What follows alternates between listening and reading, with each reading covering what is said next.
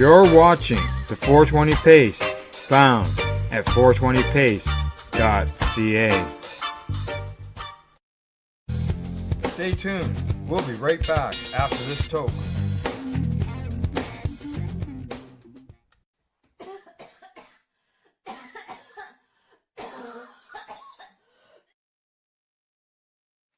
You're listening to the Pace Radio Network here at paceradio.net. The views expressed by the individuals during this broadcast are their own opinions, and they may not be the same as those of their group or other organizations they may be involved with. All medical advice during our broadcast is not a medical opinion and should be checked with your medical physician.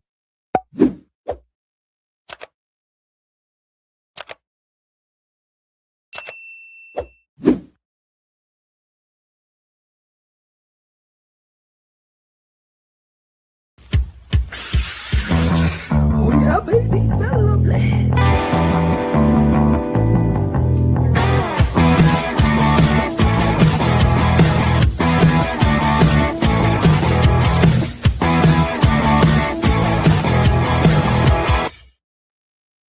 Good morning, it's January the 5th, 2026, and welcome to Psychedelics Cannabis Education News. Good morning, Rev. Cindy, how you doing? Good morning, Al. I'm doing pretty fantastic. How about yourself? Not too bad myself. I can tell you, though, when I look out the window, I'm seeing snow, and the forecast is calling for 10 more centimeters of it. By the time that gets here, we're supposed to have like plus 10 degrees, so it's going to be all rain. Oh, really, eh? Mhm. Yeah, it's coming, though. It is coming. Rain is in our forecast for this week as well. So Yeah. you know exactly what you're feeling. So today, actually, holidays, we're back, we're live. Holidays are over. We've been shut down for, what, 10 days now, I guess? Something like that. Other than Christmas Day, we ran a couple of videos, music videos. But other than that, yeah, we took the week off. I didn't even, other than setting things up for Christmas Day, I never even turned my computer on. No, we had planned to have a couple of meetings during the time off. We were going to come back and be different, and well, different will just have to come later in the year. That's right. It'll come. It'll come. All right. I see we got some viewers. If you're watching us on YouTube, don't forget to hit the like and subscribe button. And other than that, let's go get started on the news for 2026. Yes, coming to us from International Cannabis Business Conference, the Czech cannabis legalization officially takes effect. Good stuff. As the clock struck midnight Central European time, a historic public policy change took effect in the Czech Republic. Starting today, adults who are 21 years old or older in Czechia can cultivate up to 3 cannabis plants for recreational purposes. Additionally, adults in the European country can possess up to 100 grams of cannabis in their homes and 25 grams away from their homes. Now they've joined Malta, Luxembourg, and Germany as legalized European nations. Cannabis is also currently legal for adult use in Uruguay, Canada, and South Africa. Yeah, this was all of January 1st, 2026. Really exciting. Right. Coming to us from the Prague Daily News and its local coverage, they said legal cannabis cultivation will henceforth be permitted only for persons aged 21 and older. In addition, cultivation may take place only in a property owned by the individual or in premises to which they have a legal right to use, such as under a rental agreement. The law does not set requirements for securing the plants or specify particular cultivation methods. Cannabis can be grown indoors, outdoors, or in a greenhouse. They continue to say cultivation of up to 3 cannabis plants with a THC content of over 1% is permitted. Cultivating 4 to 5 plants is considered an administrative offense, while 6 or more plants constitutes a criminal offense. Sales of the adult use cannabis products with THC content of over 1% will remain prohibited in the Czech Republic for the time being. Cannabis advocates there will continue to push for cultivation associations and regional adult use cannabis commerce pilot trials, such as are allowed in a handful of other European jurisdictions. And there's some information there. And there you go. So, Wow. welcome to the countries of legalization. Yes. Very Yes, exciting. exactly. That's the Now, second one. Write that down on places I want to travel to. yes, exactly. Good stuff. Now, from going from that, we have a different perspective on the other end, on things and how things can change. Next story. Yeah. Coming to us from the nation, 7,000 plus cannabis shops close as rules tighten. Patients are assured. Close. Uh-oh. It says that Thailand's health minister says that over 7,000 cannabis shops shut down in 2025 as renewals slump, with new licenses limited to 4 legal facility types and patients assured of access. Now, the story says that Public Health Minister Hannah Prompat said on Monday that the ministry had been briefed on progress on a draft ministerial regulations governing permits to study, research, export, sell, or possess controlled herbs for commercial purposes after it was approved by the cabinet. Yeah, he said the existing 2016 ministerial regulation did not reflect the current cannabis landscape, and that a dedicated control mechanism was needed for the export, sale, and processing of cannabis for commercial use in order to protect consumers and reduce impacts on communities. Under the new regulation, he said, it would be made clear that sellers must be legally designated facilities with doctors responsible for prescribing and clearly identified personnel authorized to dispense cannabis to users. He added that Thailand had sufficient medical personnel in the relevant fields to support the licensing system. You know, whatever happened to legalization? Remember, they were legal in Yeah. Thailand. Now look at what's happened. Shops that still hold a valid license will be able to continue using them. Tana says, however, once the new regulations take effect, any license renewal or new application will have to comply with the new criteria. He says that cannabis-related businesses will have to adapt, and operators will need to consider the process. He says, adding that the ministry would ensure patients who require cannabis to treat medical conditions would not be left without medicine. Here's hoping. He said that because dispensing would be carried out by doctors and medical facilities, hospitals nationwide would be able to accommodate demand and had licensed personnel in place. Patients who use cannabis for treatment will certainly not face shortages, he said. According to the latest official figures on cannabis establishments, as of December 28th, 2025, there were 18,433 such businesses nationwide. In 2025, licenses for 8,636 cannabis shops expired, but only 1,339 renewal applications were filed, about 15.5%. A further 7,297 shops did not seek renewal, leaving an estimated 11,136 establishments. Looking ahead, the ministry said 4,500 licenses are due to expire in 2026, and 5,200 will expire in 2027. Now, the new ministerial regulations would upgrade establishments by limiting eligible premises to those specified by law, medical facilities, pharmacies, herbal product retailers, or the workplace of a traditional healer. It would also require effective odor and smoke elimination systems to prevent a nuisance or disruption to nearby residents, and stipulate that licensed premises must be located on property the applicant owns or has legal rights to occupy. On shortage and quality standards, the rules require an appropriately sized warehouse space with cannabis stored separately to avoid contamination. Establishments must control temperature and humidity, avoid direct sunlight, and must not place products directly on the floor. The regulations also raise standards for staff, requiring at least one on-duty worker at all times who has completed training provided by the Department of Thai Traditional and Alternative Medicine to ensure operations meet professional and safety requirements. And during the transition period, existing licenses will remain valid until they expire.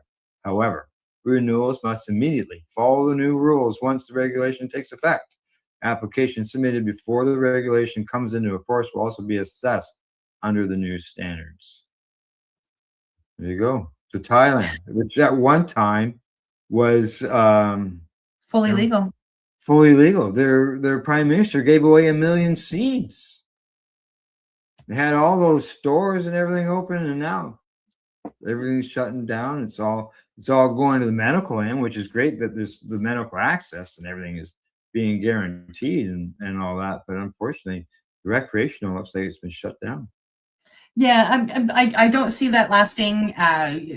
Tourism. I mean, it all comes back to money, and as the rest of the world comes on board, I see hopefully, fingers crossed, it coming back to full legalization. There's a lot of Yeah. tourism money that can be lost there. Big time. Oh yeah, Yeah. and the businesses. There's a huge amount of businesses and All employment the and all all that. of them, yeah, all those Yeah, jobs is exactly. gone. So we've gone from a country legalizing, a country that is basically reverting back to almost the old way, and a country that's still deciding. And that's in our next headline. Here we go. Yeah, coming to us from Marijuana Moment. DOJ could ignore Trump's cannabis rescheduling directive, congressional researchers suggest. What?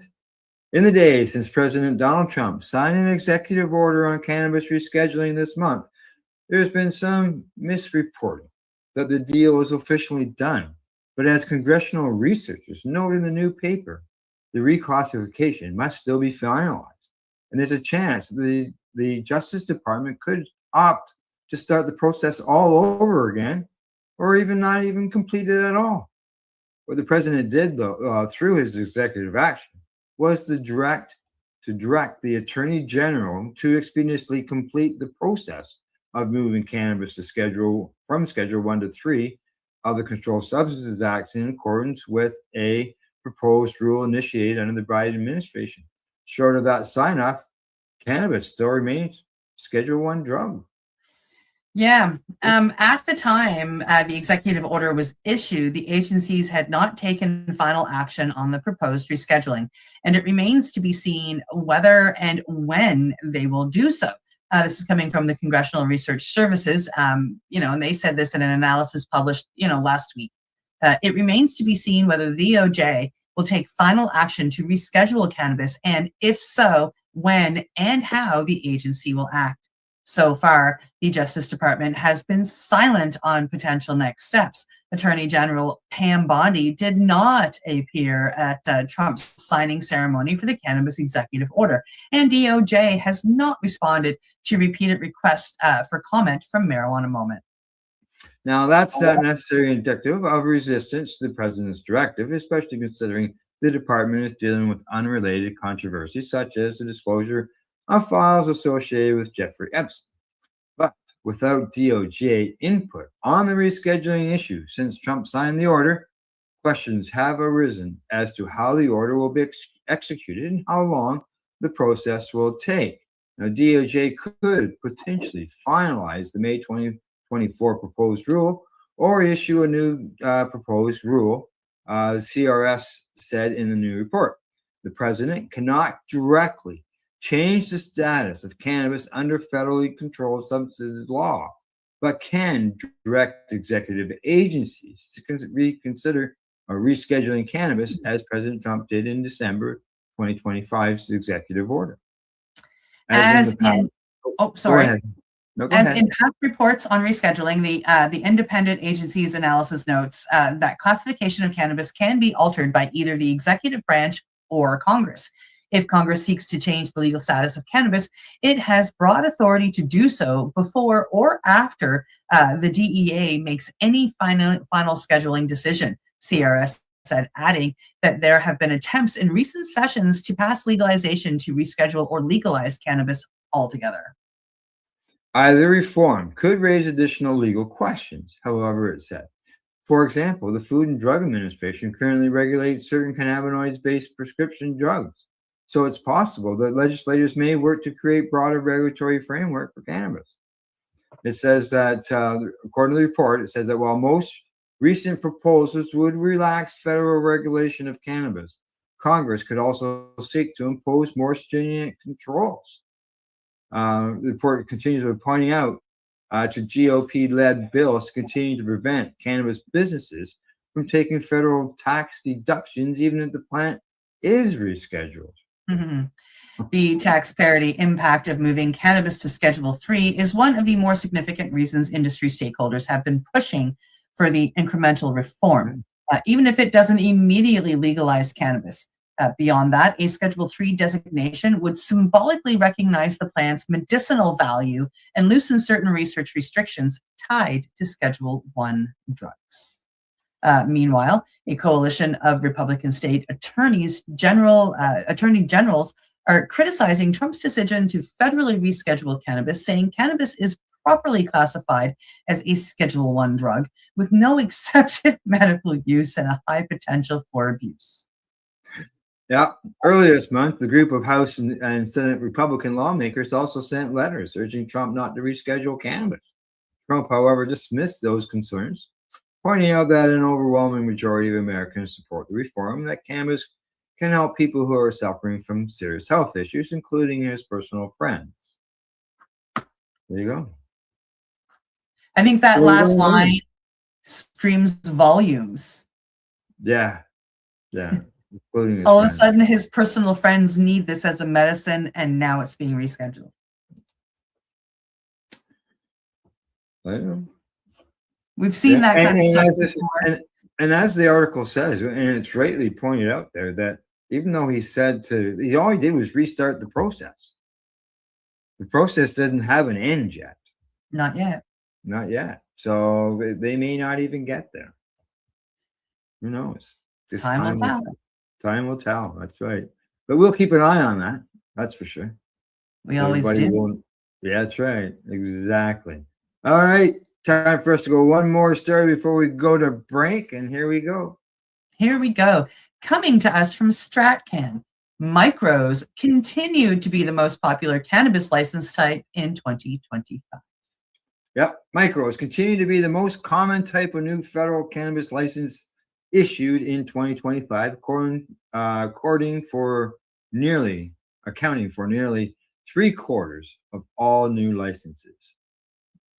The total number of active federal cannabis licenses as of December 31st, 2025 was 920. The majority of these, 485, are micro license holders, while another 400 are standard license holders. Another 16 are nurseries, while 19 are licensed only for medical sales. There are 303 medical licenses in total. You know, Cindy, I can remember when there was like maybe 7 micros, if that, and everybody else was a giant company. Listen, when I many of us first got into cannabis when there was one licensed producer. Yeah. Which was terrible. And then when plant systems. Yeah, when I started working in cannabis, there were 27. And I was able to, within 2 years, go through all of them. And they were all I think all of those 27 are now, I don't know, the Canopy Collective or whatever it is. They bought each other out to the point of there's only a couple of major ones that own all of these little ones. And right. I smirked when you read that because 485 micro license holders. I would say 484 of those are legacy growers who were able to move over and stop having to constantly look over their shoulder. And I'm so happy for them. Yeah. A total of 102 new federal cannabis licenses were issued in 2025. Of these, 76 of those, which is a lot, were micros. 20 were standards, and 5 were licensed for medical sales only, and only 1 was a nursery. In 2025, there was a total of 90 license, revokes, 74 listed as revoked on request, and 16 listed as revoked by the minister. Interesting. Additionally, 16 licenses were listed as suspended, 11 of which were removed from the suspension list, and 8 were listed as expired. Why did the minister revoke them? That's a really good question. I wish that answer was in here. Yeah. In 2025, Health Canada also changed the micro license category by increasing cannabis space and processing capacity by a factor of 4. This expanded the maximum micro cultivation area from 200 square meters to 800, and the annual processing capacity for microprocessors from 600 kilograms to 2,400 kilograms, and that's of dried cannabis. So, Yes. yeah, go ahead. Oh no, you go ahead. Okay, all right, I won't argue. As a result, there were 39 standard license holders that pivoted to a micro cultivation license in 2025, along with one nursery pivoting to a micro cultivation license. There were also 2 micro license holders that transitioned to a standard license in 2025. There you go. That's just all so interesting, right? Like, because you've got 39 standards that pivoted to Micros, yeah. right, and that's just really, really cool. And it's nice to see that. I mean, there were a couple that grew so big they had to transition to standard. Yeah, and I could see some of them went down because of, well, actually, the micro licenses increased because of the numbers went Giving up by them the 4. ability to move over. Right, yeah. Yeah. It made Yeah. it so it was more appealing because of the fact that they enlarged the numbers for the micros. Yeah. So that probably became more appealing to a lot of people. And as you said, a lot of people from the legacy market transitioned over. Oh yeah. Yeah, it's like I have pre-rolls. Like, I mean, all my pre-rolls are from micro growers, and one of the people here that did it, he was a lobster fisherman. The stuff is only grown here in Nova Scotia. It's only sold here in Nova Scotia. I take it everywhere with me when I go. But this particular Seativa is what the name is. I don't know if I can get it to come in. Seativa, so it's Seativa. And this was a lobster fisherman who grew his own cannabis for his own purposes using aquaponics, and he had for years. And he with the laws changing and whatnot, he was able to retire from lobster fishing and open up a micro grow. And when all of these laws changed and he was able to expand a bit, and his stuff is like, he's got old school strains that he's growing, that he's been growing for 50 years. Yeah. And yeah, it's good cannabis. He really knows what he's doing. Good. All right, it's time for us to take a break. But before I take a break, it's time for me to say happy heavenly birthday to my mother. She would have been 93 today. 93 today. Yeah, she would have been. Yeah. Well, happy heavenly birthday to you, Elle's mom. She passed away in 2019. All righty, off we go. Time for us to take that break. You're watching Psychedelics and Cannabis Educational News. We'll see you in less than 3 minutes. We are people advocating cannabis education here at paceradio.net. Limestone City Hydroponics is Kingston, Ontario's hydroponics shop.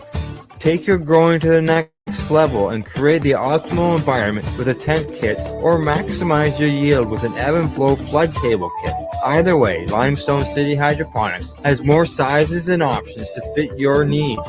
Are you looking for the power of the sun that adapts to your budget? Then look no further, as they have professional grow lighting. They have indoor grow systems that are easy and cost effective, with many options to fit your living space and lifestyle. Cultivate your growing potential. We have everything you need to succeed. And if you can't make it to the store, they offer local delivery to the greater Kingston area.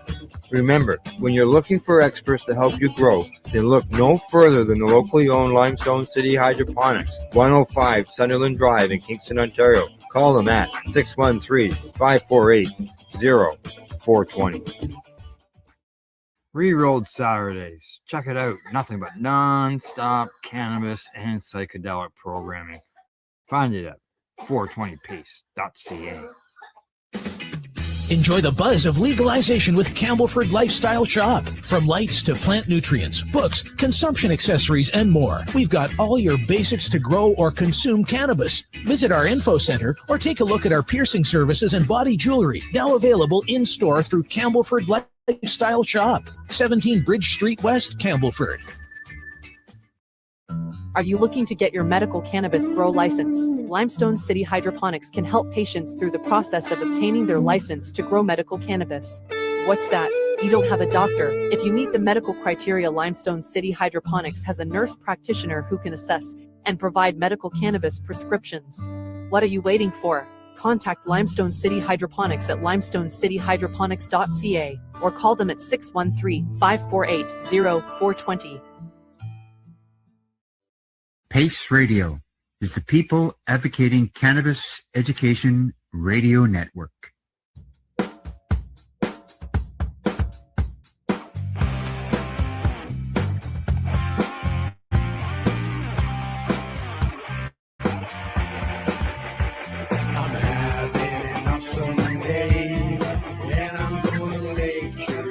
That way.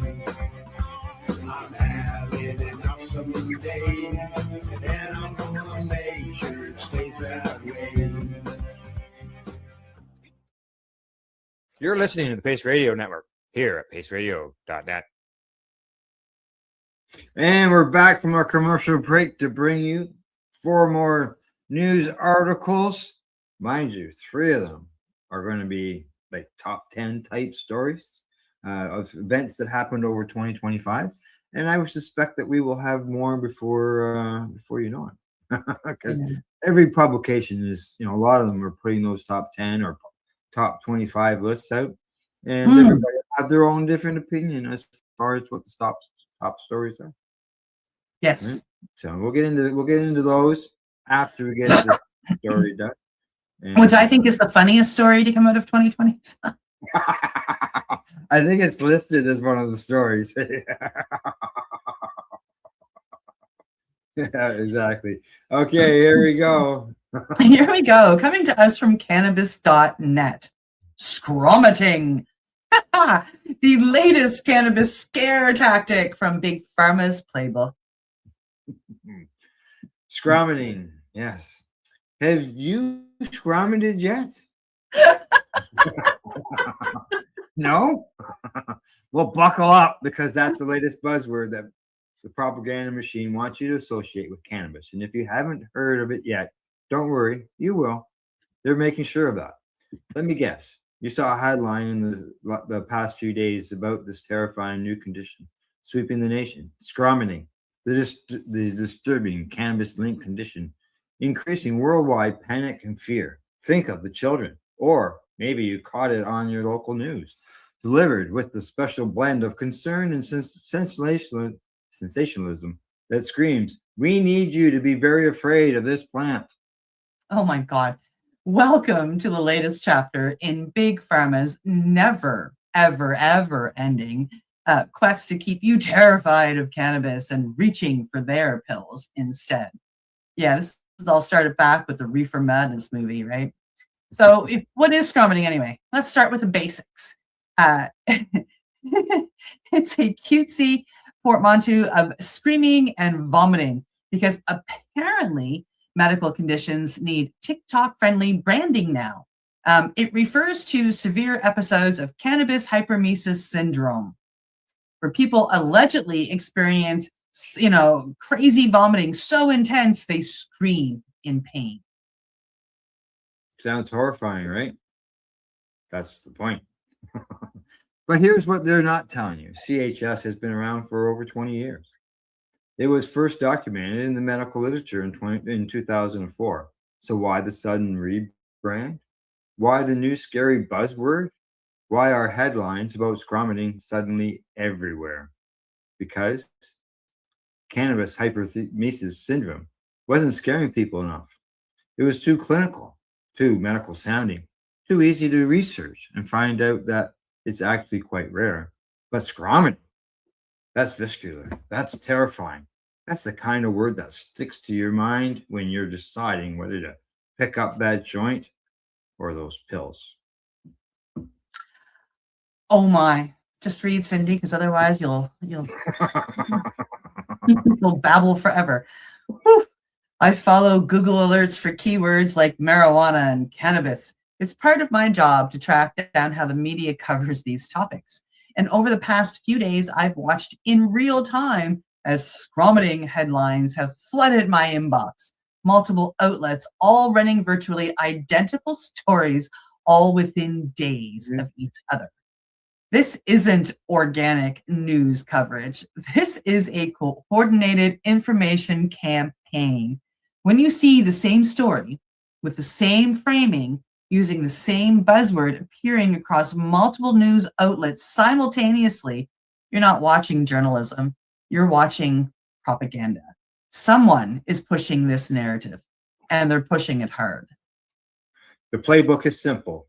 Create a scary new term, flood the media with stories about it, trigger public panic, and watch as people question whether cannabis is really as safe as they thought. It's the same story that they've used for decades, just like new packaging. A while back, I came across a detailed Reddit post that did what mainstream media refuses to do: actually examine the data around CHS critically. The post titled Cannabis Hymesis Syndrome, The Data Doesn't Add Up, raised some extremely uncomfortable questions about what we're being told versus what the evidence actually shows. Yeah. Yeah, and just to bring up a past story, Al and I covered a story a number of months back about CHS, and it was a study story. I don't know if you remember this one or not, Al, where they compared it to what was it, neem oil poisoning, so pesticide poisoning, and the two of them were identical. And they also highlighted the fact that CHS wasn't even recognized or seen or heard of until 2004, which is, just a few months after they approved neem oil in cannabis production. I don't know if you remember that or not, but that pops into my head when we're talking about this. And it says, let me share some of the key points that should make every cannabis user and anti-prohibitionist pay attention. The suspicious timeline. Cannabis has been used medicinally and recreationally for over 5,000 years. Yet somehow, and I just said this, CHS wasn't documented anywhere in medical literature before 2004. Then suddenly in 2004, two things happened simultaneously. Neem oil pesticide became popular with cannabis farmers, and the first CHS cases mysteriously appeared. Think about that for a second. 5,000 years of cannabis use, 0 documented cases of this syndrome. Then neem oil pesticides enter widespread use, and suddenly we have this cannabis-caused condition. The symptoms of CHS are identical to as a directing poisoning. It's cynical vomiting, abdominal pain, relief from hot baths, response to antihistamines like Benadryl. This isn't coincidence. This screams cause and effect. The common crisis they're hiding, the data on pesticide contamination in legal cannabis markets, is absolutely damning. I think there's like 100 and some odd approved here in Canada. Yeah, it's crazy. In Washington state, 30 to 40% of concentrates fail pesticide tests. 84% of all products contain pesticide residues. 84. 70% of pesticides transfer directly into the smoke. In California, 25 out of 42 legal cannabis products exceeded pesticide limits.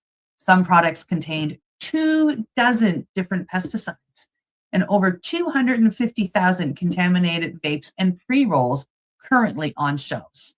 And let me repeat that, 250,000 contaminated products on legal dispensary shelves right now.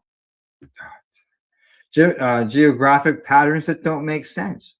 Countries where neem oil is banned as a pesticide have significant fewer CHS cases despite identical cannabis usage rates. Canada banned neem oil and has dramatically lowered CHS rates than the US.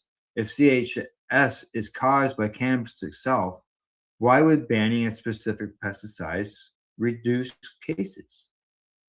Now, the problem isn't that CHS exists, it's how it's being used. He says, let me be absolutely clear. I'm not saying that people are suffering. CHS, or whatever we're calling it, is this week, is very real. For those experiencing it, people are genuinely sick, and that's not something to dismiss or minimize. I know I have a guy I know, a family friend, who they diagnosed him with CHS twice. Because he denied it the first time. He said, no, this can't be happening. And then he got admitted into hospital. Yeah, I've helped people work through their CHS, and it was caused by dirty cannabis, like where it was grown or chemicals hadn't been flushed, et cetera, et cetera. And I know people that have gotten sick because they have quote unquote overdosed on cannabis. We call that greening out. Greening out. Yeah, and I've had that happen to myself. But like you green out, pardon me, you purge, and then you're done. Sometimes I don't even get sick. Oh, it's only happened to me once, and and any time that I thought, oh, like that's too much, I've only ever greened out once, knock on wood. But yeah, I guess if you want to call that scromiting, that might be part of what they're calling scromiting, but like it wasn't painful, it wasn't anything. It was just I ate too much cannabis, and my body said that's enough and got rid of some. That's all. That's it. Yeah. Right. Yeah, the issue is with how this condition is being weaponized. Yeah, I agree, against cannabis, while the potential real cause, pesticide contamination, is being systematically ignored. The biggest red flag is the timeline. Cases of CHS increased 134 to 175% annually in California between 2009 and 2019. Holy cannoli. That's not a gradual increase. That's an explosion. And it coincides perfectly with the expansion of legal cannabis markets and the increased use of pesticides to meet commercial production demands. Whether people are being diagnosed more often or whether they're actually being poisoned by pesticides and nobody's connecting the dots remains unclear. But what is clear is that the official narrative, cannabis causes this, end of story, doesn't match the data. Truth is brutally simple. Cannabis hyperemesis syndrome wasn't created enough of public fear. Public heard the term, looked it up, and found it relatively rare, and went about their business. The propaganda wasn't working. So they needed a rebrand.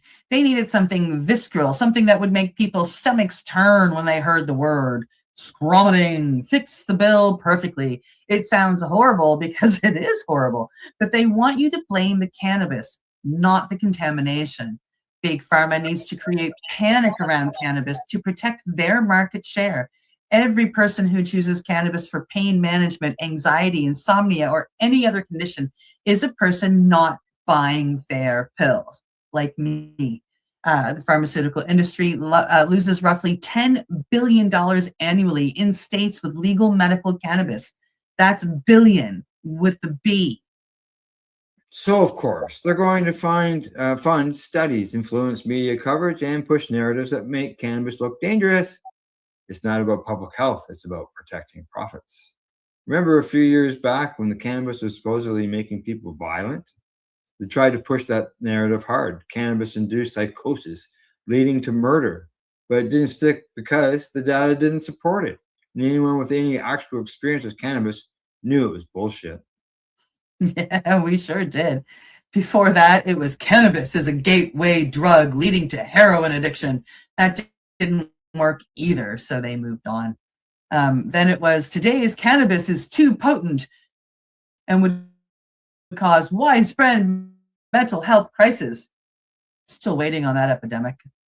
Scromiting, the latest attempt to terrify people away from the plant that's been safely used for a millennia. When this one fails to generate significant panic, and it will, they'll come up with something else. The tactics change, but the goal remains the same: keep cannabis illegal or so heavily restricted that Big Pharma maintains control. So here's what should be the real story. We have a massive contamination crisis in legal cannabis markets, and instead of addressing it, we're blaming the plant itself. If CHS is actually pesticide poisoning, and the evidence strongly suggests it is, at least in like many cases, 99% of them, then we need to do the following. We need to mandate comprehensive pesticide testing for all cannabis products. We need to ban right out the use of neem oil and other problematic pesticides in cannabis cultivation. We need to establish strict contamination limits within real enforcement. We need to fund actual research into the relationship between pesticide exposure and these symptoms.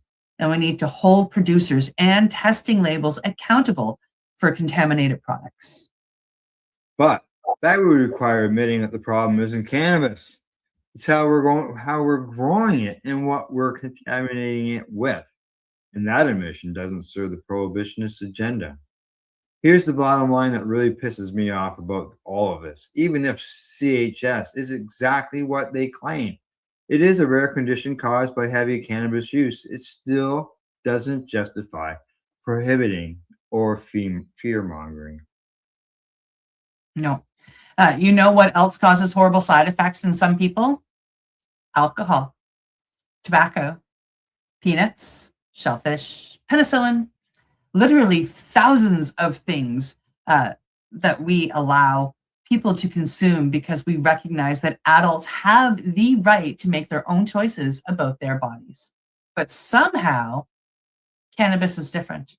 Somehow, the possibility that some heavy users might develop a treatable condition that may actually be caused by contamination anyway means we need to terrify everyone and maintain strict control over who can access the plant. God forbid you choose what to put in your own body, like an honorous human being with sovereignty over your mind and body, especially in the land of the free. Am I right? Now, the bottom line, they say, scrumming is propaganda. It's a rebranding of an existing condition, given a new scary new name, and pushed through coordinated media coverage to create public panic about cannabis. The timing isn't coincidental. It's calculated. The real story that media won't cover is the massive pesticide contamination crisis in legal cannabis markets. The real story is that symptoms blamed on cannabis itself may actually be caused by poisoning from agricultural chemicals. The real story is that big pharma will do whatever it takes to protect their market share. Remember, that was billions with the B, including funding studies and pushing narratives that demonize a plant that's been safely used for thousands of years. Is CHS real? Yes, people are suffering, and that matters. But the cause may not be what we're being told. And the solution definitely isn't more prohibition and fear mongering. If you're experiencing these symptoms, get help. Look into whether you might be consuming contaminated products. Consider switching sources or taking a break. But don't let the propaganda machine convince you that cannabis itself is the villain here. Next time you see a headline about scruming, remember, you're not reading news. You're reading a marketing campaign designed to keep you reaching for pills instead of plants. Mm-hmm. Stay informed, stay skeptical, and stay free to make your own damn choices about your body. Mm-hmm. Yeah, I've got a couple messages that came in during that story. Got one here from Ben Fudge. He says you need to see your seed to weed yourself if you can. Grow your own seed. Yeah. Yeah. And that way you know what you're doing with it. Right. And me too. Pop Robert says, I hate pesticides in my wax. Me too. Exactly. Exactly. Yeah. Yeah. I don't spray anything. The only thing I spray on my plants is water, and that's when they're clones. Other than that, nothing else. So I don't have that. I agree with you, buddy. Buddy Weeds 710. It says it's really crazy how so many people are uneducated and are happy to be oblivious to what is going on around them. Yeah. I know, as it mentioned in the article, people were confused, like scromiting, CHS, what? And I was seeing that online. People were saying, well, isn't this the same thing? Mm. And yeah, it is a scarier word. Yeah, it's this pesticide poisoning, wrapped up in a different package. Yeah, I have to be able to talk to some old, researchers who have looked into all that, as far as ones who have been around for years, talking about its medical benefits, and see what they say on this type of story. So, all right, we got 3 more stories to go. We got 15 minutes. We'll go through them quickly, and what they are is stories, as I mentioned, the year in review stuff. Some of them are, I think, a little bit longer, so we'll get the main points throughout, and then go from there. So, all right. So the first one we got. I think you're going to say something. No, I'm just waiting for you to. There you go. All Watching right, what's here we going go. on. Here we go. Coming to us from Psychedelic Alpha, 2025 year in review. 10 standout stories in psychedelics. Yeah.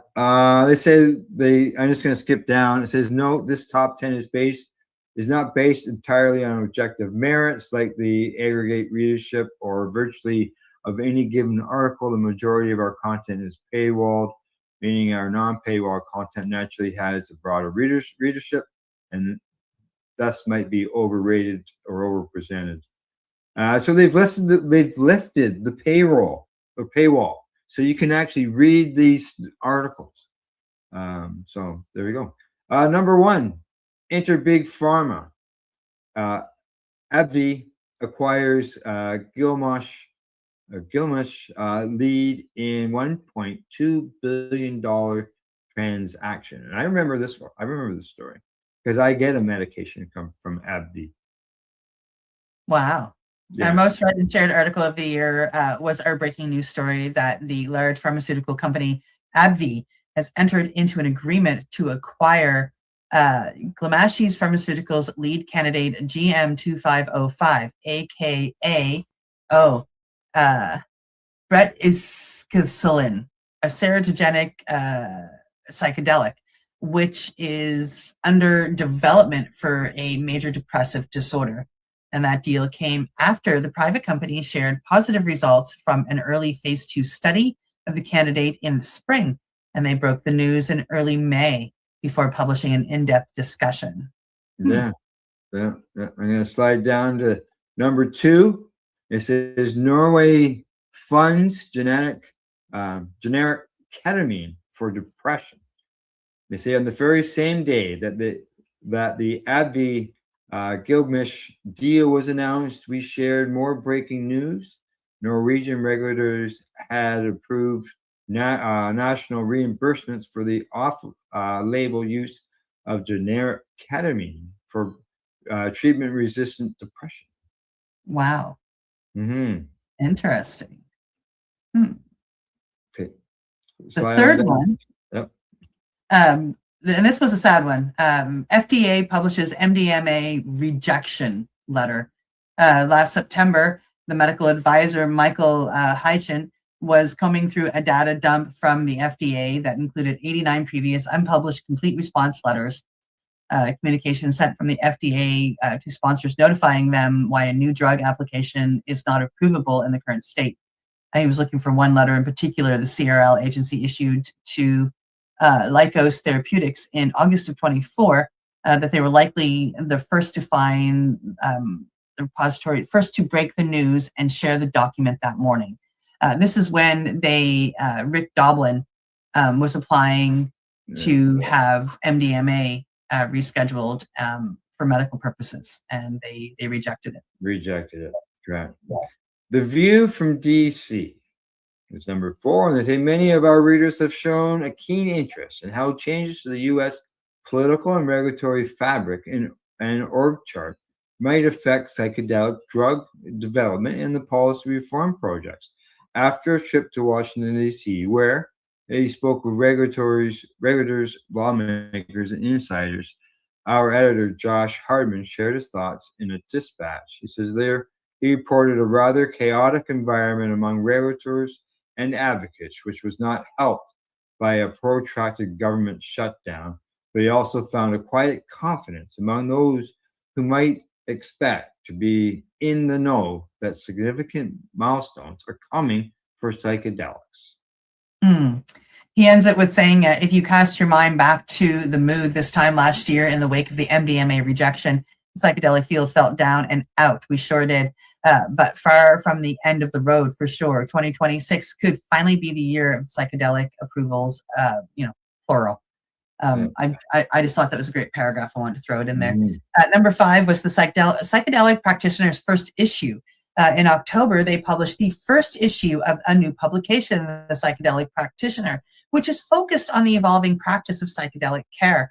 And they spent a half a decade, putting this together. Psychedelic Alpha has built a large audience of individuals and organizations interested and involved in psychedelics, and many of these investors, drug developers, and regulators, but many are still practitioners, therapists, clinicians, and facilitators, and so on. And they published the second issue in December. Pretty exciting. Inside the Lycos takeover, this is in January. We covered billionaire investor and Elon Musk ally Antonio Gracias bid to take control of Lycos Therapeutics via a $100 million funding round. Then in March, we broke the news that Gracias, who was then busy in an advisory role at the new Department of Global Efficiency, had paired up with an even deeper pocketed individual, Sir Christopher Holm. Interesting. Yeah. And MAPS founder had hoped, Rick Doblin had hoped Gracias and Holm might bring the company closer to its nonprofit, through its unclear, though it is unclear to what extent this has been the case. Very cool. Number 7, Matt Zorn joins HHS. This past May, we reported that a prominent cannabis and psychedelics focused attorney, Matt Zorn, had assumed the role of Deputy General Counsel in the Department of Health and Human Services. This was somewhat surprising, as Zorn has been a key adversary to the governments of both stripes on drug-related matters. He was a key figure, for example, in a petition to reschedule psilocybin that is now sitting with the HHS. Number 8, EU's first psilocybin compassionate use program established in Germany. Now, over the summer, we broke the news that Germany had become the first EU country to allow legal access to psilocybin under a compassionate use program for treatment-resistant depression. And Germany is the bloc's largest pharmaceutical maker, with the move suggesting that the more profitable countries might continue exploring access pathways beyond traditional drug-approved paradigms. The country is also seen as quite problematic by its European peers, so the significance of BFARM decision should not be lost. Number 9, New Mexico's Medical Psilocybin Act passes. It was breaking news when they passed the first legalization-driven Psilocybin Access Act in April 2025. Last spring, they reported on the passage of New Mexico's Medical Psilocybin Act, which became the first psilocybin access pathway to be established via a state legislature as opposed to a popular ballot initiative. It passed the state Senate 33-4. And House 56-9. Holy cannoli, with bipartisan support in both chambers. Good. Number 10, Compass accelerates launch timeline for 9-12 by 9 to 12 months. As alluded to above, we reported in November that psilocybin developer Compass Pathways is accelerating its launch timeline by 9 to 12 months following a positive meeting with the FDA and the completion of enrollment in its second large phase 3 trial. The company has also revamped its readout schedule with 9-week data from its second largest phase 3 study, now expected in the first quarter of 2026. It will provide more detailed look at the 6-week data from the first phase 3, as well as week 6 to 26 data from that study through. This won't include granular MADRS time course data. So it'll be a continuation of that, and we'll be looking for that stuff that comes out. They do give a couple of honorable mentions, and then they list 20 interviews from across the field that they had published that they thought would be worth a reread. So if you want to take a look at those, you can head on over to our page, and it's all there. It's all there. It's this story, you can find it and read through it for yourselves. You want a more in-depth look into that. All right, now we're going to move on to our next top 10 list. Yeah. And this one's going to be based on cannabis. Coming to us from cannabis.net. The top 10 cannabis moments of 2025, according to these people, the year everything changed. Again. There we go. Number 10, the THC hemp ban. Congress kills a $32 billion industry. What happened? In a move that surprisingly absolutely nobody who's been paying attention, Congress effectively banned intoxicating hemp-derived products by refining hemp in a last-minute addition to the must-spend spending bill. Why does it matter? This wasn't about Delta 8 gummies. This was about Congress taking a thriving $32 billion industry that was generating tax revenue, creating jobs, and operating legally, or at least in legal gray area, and handing it directly to the black market. An estimated 150,000 jobs are on the line, along with hundreds of millions in state tax revenue. Yeah. Do you just want me to go on to 9 or read the Yeah, impact? go on to the 9. Okay, number 9, federal prosecutors announced crackdown on cannabis possession on federal lands. What happened? Federal prosecutor Darren Smith in Montana announced his office would ramp up prosecution of misdemeanor cannabis offenses on federal lands, pursuant to a new Justice Department policy issued in September that most people haven't even seen. It mattered because apparently in a country dealing with fentanyl deaths, human trafficking, and violent crime, the best use of limited federal prosecutorial resources is busting people for having a joint in Yellowstone. This signaled that the Trump administration's DOJ was going full-on drug war on cannabis, despite this campaign rhetoric about reform. Yeah. Number 8 was Biden's pardons revealed as political theater. What happened? Newly revealed documents show that while Biden was publicly pardoning people with federal cannabis convictions, his DOJ was implementing policies requiring prosecutors to seek higher up approval before declining to pursue cannabis charges, effectively ensuring prosecution would continue. And it mattered because it's exposed Biden's cannabis reform as performative bullshit. He pardoned simple people who were already out of prison. Literally 0 people were freed. I remember that. He got progressive credibility points while his agencies maintained business as usual prohibition.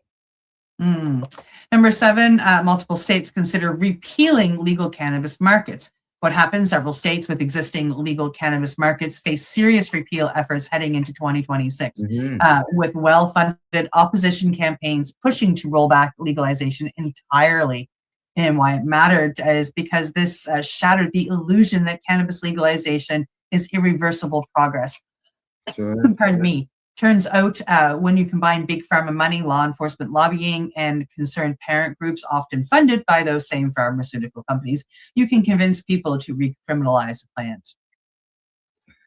Well, we started the show today talking about Czechoslovakia legalized, and then Thailand, a country that was legal, and then look what happened to it. It lost its recreational land, and that can happen anywhere. Doesn't matter what country it's at. When the government changes, you've accepted their policies, and cannabis recriminalization may be one of those new policies. So scary. Which is no good. All righty. Let's see. 7 state, multiple states.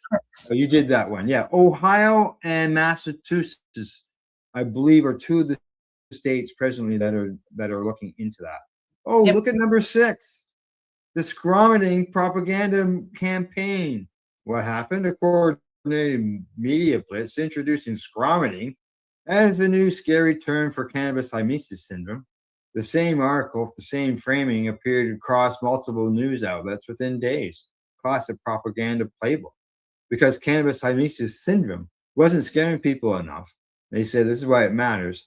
So they needed a visceral, TikTok-friendly rebrand. Never mind that CHS might actually be pesticide poisoning being blamed on cannabis, so that's extremely rare. The goal was to create panic, undermine support for legalization. TikTok-friendly is because they don't like the word cannabis in TikTok, and people get banned for it. So Scromining doesn't include the word cannabis. It still makes me laugh. Number 5, Singapore doubles down on cannabis execution policy with propaganda. What happened was Singapore's Central Narcotics Bureau published an infographic about medical cannabis that was so packed with cherry-picked data, misleading claims, and deliberate omissions that it deserved its own article.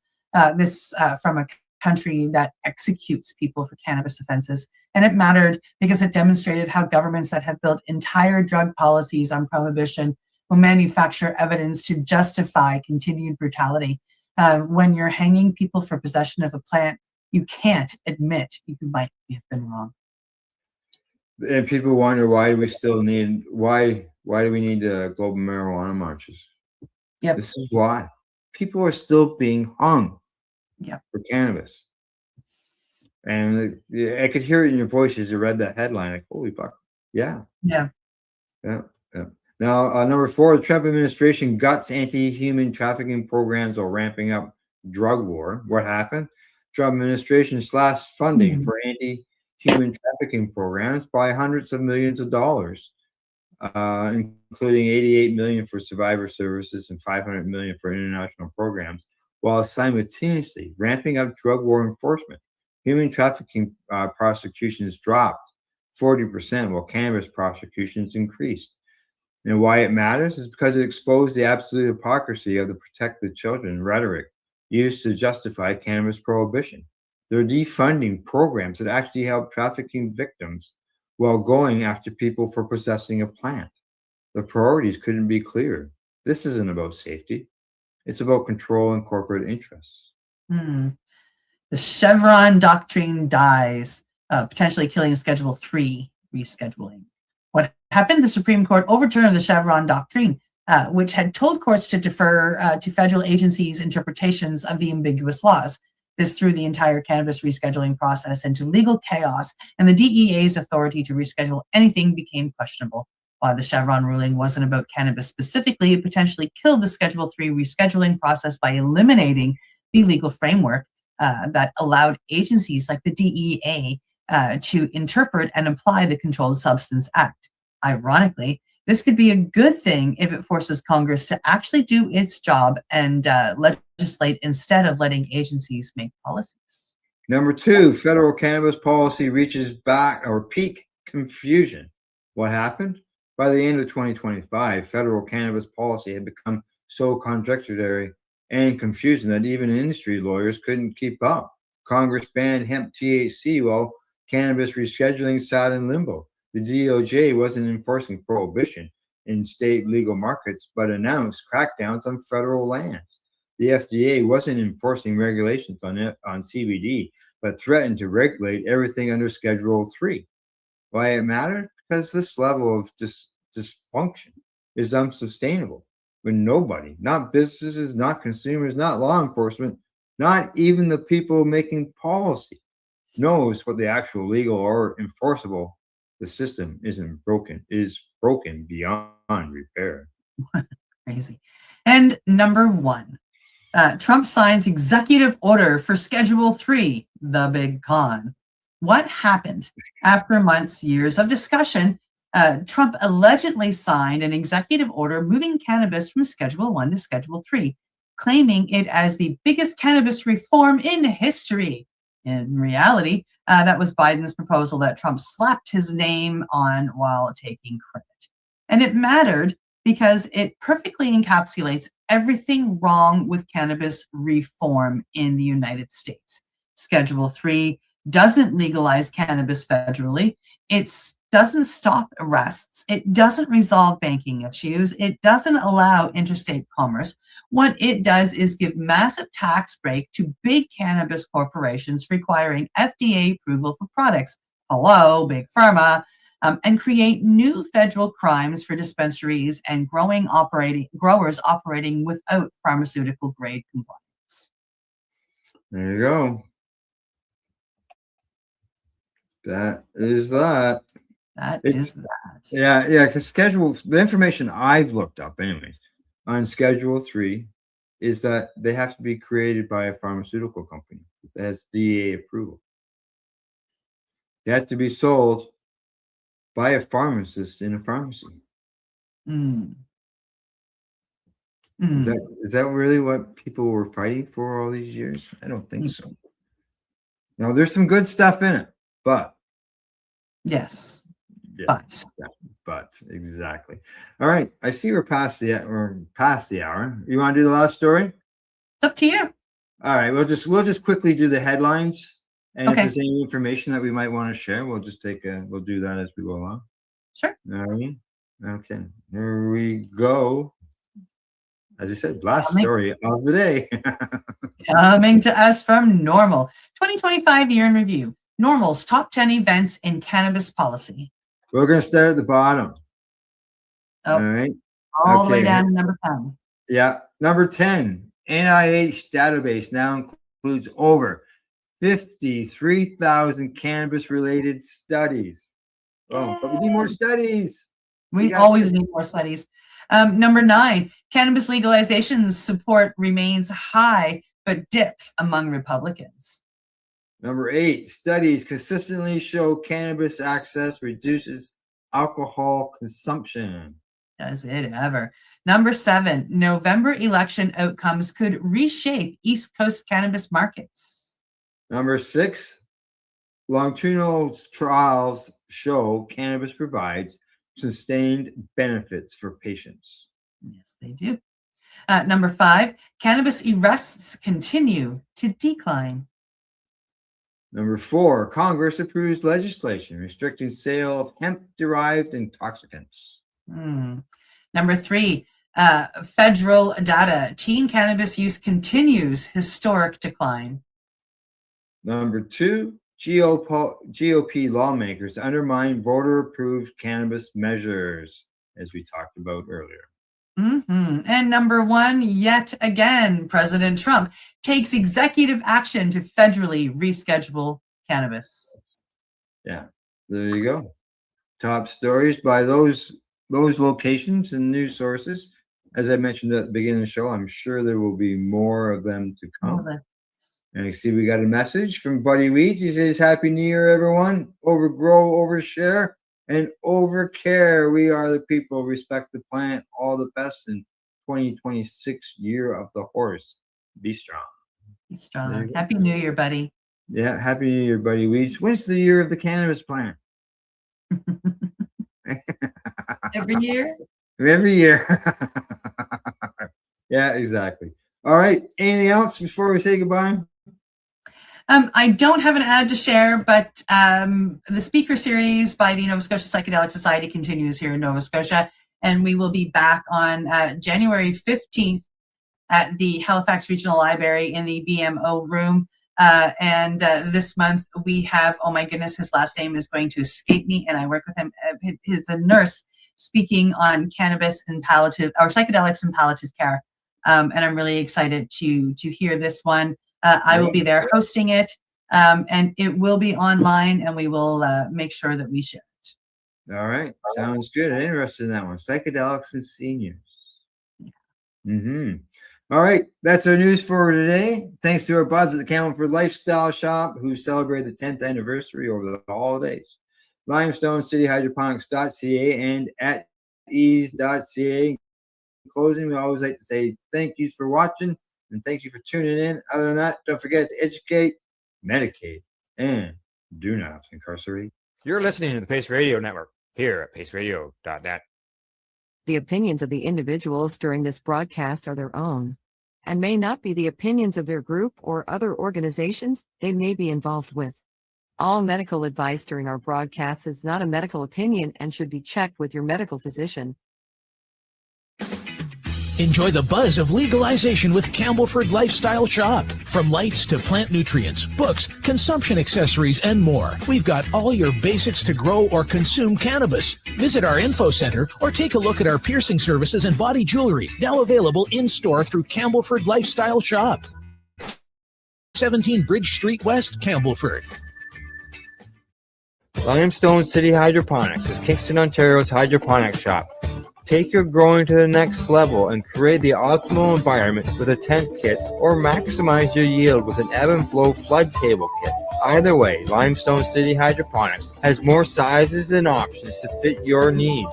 Are you looking for the power of the sun that adapts to your budget? Then look no further, as they have professional grow lighting. They have indoor grow systems that are easy and cost effective, with many options to fit your living space and lifestyle.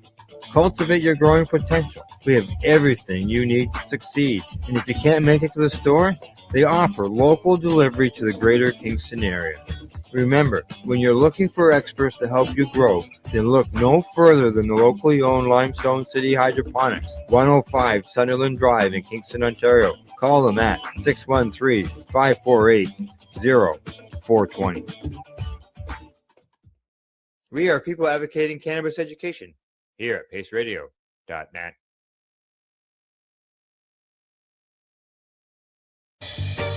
You're watching the 420 Pace, found at 420pace.ca. Stay tuned. We'll be right back after this toke.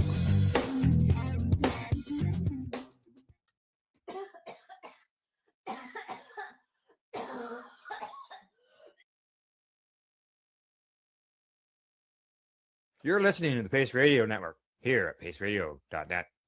The views expressed by the individuals during this broadcast are their own opinions, and they may not be the same as those of their group or other organizations they may be involved with.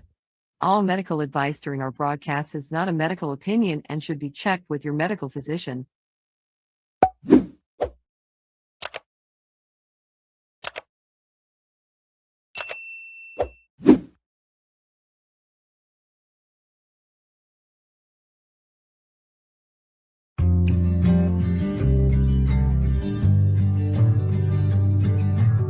I want to talk about news, don't want the drama.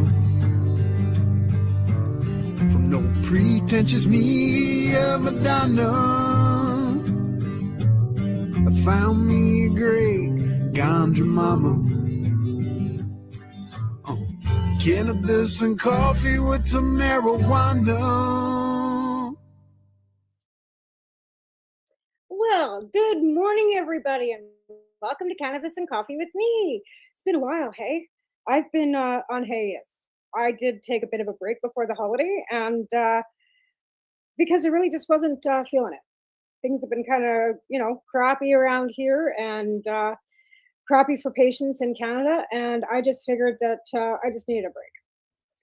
With all the political, whatever, right? So I took a break, but we're back. We're back to keep educating you on cannabis, and that's what we have to keep doing because there's so many new and upcoming things, and we just want to keep everybody updated. So right at this point, we're still fighting with the Canadian government for medical access, because anything that you buy at your legal store, it's tested, sure that it's got the recommendations and everything on it and the terpenes, and they've done a great job with that. But in reality, is it testing it what it really is?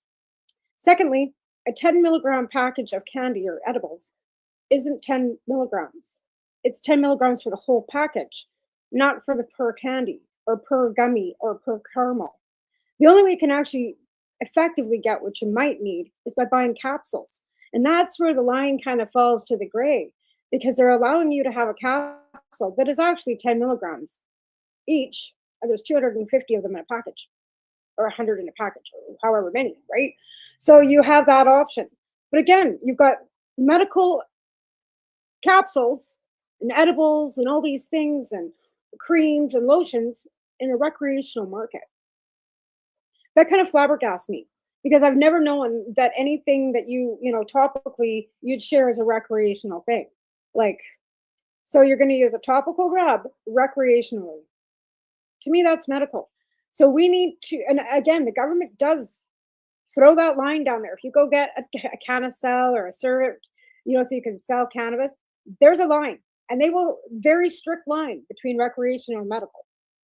Why when you walk into any of these legal stores and you even mention the word, hey, I might need this for such and such, they stand back and go, no, we can't help you, because they're not medically trained and they're not allowed to give medical advice. See, I'm not a medical practitioner myself either, and we don't give medical advice. And anything we always say is, please go talk to your doctor about any of this stuff with interactions with your cannabis and your other medical pharmaceuticals or anything. But again, a lot of the Canadian doctors are not educated on our cannabinoid system or what cannabis actually can be beneficial for you. It's all kind of hit and miss, and other people talking to other people and actually informing each other. So it's a matter of, is it fact or is it opinion? it's life experience. And a lot of people, and I say this often, it doesn't work for everybody, right? It's like any medication that you take. Some people are allergic to cannabis, some people aren't. Some people can use it, some people can't, but people are allergic to antibiotics. My dad was allergic to penicillin. So if you look at it from the medical aspect with the RX label on it, then you have to keep that in mind, that you're dealing with people that have medical need. And again, I'm not saying that it works for everybody. I'm not saying it's a cure-all. I'm not saying that it's going to be something that's going to absolutely help you, but it might. And if you're at the point in your life where your terminal illness has got you to that, you're looking at the MAID program, why don't you try cannabis before you try MAID? And I often say to a lot of cannabis patients that I've spoken to me, they're like, well, what about getting high? Honey, you are terminally ill. I don't think being high should be an issue. And again, if you're eating oil, you are going to get high. The RSL FECO will give you that. It will. I'm not going to lie to you. You are going to feel, some people feel uncomfortable. Some people green out. Now, greening out is, they say overdosing. I say it's too much usage. But the difference between cannabis overdoses or cannabis overusage and anything else is you're not going to die. You're going to feel uncomfortable. You're going to feel kind of icky. You might have to, sleep it off, but you're not going to die. You can't say that about any other medication that's out there. You cannot take too much of something and not have side effects and sometimes bad repercussions, right? Hello, Bobby Doo. Thanks for coming in, and thanks for everybody that's watching. If you'd like to come up and actually have a conversation, I can bring you onto the show. I just have to connect you through a link, and then you can come up on the panel if you want to come in and discuss or talk about anything. You just got to send me a message through Facebook, because that's what I've got up right now. And then I can send you the link, and then you can come up and talk with me if you like. Again, like I said, there's so many different, hello, Zoe, so many different aspects to cannabis and how it's used. Now, again, I've got several chronic illnesses. I've had colitis since I was 16 years old. And it does help quite a bit with the inflammation on that. Does it stop the chronic diarrhea? No. Does it help with my pain levels? I will say no. It diverts my attention away from the pain so that I'm not constantly concentrating on the pain. Does it mask my pain? No. No, it doesn't. So the reality check is, for me, this is my experience only. I still take methotrexate for my RA because cannabis doesn't block down my overactive immune system. Believe me, I wish it did.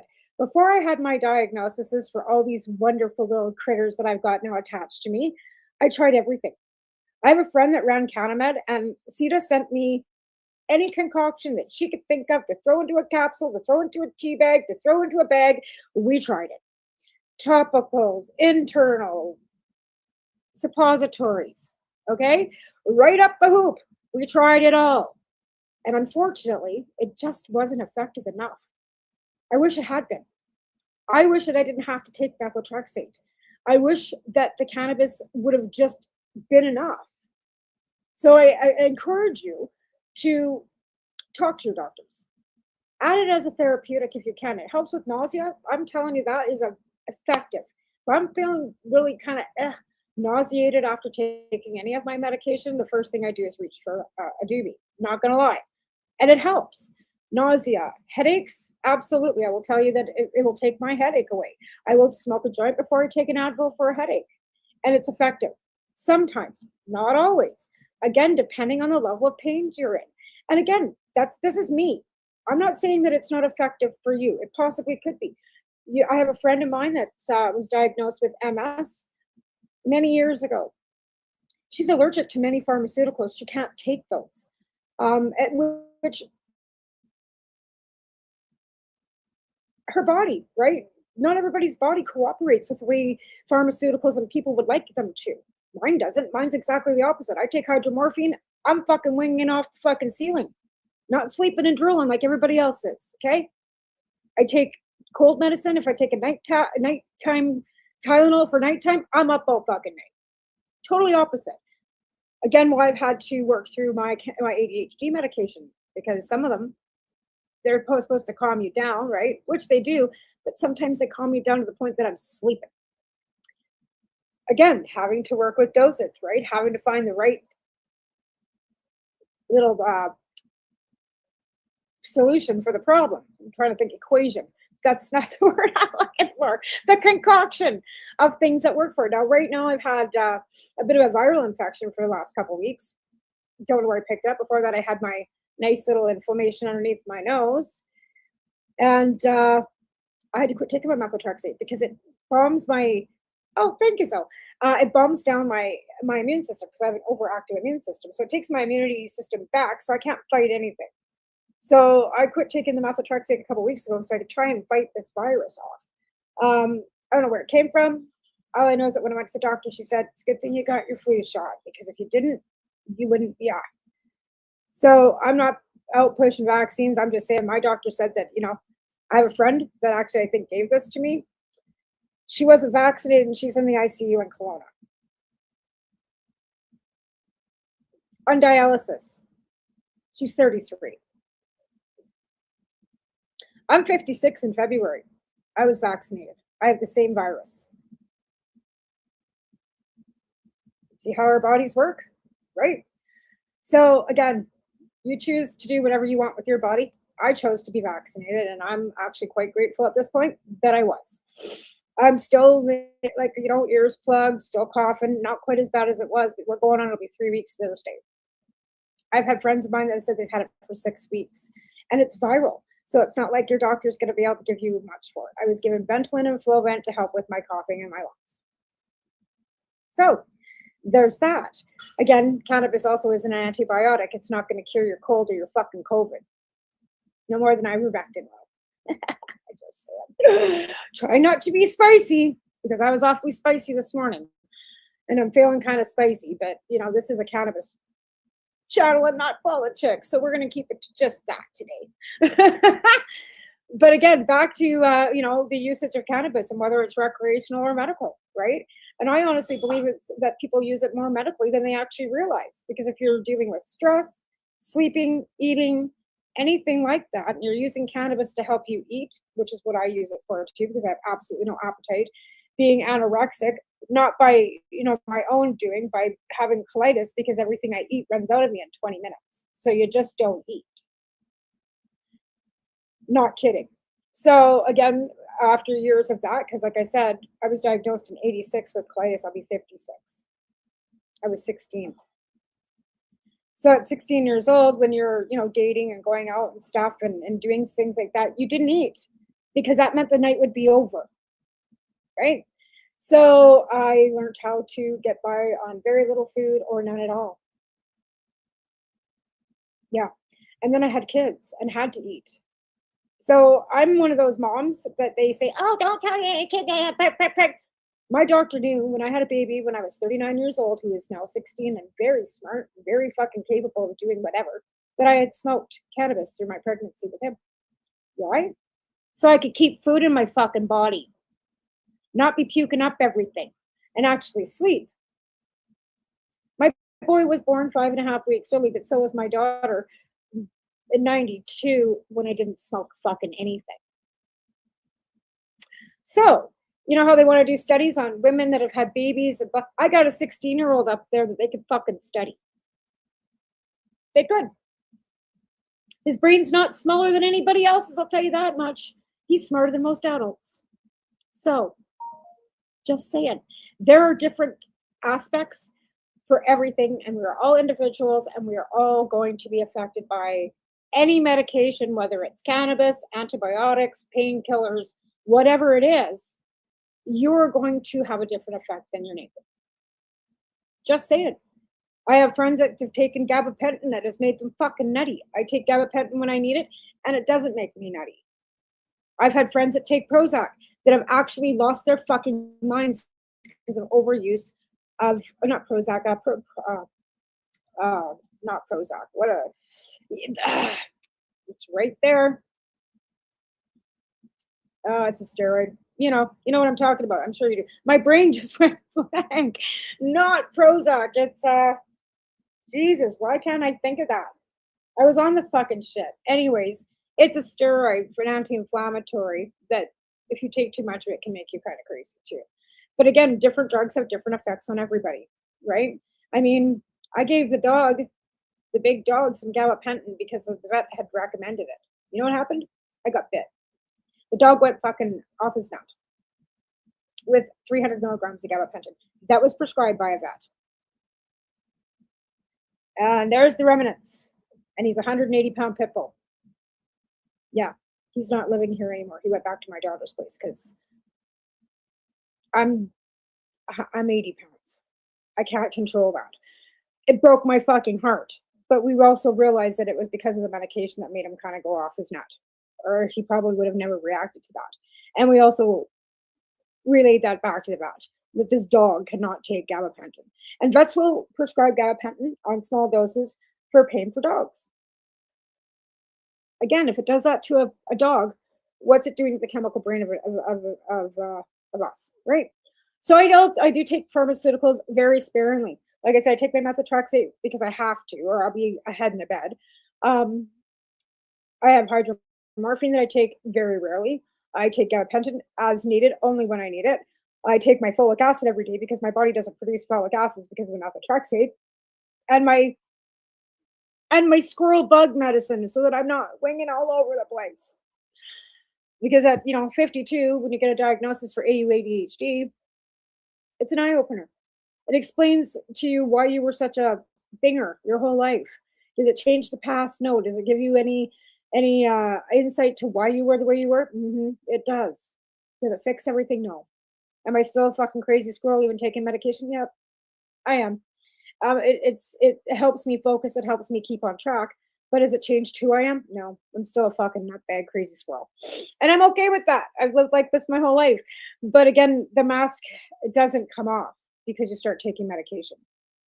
I wish it did. I wish I could just learn not to mask. To try to unlearn some of the stuff that I had to learn to keep myself not looking like a crazy fucking nutbag. You don't unlearn that stuff. It just kind of stays with you. Unfortunately, and that's just the way it kind of goes. And, having a late diagnosis was kind of squirrely. And I knew something was up, and it was kind of funny because how it all kind of rolled out is menopause too, right? Or hormones. And I had went to transplant 2 of my pot plants that I was growing. And I left the buckets out by the veranda door, and I was just going to go outside because the big bag of soil was outside and come back in and transplant those plants. At 5 o'clock that night, those plant pots were still sitting by the door. I had done 16 other fucking million things and still hadn't transplanted my fucking pot. Sat down on my chair and went, what the fuck is wrong with you? Like, seriously, like, what is wrong with you? Trying to figure out what the fuck's wrong with his brain. So I went to my doctor and I said, I think I'm fucking crazy. And explained to her what was going on in the laundry and all this stuff. And I've always feeling like I'm on a hamster wheel. She goes, I can't diagnose this. I'm just a GP. But this is what you're going to do. I asked her to refer me to a psychiatrist. And she said, I can do that. It's going to cost you a lot of money. This is what you're going to do. So I went through BC Mental Health. Everything was free. I did trauma therapy for 15 weeks. I seen a psychologist. I seen a psychiatrist. I got a diagnosis. I got medicated.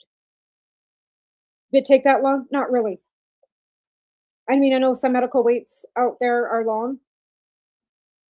I was in and out of there and done with a diagnosis within 6 months. I had to wait 2 weeks for them to call me to make an appointment. So again, I don't know what the wait lists are like right now. This was back, 4 years ago, right? But it was BC Mental Health, and it was all free. Even the EMDR treatment for my trauma, free through BC Mental Health. So again, there are agencies within our province, Alberta, who knows over there right now because everything's falling apart with their healthcare privatization, right? And again, like when it comes to mental health, I think that we need more of it. I also find cannabis quite effective to help me with my anxiety, with the squirrel feeling, because it'll slow me down a bit, right? But it wasn't effective enough not to keep me off pharmaceuticals for myself. Again, this is me. What works for you could be totally different, right? So again, cannabis is a therapeutic added medication that you can add to, or use by itself if it works directly for you. Again, there's no right and wrong in this answer. There's no right or wrong answer, especially when it comes to cannabis, because it works for some, not for all, but it's very easily to change and mix and match your different strains and stuff to find something that can work for you. I don't do, I make a lot of edibles, but I don't eat a lot of edibles. I find that it slows me down a little bit too much and puts me to sleep. So if I want to sleep, I'll eat one of my gummies. Absolutely will. But again, if I don't want to sleep and I want to be functioning, I'm smoking, which reminds me, I need to smoke one. Usually I start the show with one, but I'm running a bit low this morning. I haven't made it out to the store, so I was going to save this for the break. But we got another 10 minutes till we go to the first commercial break, so I'm not going to be able to wait that long. And again, if you're using the legal market, I use both. Unfortunately, our store out on the Sovereign Nation is under renovation right now, but they do deliver, and or we have the legal market. Now, I use the legal market mainly because it's not a drive and the roads are bad. If it's not, then I will go out to the Sovereign Land and go out there and support them, because I believe that it helps them become more self-sustainable too. It's creating jobs on the sovereign nations. It's bringing medicine back to where it should be, to the nations, to our natural form, right? And cannabis is not natural to Canada. We all know that. It's not something that grew freely here before probably the spice trades. And I'm believing that it probably got brought over here prior to, the first whatever they think they fucking did. Like I said, history's changed itself so many times since I fucking was a kid. I can't even pinpoint. But we do know there was spice and trade done between the Middle East, China, and the North Americas, long before there was any written text about it. They just found a First Nations village that's over 11,000 years old. It was introduced before the pyramids. Or they're finding it was there or existed, longer than the pyramids. So history is kind of hard to track sometimes. And we've been whitewashed and propagandized and lied to for so fucking long. Do we really know when cannabis arrived in Canada? No. But I just do know that it's a tropical, warm growing plant that was probably brought here in the 1500s. Now, they used cannabis as medicine prior to 1920. They used to use cocaine as medicine too prior to 1920, which was prohibition. Kind of like alcohol too, they prohibited, right? Again, the cannabis industry didn't start in Canada as an industry. It was never intended to be an industry, a money-making fucking industry. It was intended to protect public health and safety. The same reason why alcohol was legalized, because people were making it in their fucking bathtubs and people were dying and going blind. Now, I can't say the same thing about cannabis because cannabis has never killed anybody in the history of the world. But with other drugs that we're having in the systems and the markets now, and all this screaming about fentanyl, all drugs need to be legalized and regulated, because I keep telling people aren't going to quit doing drugs. You are never going to fix the addiction problem. It's a disease. And another thing they're not going to want to fix it is because now it's become a huge industry. So addiction has now become an industry, a privatized industry. They don't want to fucking fix everybody. The reason why they won't legalize fucking hard drugs is because the other industry is bringing them more fucking money, right? Treatment, detox, fall down, detox, treatment, fall down. They set them up for failure. It's a 3-tier system, and they get paid $10,000 fucking dollars a day to put these bodies through that fucking system. Guess who's paying for it? If you're a fucking AISH recipient, your Canadian tax dollars are paying for this. And it's a private system. If you've got private insurance, your private insurance company's paying these fucks.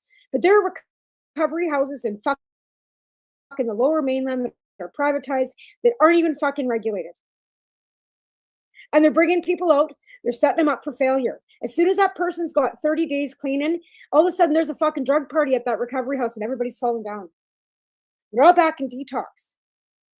So that fucking recovery private center can charge you or your government or your insurance company another $10,000 fucking dollars to put them back in detox, to put them through the same fucking system again. That's what Danielle Smith is hoping for in Alberta. She's hoping for the system to fucking fail so that they can make fucking money. Her friends can make money. Not even the Alberta government, her friends. Her friends that she is giving the fucking keys to the fucking privatized healthcare doors. Did you know that? So now they made treatment industry, because they already made crime industry, private jails, incarceration, private, even though you think it's not. Government pays the civil servants that work there, but the building itself, they sold. It's owned by somebody else. They're paying fucking rent on it now. LCC, Lethbridge Correctional Institute. Check it out. And legalizing drugs would then take away all their friends' industry for detox and rehab. Now, this is going on not just in Canada, it's going on in the States too. In fact, there's a great show on Al Jazeera called Trafficking. And this is human trafficking. When you hear all these people saying they're seeing all kinds of white buses dropping homeless people off in your town, I thought that was a myth. I thought maybe that was just a bunch of shit. They are. They're picking people up off the streets, taking them into detox, taking them into treatment, and then having them fail, and then going back and picking more up. They're doing it in California, they're doing it in fucking Nevada, and they're doing it in fucking BC. I know this for a fact, because I'm not saying there's white buses, but I know there's a treatment center out here. And they pick people up from other fucking parts of the province, bring them out here, have them fail, and then they're released onto the streets here. And they're not from here.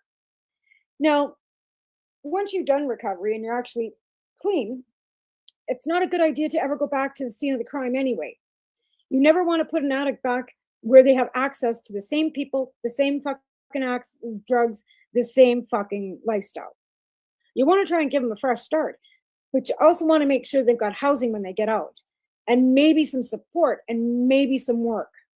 They're not. They're dropping the fucking ball. They're just letting them all loose back to the shelter where they're exactly going to be around the same lifestyle, the same people, and the same drugs. Make it fucking make sense. So somewhere along the way, and this isn't a government problem, okay? This is a you problem. This is you allowing fucking conservatives to cut back fucking resources so that our public systems can fucking work. So the only way they can get through this is they break down the systems that are already there. And that's what they're doing. Exactly what the fucking orange potato is doing in the States. Breaking down the system so that they fucking aren't working properly so he can fucking fix them. No, so they can dismantle them. And they're bringing you Kool-Aid drinkers along with them. They really are. Addiction is a disease, no matter how you slice it. Alcohol, drugs, sex, food, sugar, caffeine. All of these things in life that we have in front of us. Tobacco, cannabis. And you're going to let the government tell us which ones we're allowed to have and which ones we're not, right? But you don't want a dictatorship, but you all expect the government to do something about this homeless and addiction problem.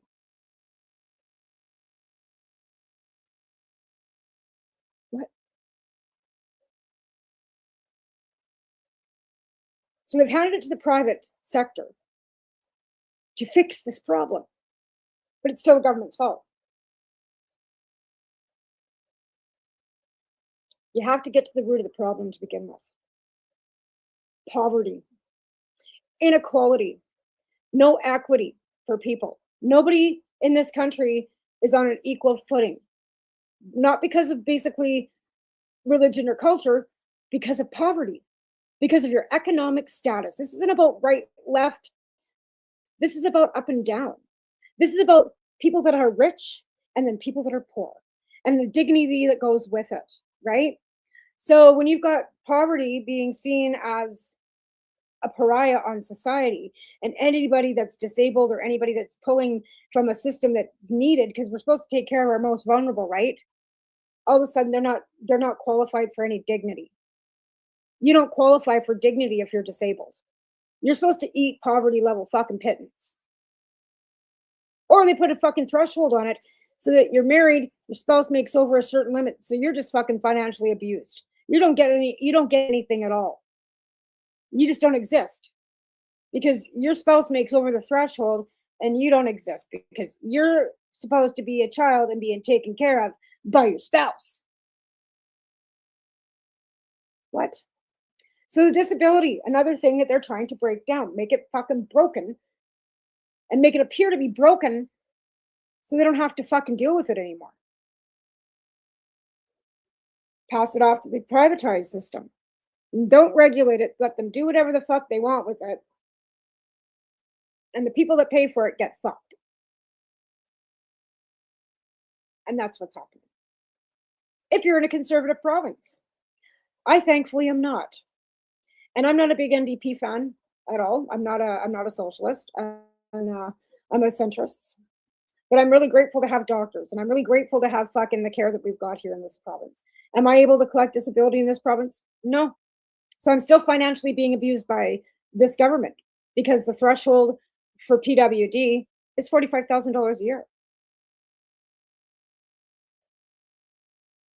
So in order for me to be able to get a lousy $1,700 a year, my husband has to make less than $45,000 a year for me to get $1,700 a month. That wouldn't even touch our bills. In fact, this accident, actually, I'm going to take a quick break here and thank our sponsors, and do a quick commercial here. And then I'll come back and talk to you about poverty and cannabis and how it goes hand in hand. We'll be right back after a quick break from our sponsors. And I got to find them right. You're listening to the Pace Radio Network here at paceradio.net. The opinions of the individuals during this broadcast are their own and may not be the opinions of their group or other organizations they may be involved with. All medical advice during our broadcast is not a medical opinion and should be checked with your medical physician. Enjoy the buzz of legalization with Campbellford Lifestyle Shop. From lights to plant nutrients, books, consumption accessories, and more, we've got all your basics to grow or consume cannabis. Visit our info center or take a look at our piercing services and body jewelry, now available in-store through Campbellford Lifestyle Shop, 17 Bridge Street West, Campbellford. Limestone City Hydroponics is Kingston, Ontario's hydroponics shop. Take your growing to the next level and create the optimal environment with a tent kit, or maximize your yield with an ebb and flow flood table kit. Either way, Limestone City Hydroponics has more sizes and options to fit your needs. Are you looking for the power of the sun that adapts to your budget? Then look no further, as they have professional grow lighting. They have indoor grow systems that are easy and cost effective, with many options to fit your living space and lifestyle. Cultivate your growing potential. We have everything you need to succeed. And if you can't make it to the store, they offer local delivery to the greater Kingston area. Remember, when you're looking for experts to help you grow, then look no further than the locally owned Limestone City Hydroponics, 105 Sunderland Drive in Kingston, Ontario. Call them at 613-548-0420. We are people advocating cannabis education here at paceradio.net. All right, we are back after a quick break. I want to thank our sponsors, Limestone Hydroponics. I love you guys. You guys, I follow you on TikTok too and try and share most of your stuff. And I wish I was in Kingston because I'd be shopping at your store. It's a little far for you to ship though. Well, maybe not. Again, we were talking a little bit about addiction and legalization of all drugs. And, cannabis was a hard one to get across. First of all, we had to do a lot of fucking dangling with a lot of politicians. We had to go to a convention in 2014 and write a policy with the young liberals to put on the floor to have the delegates actually vote on, to actually get it across the floor so we could actually make it an election policy within the Liberal Party and make it an election ballot issue. And when everybody voted in Justin Trudeau, that mandate was then set in stone. And they had a certain amount of time to get it in. So to be clear too, any medical program that we had received from the government was also a court battle. Okay, we have been to court since 1998 as patients, starting with the Hitzig case back in 1998. There was a prior court case with Ansans, I believe, prior to that. I don't have but it wasn't, it was just, they were busted and they had cancer. And that's kind of what rolled us into the Hitzig course. And that was Alison Murden. Allison is still around. She's still with the marijuana mission, and she's actually fighting for your rights to have a psilocybin be legalized too as a medicine. Paul Lewin is her lawyer, and they're working hard with to fight in the courts, because again, we have not received anything medically for cannabis from the Canadian government unless we fought for it in court. These are all court orders. The Cannabis Medical Program is a court order ordered by the Supreme Court of Canada. It forced Health Canada to devise a program.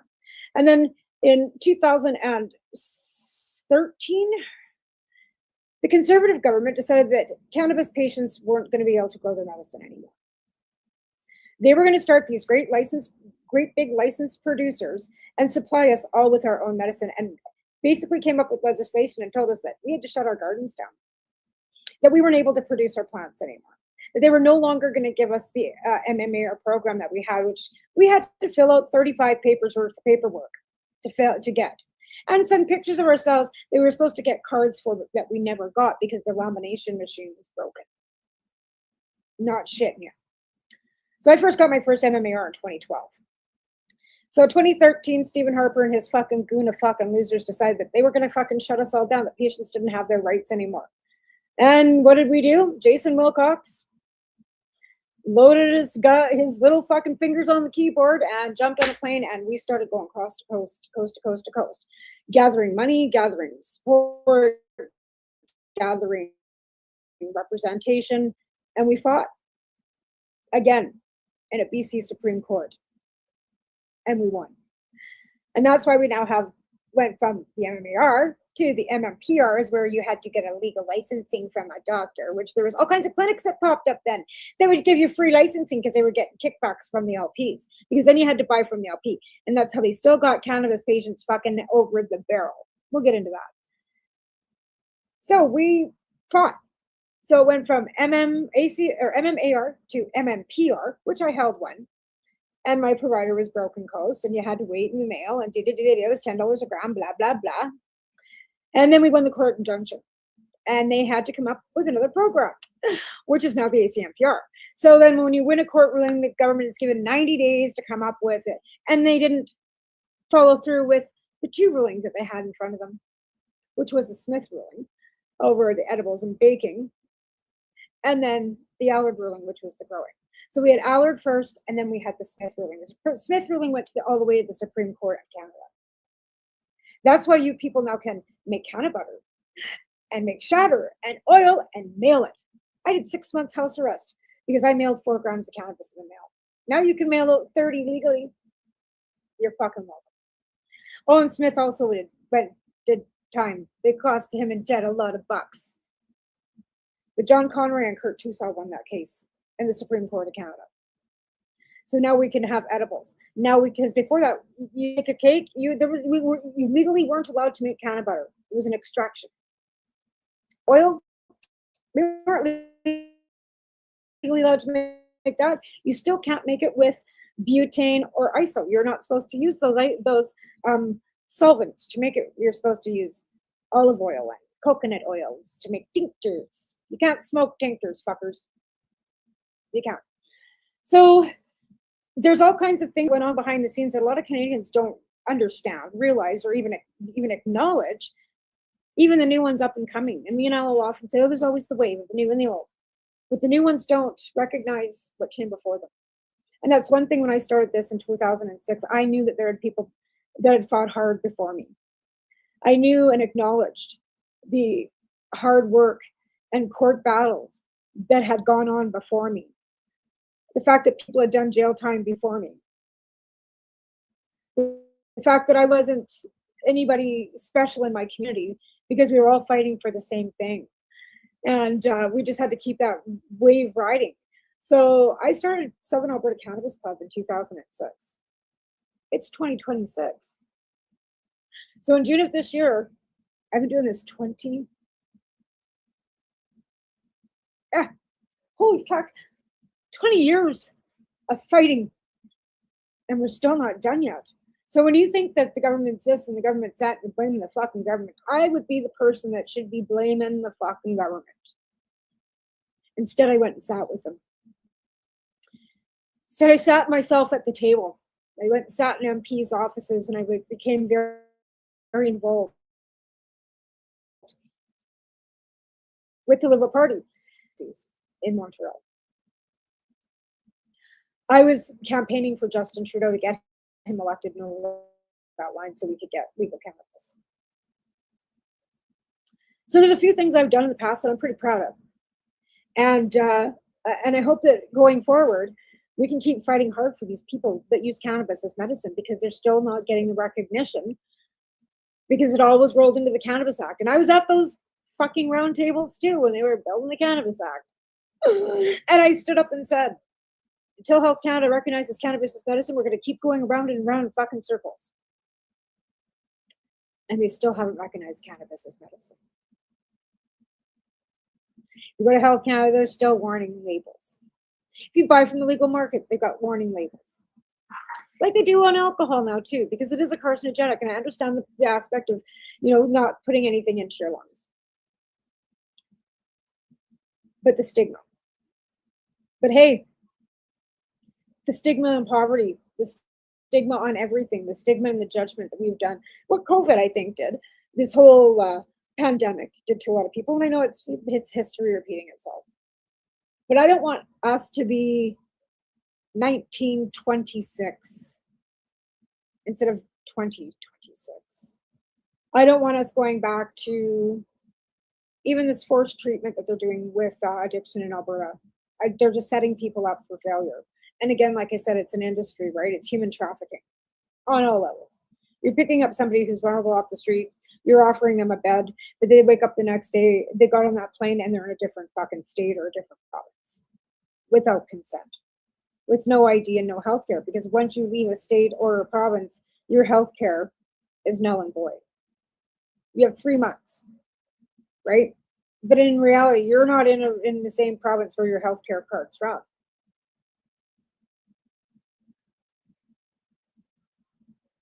There's a lot of things in this world that are what the fuck right now, right? Another reason why I smoke cannabis. Because the world is what the fuck. And I think that we, like I've said this before, the cannabis community was a great community.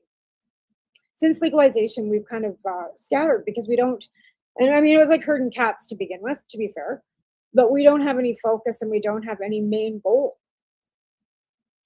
We fought the government hard enough, long enough in courts and, through legislation and everything else to get us to where we are. But it's not far enough, as far as I'm concerned, when it comes to drugs and addiction. I think that cannabis is a harm reduction. I think it should be offered as a gateway out. I know a lot of people that the statistics actually show that people have been drinking less alcohol due to the cannabis legalization in Canada.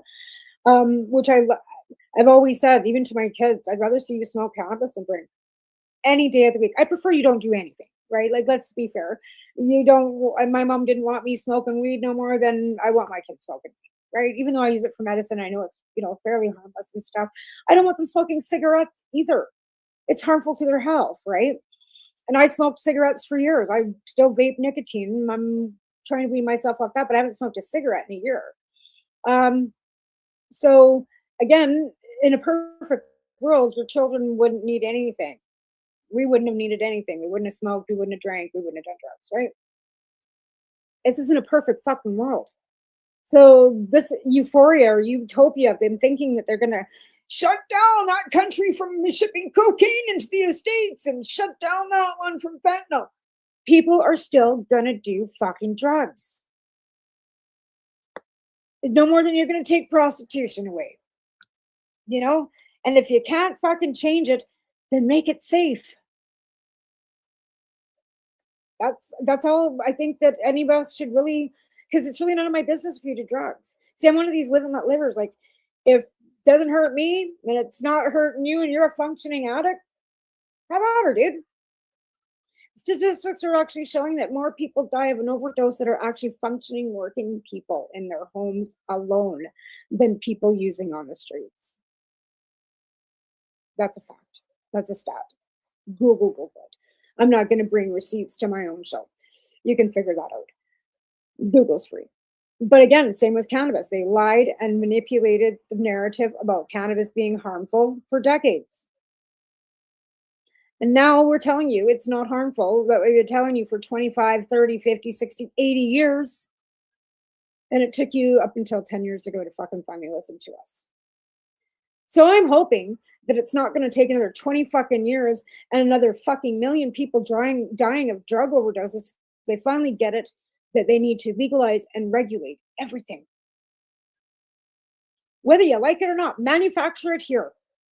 You want to fucking create jobs? Open a meth lab. I'm sure you have all kinds of people that are fucking qualified. You want to grow coca leaves? I know some friends that can help you. You know what I'm saying? Like, I know nobody wants to hear that. I know nobody wants to hear about it. But we produce vaccines here. We make pharmaceuticals here.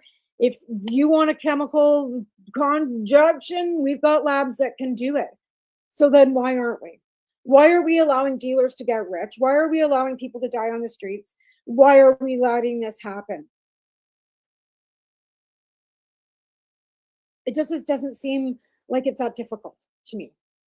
You know, we got a couple scientists in Canada that can make meth. Like I said, I'm sure if you put, you know, an ad out for meth makers, you'd have a few. Just go to your local fucking federal prison. I'm sure you already have them. Give them a job. Make them do something for, you know, give them a job. I mean, does that sound ridiculous? Maybe it does. But I'm just saying, like, there are ways of building industries, right? You want to make Canada strong, regulate drugs. Regulate it all. End poverty. Give us all a universal income benefit. Help medical patients have their fucking medicine for free. And include cannabis under the Pharmacare Act. If you can pay for the veterans cannabis, and I know you do, I have friends that get their money from the government reimbursed back to them for their medical cannabis. Do it for all of them. Do it for every medical patient in Canada. Put cannabis on the Pharmacare Act, in the Pharmacare Act. Maybe that'll be the goal. Maybe a light bulb just went off in my head. But I think that's a good idea. I think that we should push that cannabis is added to the Pharmacare Act so that everybody that uses cannabis for medicine can have it paid for. I know some insurance companies do. You have to buy it from the licensed producers. That's the thing. And I mean, you can't be from the store either. You have to actually order it online through the producer, and then they will send you a receipt, and then your insurance company, I believe, reimburses you. I know if you have receipts from a licensed producer and a medical licensing, right? You have to have your medical licensing too. Like, you can't just say, well, I'm using it for sleep and write it off on your taxes. They want you to be licensed. They want you to have that proof.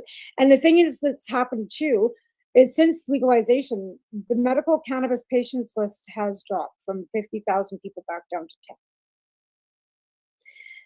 To be fair, there were a lot of infiltration.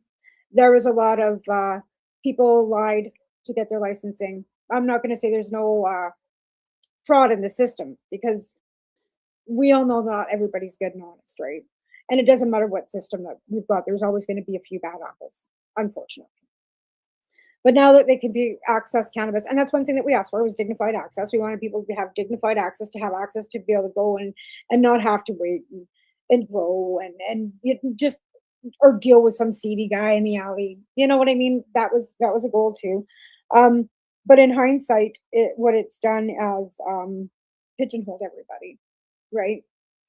And made it so that their access is only like covered by a certain percentage where everybody should be covered. Like I said, it shouldn't be just if you have Sun Life or you've got, you know, every insurance company. But again, if you're low income and don't have any extended benefits and have to use the Canada Pharmacare Act, it should be covered by that. Fuck the insurance companies. Fuck that's where I'm at with this.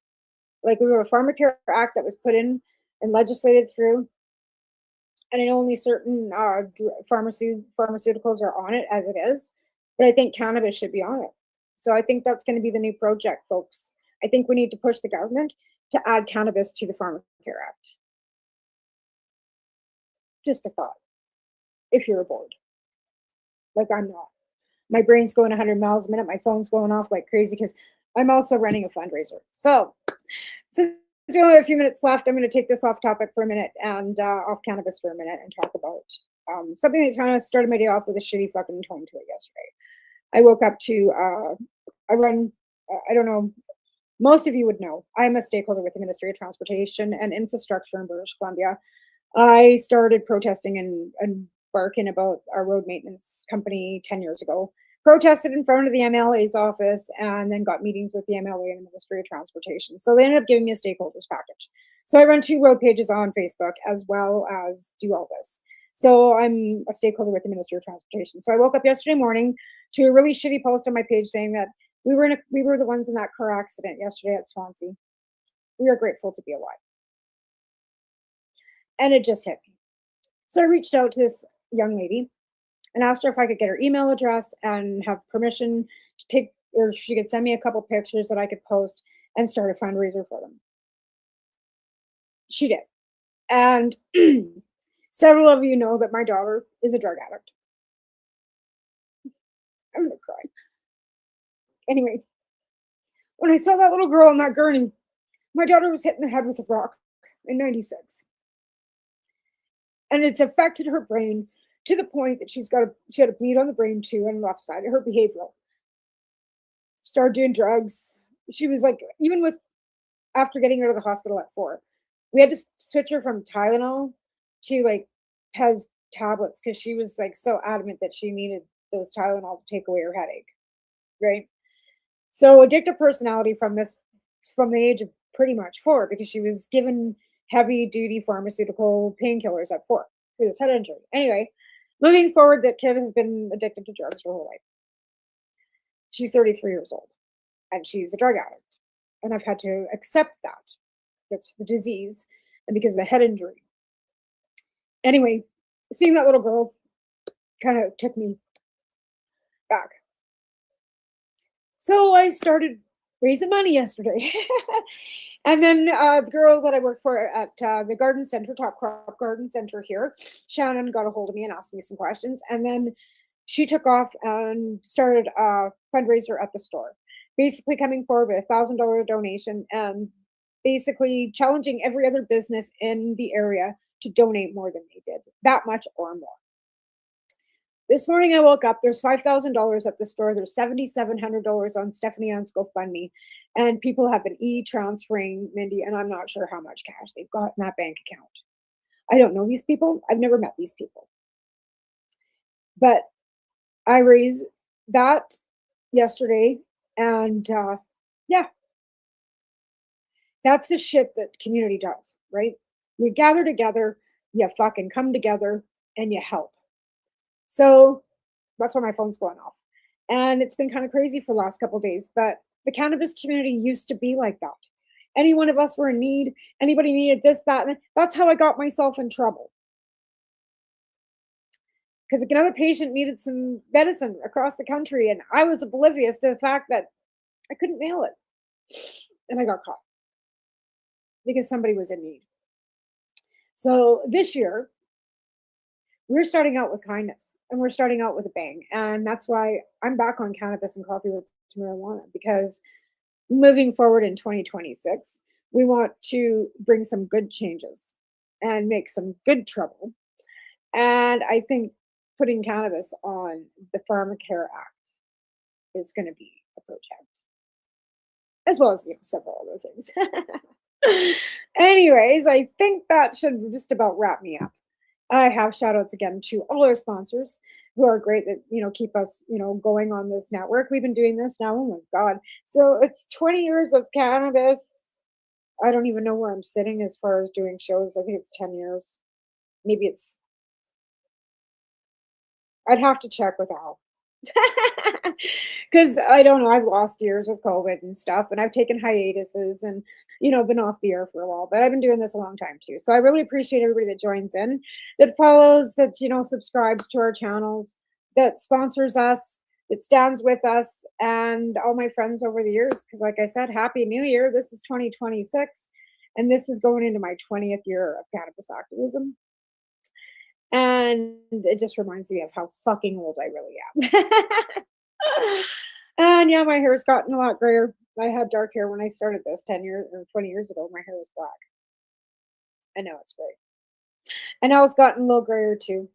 So again, I'll be live with Al again on Wednesday night on Pace Radio for the Pace Radio show, which is people advocating cannabis education. And Al's been doing that for almost 20 years himself. He's had several other co-hosts, so I just got lucky enough to be the last one that he's had for the last couple years. And that's because the other one was just kind of and she quit. I won by default. Just saying. Anyways, it's been a great last year sucked. Not gonna lie. But 2026 is starting off on a better foot. Like I said, I turned a shitty situation yesterday into a community event. My fundraiser. From a car accident to 3 people in 3 different hospitals, 1 here, 2 in Vancouver, a mom flying in from fucking Edmonton, a basement suite set up, and $10,000 raised in 24 hours. That feels pretty good. That's a good way to start 2026, right? I think so. Anyways, folks, I got 5 minutes left. I don't even know what I'm going to babble about for 5 minutes. Maybe I'm just going to end the show a little early because I don't want to bore anybody any longer. I'm going to try and get actually Cheryl Rose on next week. There's some updates on her and Haley, and I believe she's got some news to tell us and update us on. So I'm going to reach out to her this week. I also have my other friend, Melissa, who's fighting with WCB on TikTok. She's Saltier Mother as well. She did a live last night. Something's ticking down her way, so maybe I will try and bring her back on. She's been a medical cannabis patient fighting with WCB and the insurance companies for patients' rights for over a decade herself. Allison Murden, somebody I'd like to get up on this show and talk about what's going on with her and the psilocybin. But she was not feeling so well. I know that they throughout her court case, all charges were dropped against her prior to Christmas time. So, but these are the things and these are the people that I'd like to see coming up on the new year. So we'll see you next week, same time, same place, and I will see you all again Wednesday night at 8 p.m. Eastern Standard Time, 6 p.m. Mountain Standard Time on People Advocating Cannabis Education. Y'all have a great rest of your day, folks, and I'll see you then.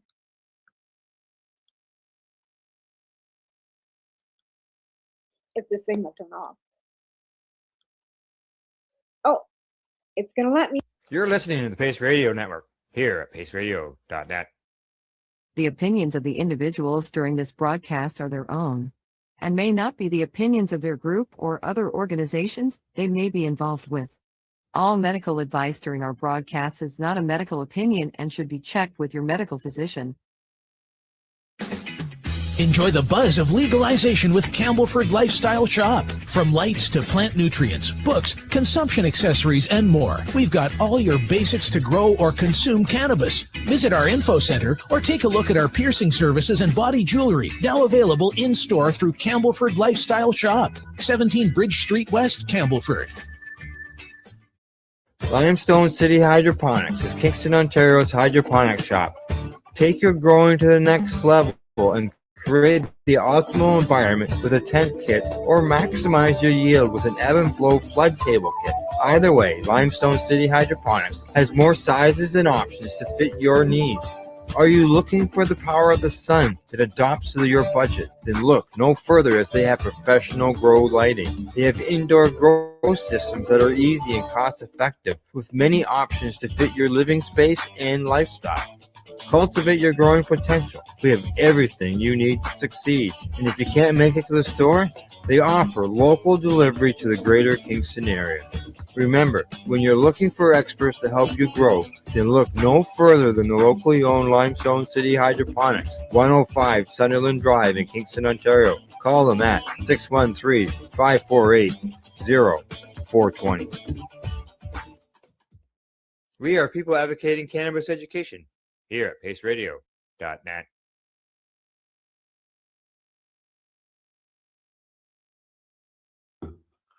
I am.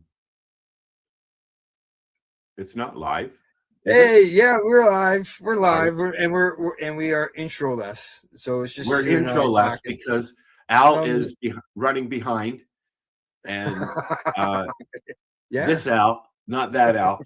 And I'm trying to load a song. And then we're going to play a new, where is it? God damn it. Al's been playing. I have been playing. Okay. Since we don't need it right now, I'm just going to play it. All right. So go ahead, Go ahead and start this is our new intro. Hi, whoever's watching. Yeah, I finally, like Al said, I've been playing. I finally added some music. The opinions of the individuals during this broadcast are their own and may not be the opinions of their group or other organizations they may be involved with. All medical advice during our broadcast is not a medical opinion and should medical physician. Wake up, roller. Tune in, it's the high guys. Let the good vibes begin. Yeah. Yeah. 2 hours on the line. It's a Tuesday thing. 10 Eastern on the dot when the hotline ring. Got the headlines hot, got the jokes on cue. Little puff up perspective in your daily news. Hi guys podcast. Tuesday at 10. News, reviews. All right. There you go. New intro. I'm trying to find it so that I can play it for us. There is a full version of it, and it is Al. It is created by Al, the third Al on the team. People, I've been playing on Suno. Okay, let's put it that way. Music is something I've always enjoyed. I do play myself, and I feel that what I'm hearing is, I don't like AI. I don't want to get into that. No. Well, you know what? As far as AI and this digital ID thing, you've already been got, and you've been using it for years. Okay. Okay. As far as digital ID goes, that's already happened. That's your driver's license. And now they're talking about taking the paper license out of play. Right? Oh, and the one that you would get the card. Yep, the card. And they're going to make it digital. And here's the kicker. We have to pay for it. $250. Oh, of course. If you can't get the money for giving you the paper version, they'll get the money from giving you a digital one. Correct. Oh, I heard that. Did you get a message? Badoop to me. I heard a badoop badoop. Oh, it was just everything going live. That's all. Oh, all right. Well, so yeah, anyways, my feelings on this subject, I'm a photographer, and I wouldn't like much if somebody came along, took one of my photos and adapted it and used it without asking at least. right. I've never charged anything for anything I've made. But I understand there's some concern about impersonations. Oh yeah. And the first one came from Morgan Freeman. Yeah, I remember. I heard about that. He's His getting voice. sick. Yeah, correct. Yeah. Do you hear me okay? I just realized my mic was way over here. There we go. You are louder now, yes. Yeah. Good. He feels that if you're going to use his voice, then you should pay to use his voice, or he should be able to say, sure, go ahead. Yeah. So anyways, everything that I do on this thing is ours. So we can play it. Yeah. We can chop it up. we can do anything we want with it. Kind of what it's the same thing, same way that Dr. High that we've been playing over the last year has been doing. I just one day decided to jump on there and see what it was about. I just said a boot. Yeah, actually, that's the music that I've been creating some videos and putting music to the background. And Yeah, well, you made a whole bunch of Christmas ones. Correct. Yes, did that over. They broadcasted Christmas Day, and that was a collaboration between Casper and I. Casper at Time for Hemp. He did the animations and the music, and then I assembled everything. Well, now we're going to animate and Yeah, assemble our own. Yeah. Cinnamon Hey, don't Heart forget Season. anybody who's tuned in the show here. Don't forget to hit the like and subscribe buttons. Eh? Help those algorithms spread us around. Algorithms. There's a lot of stuff in it. I'm sorry, I'm eating cinnamon hearts. It's cinnamon heart season. Cinnamon heart. Oh, is that because Valentine's Day is in a month's time? Day after Christmas, the first day they were open, they had all the Valentine stuff out. I was like, ooh. Yeah.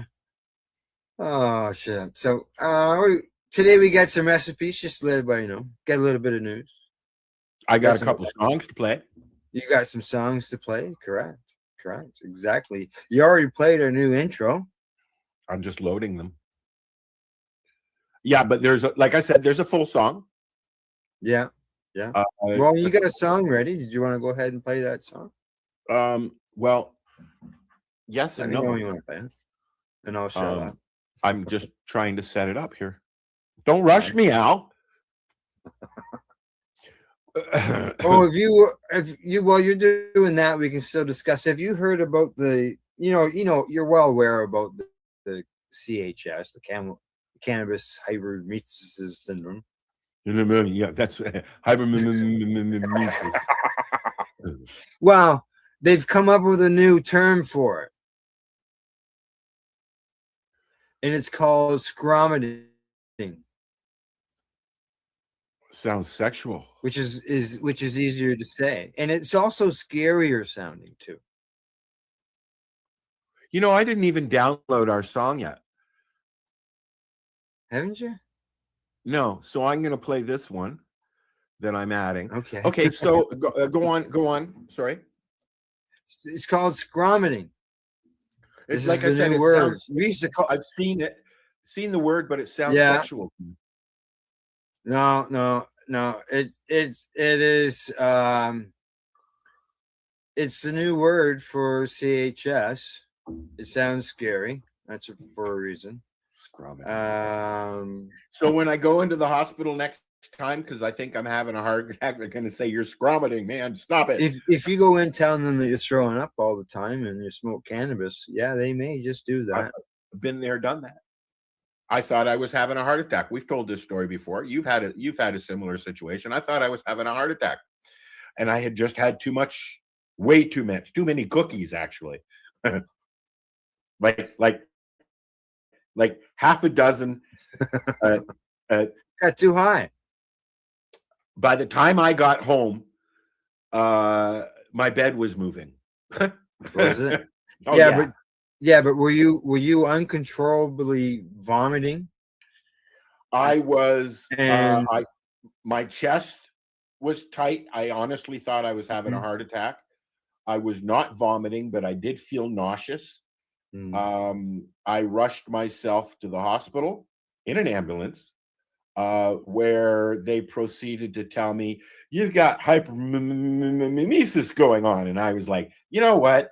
Bullshit. And that conversation stopped right there. And I mean, she was very nice about it, and she understood where I was coming from. And but every 2 years or so, this subject pops up. Now we've got a new name. That's interesting.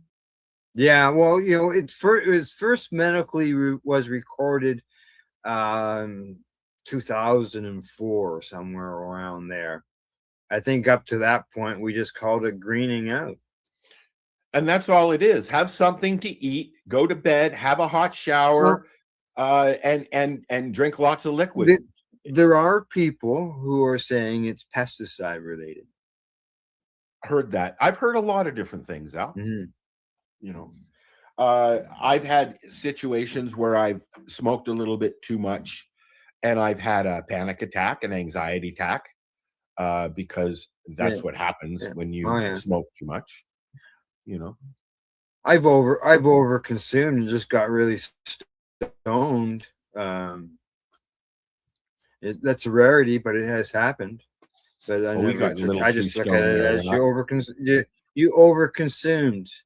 Or like when at I least was there, Al? for the longest time. For the longest time there, they were calling it ODing.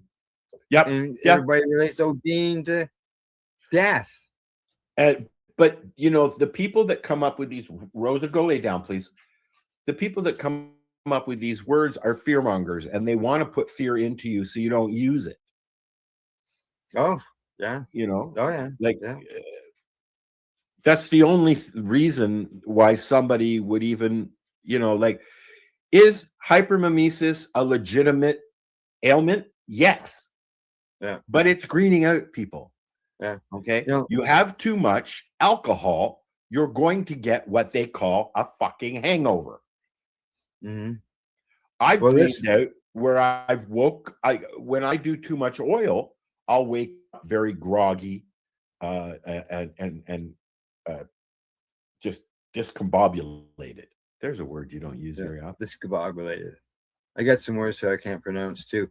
Now, as far as the scromining, and they say what they said here in this article that I'm looking at, we've been using this thing for thousands of years, but yet it never showed up in any medical literature. As I said, till 2004 was the first time it actually showed up in any literature. And they mentioned that it may be connected to neem oil as far as pesticide, because the reactions that people are getting are very similar to a reaction of neem oil. A chemical reaction, yeah. Yeah, they say it's similar to neem oil poisoning, which includes cyclical vomiting, abdominal pain, relief from hot baths, in response to antihistamines. I'm sure you know. Is it pesticide poisoning? I'm trying to think of other things that are like that happen just out of the blue. You know, I mean, I know a few people who have been diagnosed with, hypertension. Yeah. Now, they also mention here that countries where neem oil is banned as a pesticide have very few CHS cases, and Canada is one of the countries. Canada's banned neem oil. Now, I know people do suffer from CHS. I know of a guy, friend of the family, who all of a sudden got sick constantly and then went into the hospital, and they told him he had CHS, and he did the same thing you said. What the fuck? Forget that nonsense. And then he got out of the hospital, and the next thing he knew, he was back in again. So he stopped. Yeah. Yep. Yeah. And he said he only used store-bought cannabis. Well, I want to tell you, the stuff that I had issues with that set me off that first time was not store-bought. It was from guy down the road bought. And I know the guy who grew it. He was a guerrilla grower, and all he used was water and fertilizer. You know, what kind of fertilizer? I don't know. I'm assuming something that he made up himself. But you know, as you know, guerrilla growers are usually pretty natural because they don't want to carry the fertilizer and all that other crap into the woods with them. I knew some people who were growing, and they used neem oil for a while. That's when I first A lot started. of people did, And I know that one of them had that issue, constantly getting sick, having to have a hot shower. I remember them commenting to me how happy they were that they had gas, hot water heat, so because they constantly had hot water.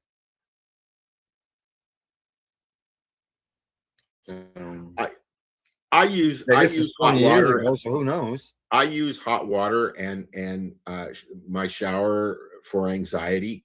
You know, there's nothing that will settle you down faster, I find, is a hot shower or a bath. You know, and in fact, a doctor will even recommend it. Hot showers, you know, but you know, I mean, it's like anything else. Some people can handle their alcohol, and some people can't. Right. So, so what are you smoking today? What are you smoking? We coffee. I got half. It was $69. A bag of buds because they're consistent. I like their strength. And this is jet fuel. Jet fuel. Jet fuel. Does it taste like jet fuel? No, it tastes like weed. Does it get you high quickly? You know, like a plane. It will give me hypernesis by the end of the show. Okay, here, listen to this. Listen to this. Listen to this. My cat. Here comes trotting in. Click clack. Tuxedo suit. Little French dash. Wide low, wobbling down the track.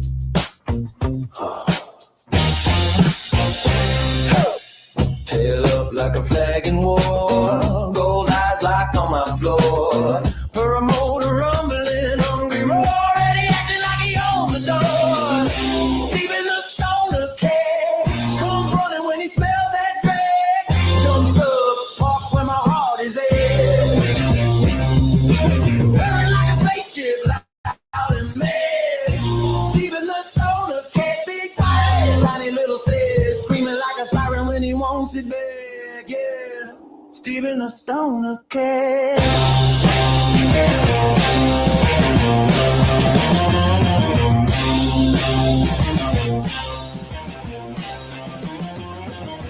He struts in slow entrance grand like he's headliner of the band. Flops down heavy on my hand, pushing, shoving, you'll understand. Yells once, then twice, then three, echo bouncing off the TV.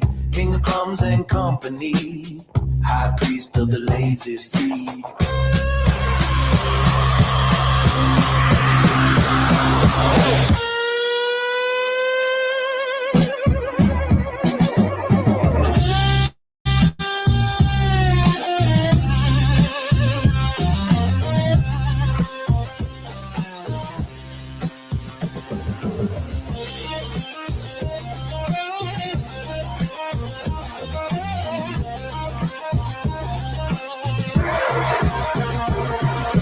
Black and white halo in the rainbow haze. Whiskers twitching, chasing little colored waves. Bad belly rising like a rolling moon. Pause near time.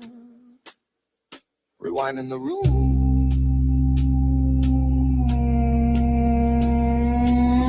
He blinks once, I lose a day. He blinks twice, world melts away. Yeah, even the stoner cat comes running when he smells that drag. Jumps up, parks where my heart is at. Burning like a spaceship, loud and mad. Steven the stoner cat, big white, tiny little stairs, screaming like a siren when he wants it big. Yeah, Steven the stoner cat.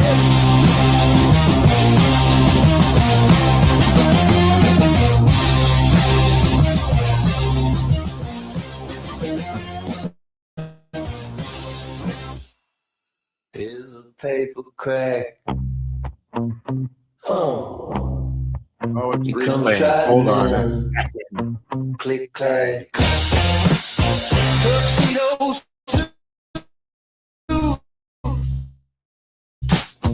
Little French dash. Run now. Wobbling. There you go. Yeah, it's on the loop. I just shut off the looping. Yeah, and then I shut it off and then it turned it on again. Okay, I'm trying. What I'm trying to do is load our theme song here, which we'll listen to after. Steven, the Stoner Cat. Yeah, did you like that, Al? Yeah, I did like that. What'd I've you done. call it? It's called Stephen the Stoner Cat. Okay, all right. I've done things like butter in the pot, hoochie coochie Okay, mama. Yeah, I seen you sent that link to me. I clicked on it. Grow Room Blues is going to get chopped up. Smoking on the Groove, and I'm gonna grab for us here two other songs that we're gonna play, and I can't find ours. Oh, I know why. Okay, so what do you got for us, Al? Well, I'm looking for this crap. All right. I don't know if whether you noticed or not, but I was doing a dab doing that during that song. Yes. And I've made my life easier to do that because I went out and got a ceramic hot knife tip. Oh, yes, you were talking about those. Yeah. Yeah, you can see it now. You can see it up against the black hoodie. But yeah, trying to load shatterizers and bowls, things like that. I have found using a dab tool can just be. It ends up on the sides. It doesn't always get on the bottom where I want it to be. So I found this, and but you can also use just your lighter, buddy. Heat up. I know I've said that too, but I didn't like it. I didn't like that. Yeah, we talked about that before the end of 2025. Yeah, so we did. I found this. And how much are they? Good. This was basically $10, and then the battery. And it's something that the legal store has, or you had to order it? I ordered this, but the legal stores would have it. They should have it. If they don't. Good morning, Dree Alone. Dree Alone? I can't pronounce your name properly. But thanks for tuning in. I don't know who you are, but nice to see. There you go. Pronounce their name. What? Sorry, what is it? Dree Be Alone. Dree Be Alone. Doctor, leave me alone. Doctor, leave me alone. That's what it is. Leave me alone. Leave me alone. Doctor, leave me alone. They got free coffee. Oh, free coffee. Good. Yeah. There actually is a show that does broadcasts on the network with coffee and cannabis and coffee with marijuana. Who's just started up again? Yes, correct. Yes. Yesterday was their first show back. Just took a bit of a break there. So today, and if you see me doing this every once in a while, this is a 50 milligram THC pineapple mango. I'm glad you showed the bottle because it looked like you were about to masturbate. That I was about to what? Never mind, Al. I'm being rude. Happy New Year's to you as well. Yeah, let me turn the comments on. There. I thought that's what I went to do, and then I started adding stuff again. So well, I'm glad to see the change in the comments because before the new year, if anybody's previous comments wouldn't show up on the screen before we hit the switch, and now we just hit the switch and their comments are there, and wouldn't have done that. And in I'm going to 2025. make them a little bigger so that they flow up into Al's nose. I'll be that guy over the fence. There we go. Now everything underneath All you. right. Okay, so what do we got going on today? I've never, you know what, going back to your tool, Al, when I started doing this, as I'm sure you did, there wasn't a lot of us doing this kind of thing. And so we used to get a lot of shit sent to us to review. I've had tools, Yeah. you know, Yeah. joint holders, and yeah, exactly. Oh, Now there's just it's like podcasts. Roach clips. It's inundated with stuff. Roach clips. God, we used to wear roach clip back in the day. Come on, Al. Yeah. Remember the I got one hanging right there. Grebs, lumberjacket, cowboy hats or toques, whatever, and roach clips, usually with hangy things off them, hanging all over the fucking place. That was our shtick in the 70s. This one's got a peace sign on it. Yeah. And you used to be able to just walk into the what we call joke shops down on Yonge Street, beside the porn place. I think it was called it was beside the Funhouse, I believe. Thanks for the thumbs up there, Sandy. Good to see you're watching. And I know, Sandy. You used to be able to go in there and get roach clips with beads and, you know, all kinds of stuff. That was the 70s, man. Yeah, it's come a long way. Things have changed. I added this at the bottom too, Al. Welcome all. Where's that? This will disappear. Oh. This is in the same banners section. Yeah. It's something new. Oh, it's timed or something like that, right? Yeah, it's timed. It's 30 seconds or whatever. Yeah. So you're seeing a lot of changes going on StreamYard, yes? Oh, big time. Yeah, they've been sold. Yeah, they've been put into the main company or something like that from the notification that I read. Logitech sold them. Not to their parent company, sold them. Logitech is the ones who used to own StreamYard. This is what I've read. So they've been sold. Yeah. They've been sold. I don't know if you've got an article, but they've been sold. Well, when I started up the computer to do Monday's news, because I didn't have the computer on over the holidays. Yeah. There was a notification in StreamYard saying that StreamYard was now under something about their parent company, such as I think it said it started with a B. Yeah, I don't remember what it was. Yeah. But yes, they've been sold. Doesn't really matter to who. No. So my point is, this morning I got another one of those notices. You probably did as well, saying that they've been certified under a standards committee, which is good. You know, I don't know if it will affect us, but it's, you know, privacy and security and all right. Yes, I read something about that. Yep. So that's interesting. There's, you know, the when we started doing this, it was audio, and we were using Winamp. Well, I was using Winamp. You know, and Winamp was at the whole internet podcast thing. You know, Winamp was started by AOL as a way for people to openly share, broadcast, and listen to music. And the reason you'll see the reason I'm bringing this up. And where did that music come from, Al? Napster.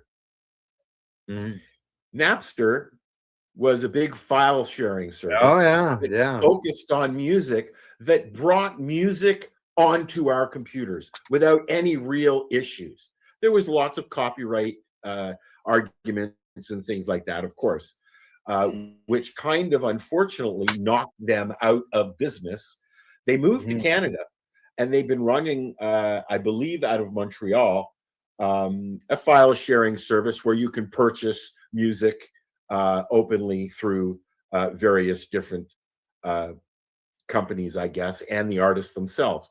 Well, like MTV this month, they have shut down. Napster is gone. Gone, eh? Yeah, Gone. yeah, MTV's gone. Yeah. MTV's been gone for a few years. They've been producing a lot of really good TV shows, entertainment TV shows, and movies, but they are no longer, and they really haven't been doing music for 10 years, you know. Okay, here we go. Bending Spoons. Is that the name of the company? That was the name of the company. They purchased StreamYard in 2024, and they said StreamYard service is now officially provided by Bending Spoons US as of January 2026. So they bought them from somebody a couple years ago, and it says as of January 1st, 2026, StreamYard services is provided by Bending Spoons US Inc. Yeah, they bought them from Logitech. Yeah. But it makes sense that a company like Logitech, which is the company that makes your webcams, well, one brand of webcams, they made, back in the day, my first webcam, which was black and white, and it was called a Quick Cam. That was Logitech. I think I remember them. Well, it's all different now. Oh, there you go. Yeah. Doctor, or however you say their name. Yeah, there you go. House of Hamptons. Yep. They had a lot of shows. They produced the Osbournes. They've produced a few renditions of the Osbournes. Cribs. They are responsible for a lot of innovative music shows and reality as well.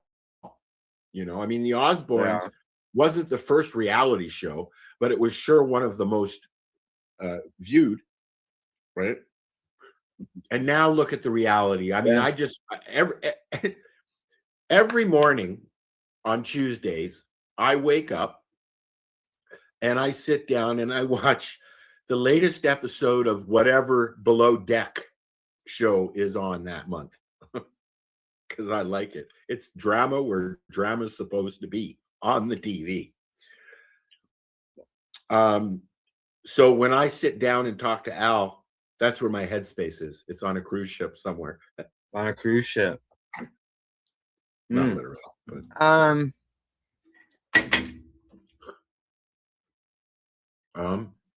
oh, there we go. I'm just seeing. I was just reading the comments. Are we ready to listen to the full song, or do we want to listen to something else? Let's listen to the whole song. Sure. All right. This is the Hi Guys song. Theme song. In its entirety? In its entirety, yes. All right. Wake up, roller. Tune in, it's the Hi Guys.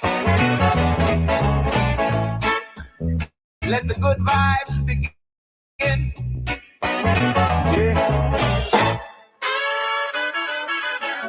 Yeah. 2 hours on the line. It's a Tuesday thing. 10 Eastern on the dot when the hotline ring. Got the headlines hot, got the jokes on cue. Little puff up perspective in your daily news. Hi Guys podcast. Tuesday at 10. News, reviews, and views. Again, 2 hours talk truth. Yeah, they keep it kind. Hi Guys podcast. Ease your mind. From the couch to the car, let the story roll from the big world spins to your tiny bowl. They break it all down with a chuckle and a grin. You laugh, you learn, let the medicine in. Oh yeah. Tuesday at 10. News, reviews, and views. Again, 2 hours talk true. Yeah, they keep it kind. I got podcast. Ease your mind. Who got the tape? 2 hours. Who set you straight? 2 hours. From the first bar to the end of the show, you feel that funk in your soul. Let it grow.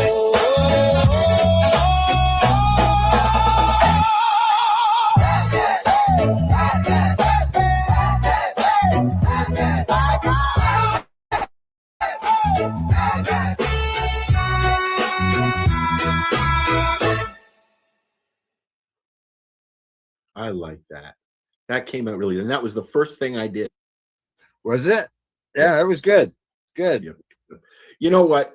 It's when I started doing this, the idea was, and I'm talking way back when, because I've been doing this for going on 22 years. Okay. Right. I enjoy music. I wanted to share music, and that's what I did. But then over the last 5 years, they've taken that away. I can't. Oh yeah, yeah. You've been hammered with the copyright stuff and everything. If you saw our emails, you would understand. I mean, constantly copyright, copyright, copyright, copyright. Now, this is the first time that I've played something that I've done that I hold the copyright for on the show. Yeah. So we'll find out about 15 minutes after we're done whether or not there's going to be issues or not. Shouldn't be.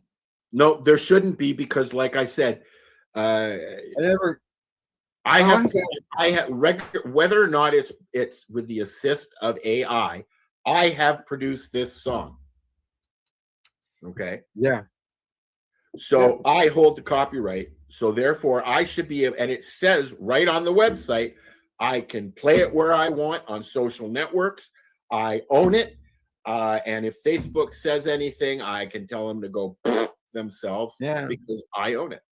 I think, can you also set it up so that if somebody does try to claim it, that one of the interesting, or no, not really. One of the things that Suno, whatever it's called, is about is sharing open source music, basically. Okay. And so they have settings in there where you can allow somebody to remix what you've done. Yeah, YouTube has that as well. Correct. They also have settings that allow you to remaster it. So if you hear one of my songs and I have it set that you can remix it, then you can go ahead and remix it. Whether or not it notifies me, I don't know. This is new. This is new to a lot of people. You know, what I'm excited about is that, I mean, I went from running a full-blown radio station 24/7, somewhat automated so that I could play commercials when I wanted and blah, blah, blah, to not being able to play music openly at all, unless I pay thousands of dollars to do so. I've tried through various different websites that like Mixcloud, which includes your copyright fees to allow you to play, but only on their website, right? Because they're the ones that pay for the copyright. So it's going to be interesting to see what happens. Will I use other people's music? Sure. If somebody says to me, you can play my music and I like the song, That's what it's about. Yeah, I've Promoting got something that you yeah. like. Yeah. Yeah, you know, I've got a couple people that give me permission to use their AI music. Like and Dr. High was video. letting us play his stuff. Yeah. And he's still putting stuff out. So now we're gonna do it ourselves. We're gonna cut out the middleman. Oh yeah. Do you want to see how quick it is, Al? Do you want to see how quick it is? I'll show you. I did this with a friend yesterday, and I may blip out because my computer is crap. Okay. I'm gonna close this. Diddly dee. That wording does just go under my nose, doesn't it? Yes, it does. It'll scratch your nose for you. All right, Al. Give me 5 words. Okay. Cannabis. Of course. The what? Rosin. Okay. Buds.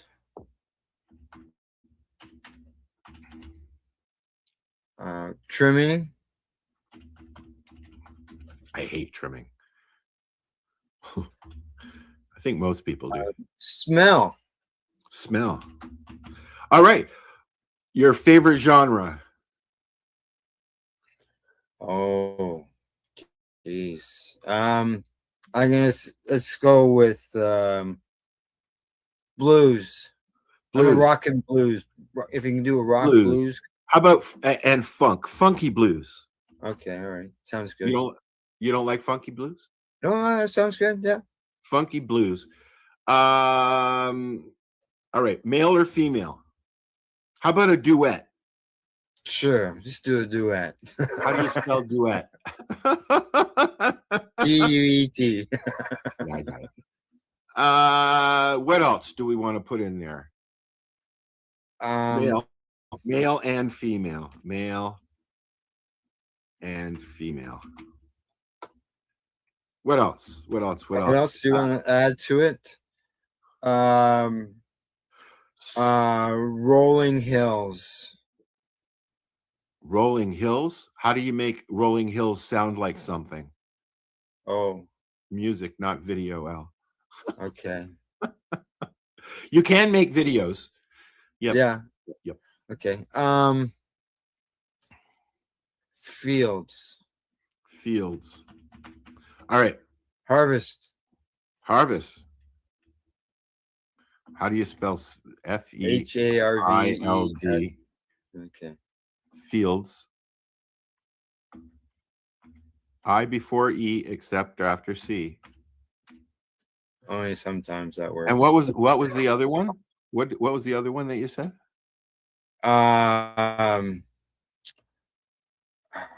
Shit. Shit. Okay. Fields. You got fields. Yes. Harvest. All right.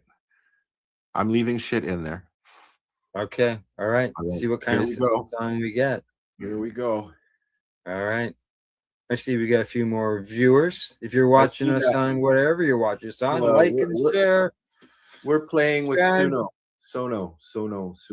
There's actually there's another one that does the same kind of thing, and I believe they are the ones that came up with the Sasquatch and the ape talking to each other. And that's Sona, I think it is. All right, here we go. I got 2 versions that have come up. You ready? Yeah, let's hit her. We're all hearing this for the first time. Can you hear that? Nope. Okay, 1 second. You may have to download them and then reload and then upload them. Well, that's what I'm going to do. Okay. All right. So, do you want to do a segment while I do that, Al? Yeah, you do that. And what I'll do is I'll talk to everybody about a recipe. This is a recipe. This is a personal chocolate chip cookie recipe. And this is Al created. It's not AI. It's Al No, created. actually, Kelly gave me the suggestion, and she had just made some for Michael. And just sorry, I'm not meaning to change the subject, but I just wanted to let everybody know that Puff Dog Michael had open heart surgery yesterday. Oh, he had his main artery is clogged, so he's at home. Kelly's being the nurse. He's at home and he's okay.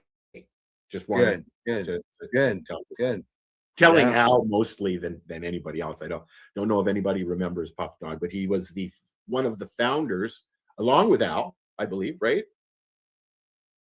Well, it depends on what you're talking about. Founders of Dads for Marijuana. Oh no, I wasn't an actual founder, no, but I was involved. You were involved, as was Marcel. Yeah, many years ago, and yeah. You look me up at Facebook, you'll see past worked at Dads for P. This is Al's, as in that Al right there. And he's saying 3 to 4 tablespoons of cake mix in a microwavable mug. Yep. And then you take 1 teaspoon of oil, cannabis oil. Do you use infused? Are you using fecal? Or are you using coconut oil? Or are you using butter? It doesn't matter. Oil doesn't matter. Okay, doesn't matter. No. All right. 3 to 4 tablespoons of milk or cream. That would help with the absorption of the THC, as well as probably required for the recipe, anyways. Add your chocolate chips and stir. Now, I'm assuming you could use like butterscotch chips? Well, yeah, this is it's one of those recipes that's very basic, and you really do it yourself. You want to do what you want, right? Yeah. Now they say then microwave it for 65 seconds. Yeah, that's quick. Now, I don't like cooking in the microwave. I like warming in the microwave. No, I've never had any real success. And I also have memories of my father making us lunch, and all he would do, because he didn't cook, all he would do was take hot dogs and put them in the microwave and nuke them, and they would come out all wrinkly and stuff. Yeah, hot dogs. Yeah, exactly. I remember my first experience with the microwave. I was living in Mississauga with my parents. I was still too young to go anywhere else. So this is a long time ago. And I wanted to boil eggs. I always boiled eggs on the stove. So I grabbed a bowl, put some water in it, put an egg in the water, same as you would do on a stove, right? And I made sure it wasn't metal. That's why I used the bowl. And I turned the microwave on and started cooking away. And then next thing I knew, there was a big explosion. And the microwave door popped open. Boom. And it blew a hole in the lid. Before locks, obviously. Huh? This is before locks, obviously. The security It blew a hole right on the inside of the microwave in the lid, the plastic part. Oh, wow. Oh, yeah. Just from eggs. I got eggs all right. I got more than just eggs. Anyways, go back to I'm all loaded here and ready to go. So you go back. Okay, so there you go. Al's personal chocolate chip cookie recipe. All you need is chocolate cake mix, some cannabis oil, and some chocolate chips in a microwave. No eggs. No eggs. No eggs. No. And like I said, I don't like cooking. And I didn't make this. Kelly made this. Yeah. And what she calls this is a personal chocolate chip cookie. Okay. Oh, that's the actual name. You weren't just saying this is a personal recipe. No. Okay. That's the name of it. It's personal chocolate chip cookie. I have last Christmas Yeah. season, one of the gifts I got was a cake in a cup, and it came with cake mix that you didn't need an egg for, and chocolate, not chocolate chips, but Smarties, M&Ms actually, and like everything you need, and a microwavable cup, and you mix it and put it in the microwave for however long it said, and voila, you've got a cake in a cup. Excuse me. Yeah. Yeah. Okay. Since you had one on cookies, I grabbed one on chocolate chip muffins. Oh, I like chocolate chip muffins. Yeah, there you go. And with them, all you need is a quarter cup of cannabis infused oil, and you can use canola oil, vegetable oil, olive oil, coconut oil, right? You need a quarter cup of neutral flavor oil. Never heard of that. 1 cup of sugar, 1 cup of milk, 2 eggs, 1.5 teaspoons of vanilla extract, 3/4 cup of sour cream, 2 cups flour. Maybe I could share this. What do you think? Sure. Sure. I don't. Might as well. Got nothing else to do. Sure. Okay. Then we'll do that. Here we go. Here. 2 cups of flour, 3/4 cup of sour cream, 1.5 cups of cocoa powder, 1.5 teaspoons of baking powder, 1/2 teaspoon of salt, 2 cups of chocolate chips.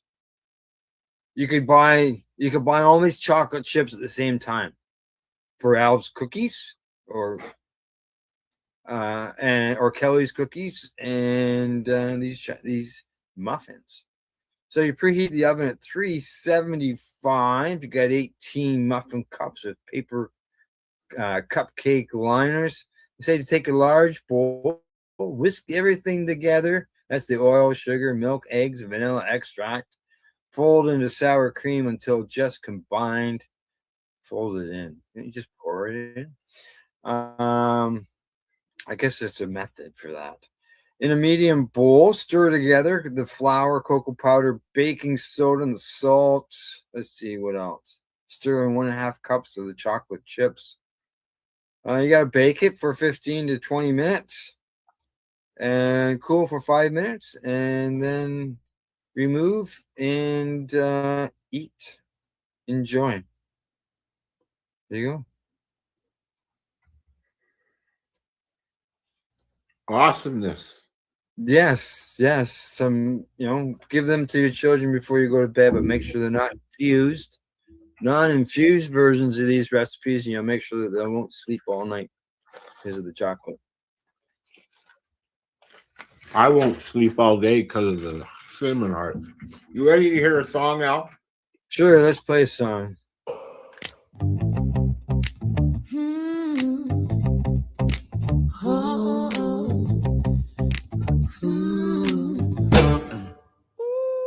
Boots in a rose, sun on my neck, yeah, running low. Green on my gloves, sticky little fingers where the scissors go. Where the scissors go. You laugh, you look, wreck. I say, baby, that's the whole project. We got jars in the shed, and the sky smelling sweet over our head. Yeah, sticky fingers in the summer, cut it down, hang it up, let it cure my trouble. Got that heavy heart that's on my mind. You roll, I press, we get blessed by the mess. Yeah, we living in the good kind of grind. Yeah. I'm humming that blue note, sap on my shirt, stain on my coat. I'm dancing through stems, little green halo hanging off my heels. You say this word's rough, I say, feel that back, that's enough. We both laugh till it hurts. Hands full of gold from the dirt. Sticky fingers in the summer, come and cut it down, hang it up, let it cure my trouble. Got that heavy harvest on my mind. You roll, I press, we get blessed by the mess. Yeah, we living in a good kind of grind. Fingers tacky, lips all cracked, but the whole damn field got our back. You say it smell like getting free. I say That's just how it's supposed to be. you tremble, I press, you curse, I bless. we talk our talk. In the roast till dark. Let the funk hit the barn like a spark. Let the funk get the barn like a spark. Hey. Stick your fingers in the summer. Cut it down, Hang it up, let it cure my trouble. Got the heavy harvest on my mind. You roll, I press. We get blessed by the mess. Yeah, we living in the good kind of grind. Yeah, we living in the good kind of grind.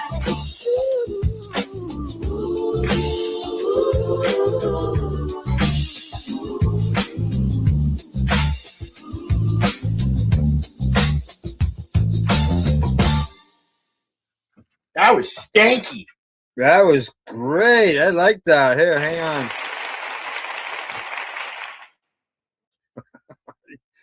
Yes. Yeah, that was good. That was good. First You time wanna we hear- all heard it. That worked out really well, didn't it? You want to hear the second one? Sure.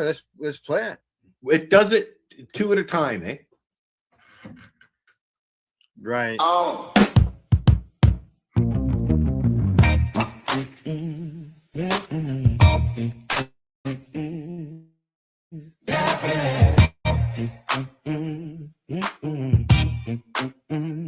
Boots in the road, sun on my neck. Yeah, it's running low. Green on my gloves, stick your little fingers where the scissors go. You laugh, you look red. I say, baby, that's the whole project. We got jars in the shed, and the sky smelling sweet over our heads. Sticky fingers in the summer, cut it down, hang it up, let it cure my trouble. Got that heavy harvest on my mind. You roll, I press, we get blessed by the mess. Yeah, we living in the good kind of grind. I'm humming that blue note, sap on my shirt, stain on my coat. I'm dancing through stems, little green halo hanging off my hem. You say this works rough. I say feel that bag, that's enough. We both laugh till it hurts. Hands full of gold from the dirt. Fingers in the summer, cut it down, hang it up, let it cure my trouble. Heavy harvest on my mind. You roll, I press we get blessed. by the mess. Where we living in a good kind of grind.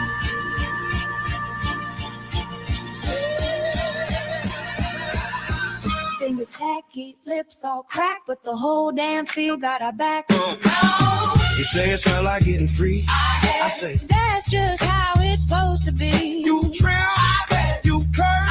We talk our talk in the road till dark.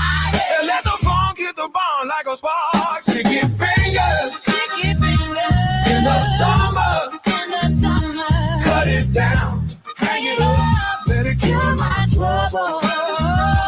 Got that heavy harvest on my mind. You roll, I press we get blessed. by the mess. Yeah, we're living in a good kind of grind.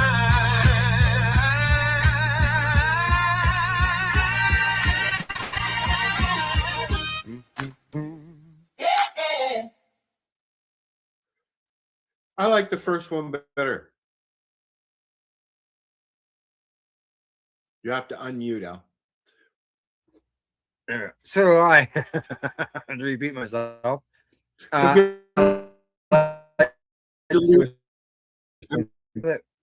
Maybe we could add it to the show. Like I know we're gonna add more music to the show. I know that. But why don't we get our viewers involved? Try to get them involved and ask our viewers while we're live to give us words and we'll create a song. Okay. Everybody laugh. Yeah. They didn't like it. You know what? I like music, period. If I could tell. Oh yeah, so do I. Yeah. I don't really care about the genre. And I'll give you an example. When the music, when the album for the movie The Violin or Red Violin came out, I saw it with my mom, and I'm not much into opera. My dad listened to opera, but my mom listened to every different genre, and I really took a liking to violin music. I mean, I played the trumpet in the band in high school, and I play guitar, and I have a keyboard, and and I fart around on GarageBand and stuff like that. It's different. Yeah. It's different now. Do you want to touch on a little bit of news? Yes, sure. All right. Sure. Too many cinnamon hearts, Al. What I've got here, okay, is I went to the normal USA website, normal.org, and they have There's the also top 10 Normal events. Canada, just saying.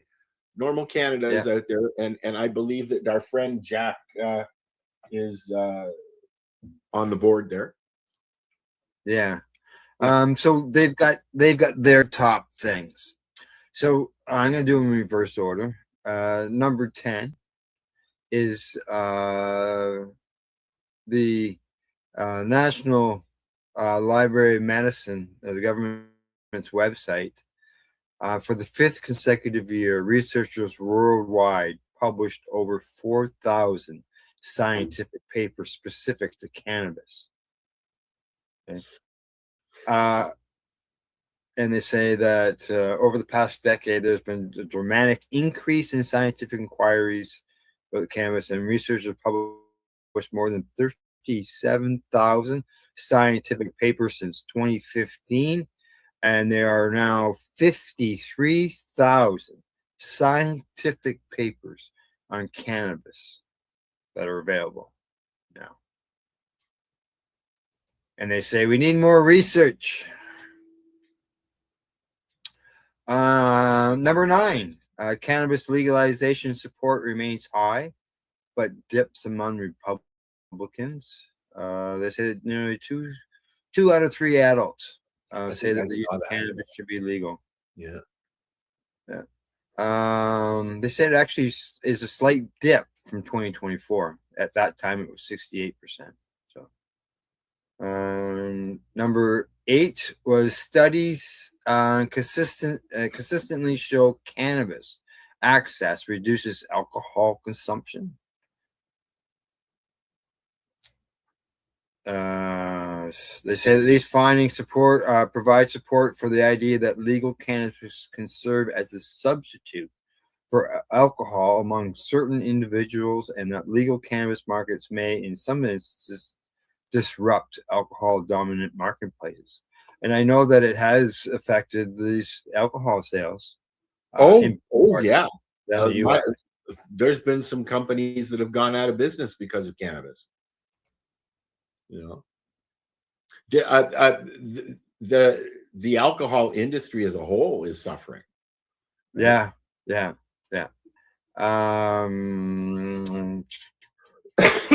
Number 7, November election outcomes could reshape East Coast cannabis markets.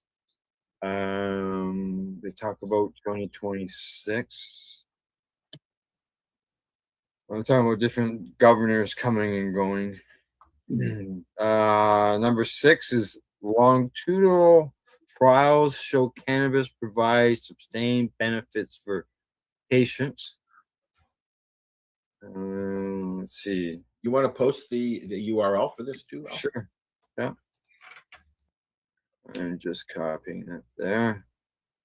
Say according to the results of the trial, which include thousands of patients, cannabis preparations were safe and effective for periods of up to 18 months for those suffering from pain, insomnia, fibro, treatment-resistant epilepsy, PTSD or PDS, hypermobility disorders, endometriosis, and numerous other conditions. And this is a UK medical cannabis trial. Number 5, cannabis arrests continue to decline.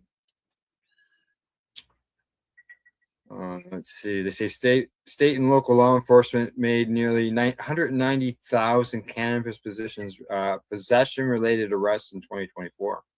They reversed. Yeah, they were. I don't know if they did that here yet. Mm-hmm. They say cannabis peaked in the U.S. in 2007, where police made 870,000 cannabis-related arrests. There's still people in jail for cannabis-related crimes. Yeah.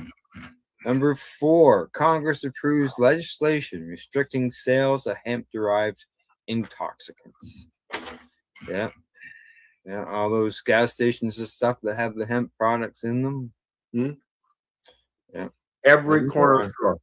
Every corner store used to have them. Yeah, exactly. In the city. Now they've made them illegal. Federal data, teen cannabis use continues a historic decline. Between 2012 and 2025, the percentage of 12th graders reporting having ever used cannabis fell by 23%. Amongst 10th graders, it fell 35%. Among 8th graders, it dropped 17%. Fell 30% amongst 12th graders. Okay. Number 2, GOP lawmakers undermine voter-approved cannabis measures. Correct.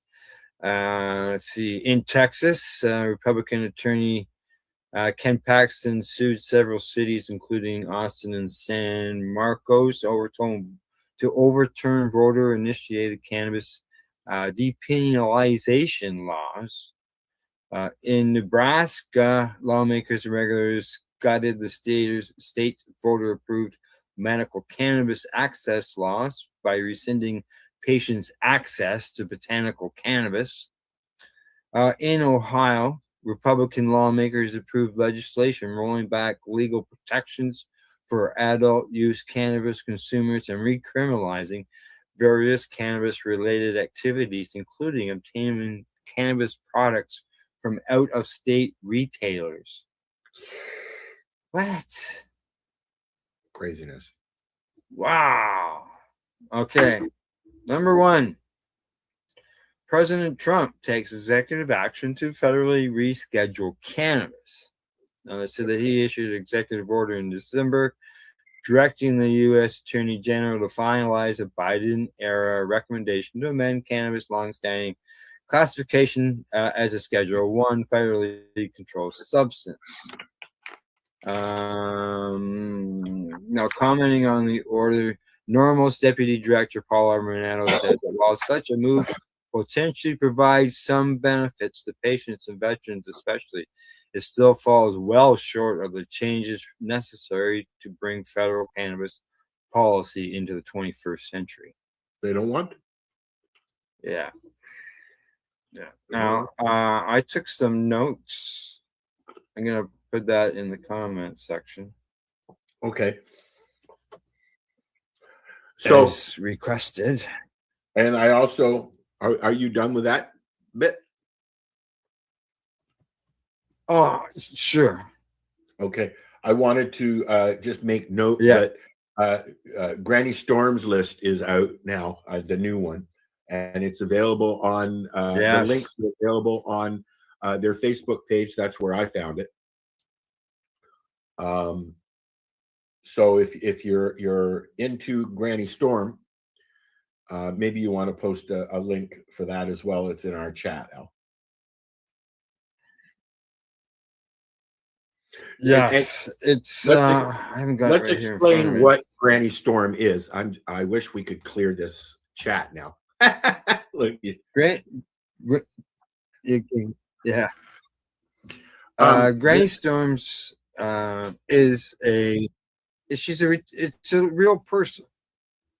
yes. She's a retired school teacher, and she has created a list of cannabis links. It's just links and links and links. We on talked about this on our last show. benefits of cannabis. Yep. Yeah. She started doing I should this. bring it out one day if I can. She started doing this before Facebook, before social networks. There was a website, and it was just a link. And every year she updated it, and it was just a list of links to medical and cannabis related information that's available to everybody freely on the internet, making that the list to go to. I used it as a reference when I started doing the 420 radio show. Almost every show we looked at it. I'm sure you did the same thing. Yeah. I actually it was the printed at one time it was the only place to get the information. I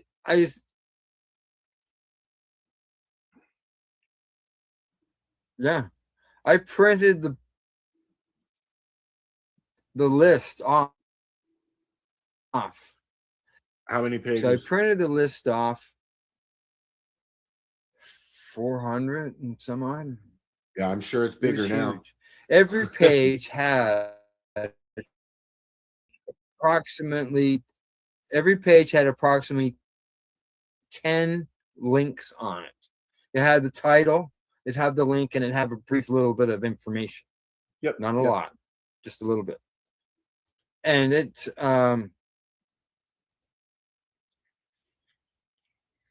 you used to only be and I able to used get it that when I was going to these different events was treating yourself. Yep. When I was going to events with treating yourself, I would go in, take that in there, and people would ask me about different medical conditions. So I was able to show them in this book, with this list, and give them the website address. Yeah. But you know, when this worked list out good, when this list first started, it was up on Reddit. That's where you had to get it. And then it went onto the web. Oh yeah. Right. And it's been on there is a website. Do you happen to know what the website URL is? I do not. I'm gonna go to the list and look. Heading there right now. So am I. Let's see who gets there first. I am here. I am Granny at the Storm list and the Watch. date on the top. The link, there's a link. I got it. There we go. There you go. Comments off. It's on WordPress. Okay. I'll bring this in. Yeah. Yeah. Come on, add to the stage. So, you know, I mean, like I said, I mean, this list has been growing and growing and growing for I don't know how many years now. Right? Oh, many. I wrote an article on this about this list, and I communicated with her in order to write it. And I've never met her, and that had to be like 10, 12 years ago. Yep, she's very anonymous. Nobody really knows who she is unless you've met her at an event or something like that. She doesn't speak. She just put this list together for the better of mankind, quite literally. There you go. She's 78 years old. I thought, you know, at one time there was somebody that I knew very well that I thought maybe she was, but no, she wasn't. I'm glad to see. And this, we talked about it just on the last show that we did before the holidays, and then yesterday, we both saw that the new list went up, and Al made a comment on it, so I wanted to make sure that we, 3,000 what is it? I can barely see it. 3,101 pages. Yeah.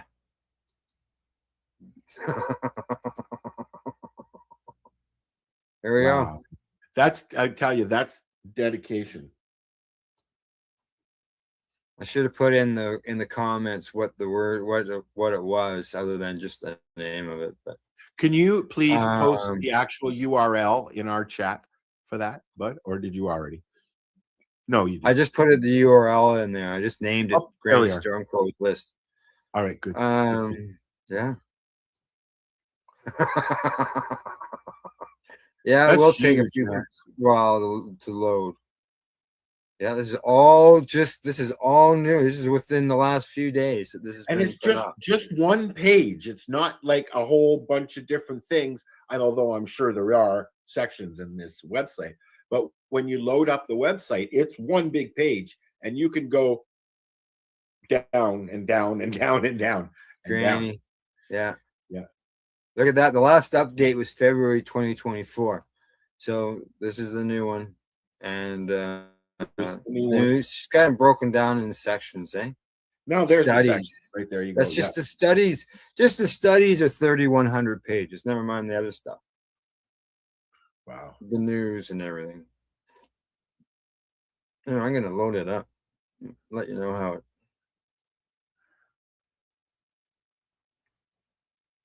See how it turns out. Wait, you know what? Well, you're looking at that. Yeah. I'm gonna put on another song. Okay. And it's called Ball of Cheese.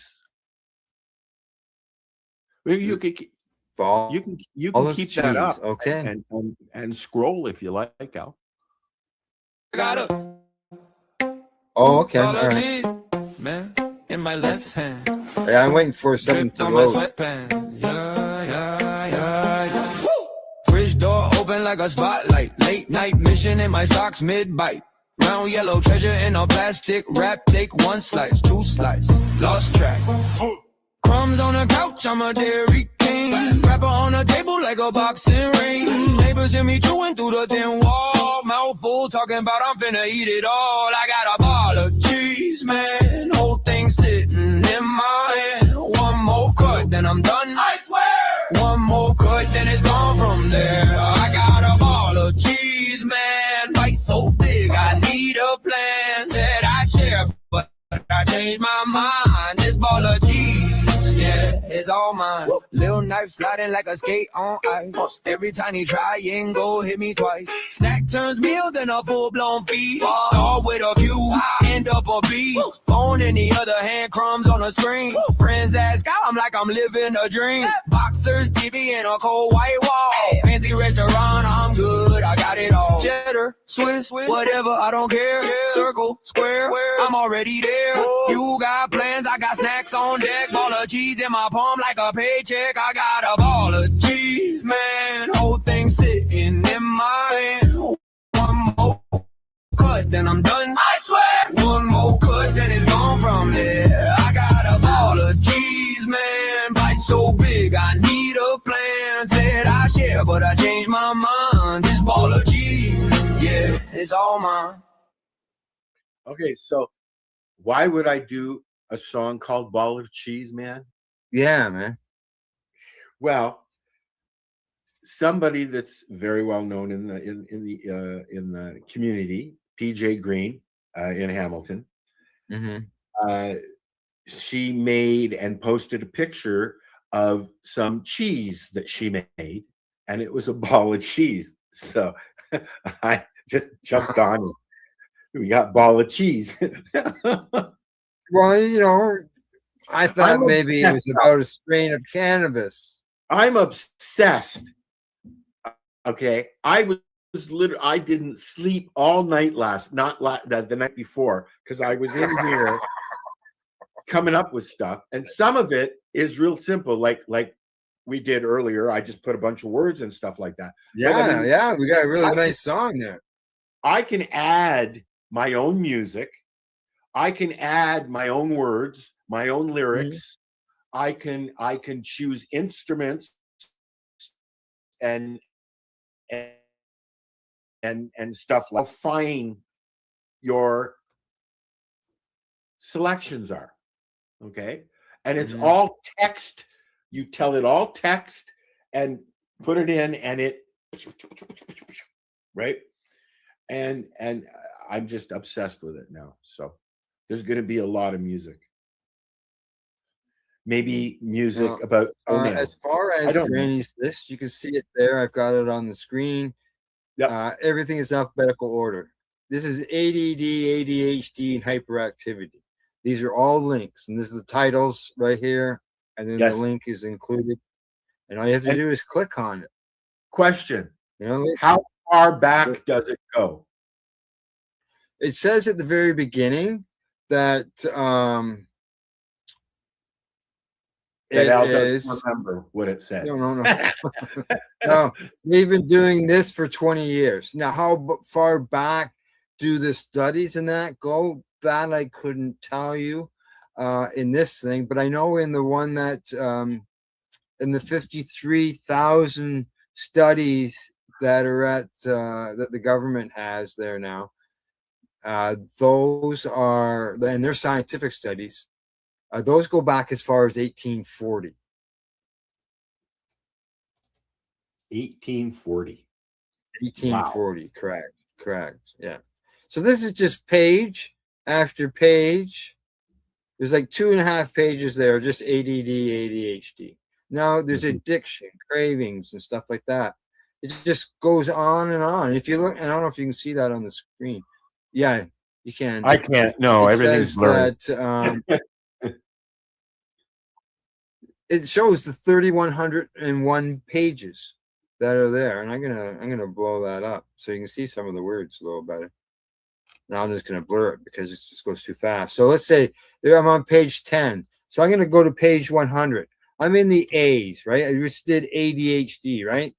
So I go to page 100, and I am as far as medical conditions and that, I'm just gotta scroll to one. I'm still in the A's, talking about aging, how cannabis affects our aging. Now let's go, let's see, 1,000 pages in.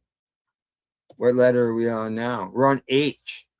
1,000 pages in, and we're only on the letter H. Yeah.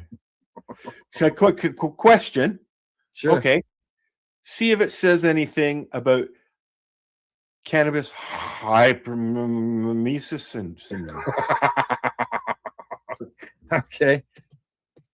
Yeah, I'm sorry. I shouldn't make No, it is something that people deal with. No, but I shouldn't make fun of a speech impediment like that, as Al has a speech impediment. But you know, correct. it's all in fun. Okay. I am looking. Don't like it. Get over it, Al. Cohorts. I'm in the right. I'm in the light. I'm in C, so that's good. Oh, you're not finding it? I'm hunting for it right now.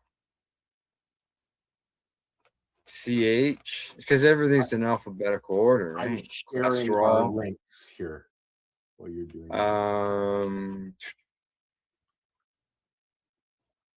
it's a big list, man. There's a lot of stuff on it. Oh, like yeah. I had this in a ring, like a plastic, like wide clip ring book, and put a cover on it and the whole bit. Yep. Yeah. Child abuse, neglect. You're gonna be CA, so I gotta. Chemotherapy is huge. Cancer, her listing in cancer is just astronomical. Yeah. I can't keep up with my scrolling. Yeah, that happens when you get old, Al. The thumb is going. The page is it's loading. Holy smokes! What am I on? This is huge. Because it has its headings, right? For each. Oh, the sarcophagus.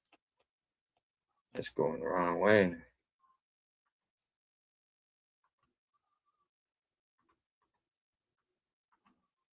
Well, Al's Sure. looking there. Please. Yeah. I could be a while, man. No, it's okay. Please make sure that you like and follow us on whatever social networks you're on. We're on everywhere. Okay, I know that's there. Yeah. Yeah, it'd be interesting because it's updated stuff. So I would think that she has it in here, and I don't see where I can search for a particular condition. So maybe it's not categorized that way. Well, I'm at CO. More by so articles. I'm at CO, so I have to go to CA to get cannabis. Right? CNS, clinical, classical studies, classic studies. Maybe it's just hypermesis. It could be.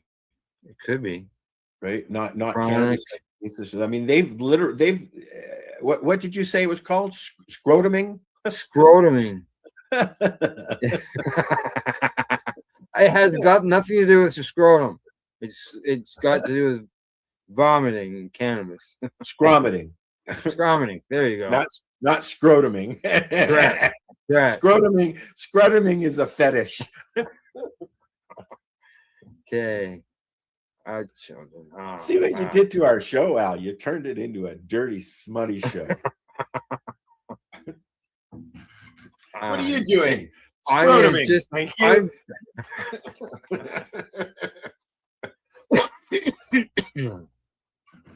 Good thing mice have got this. The mice for computers has got that scrolling button on it because mine's burning up some rubber here.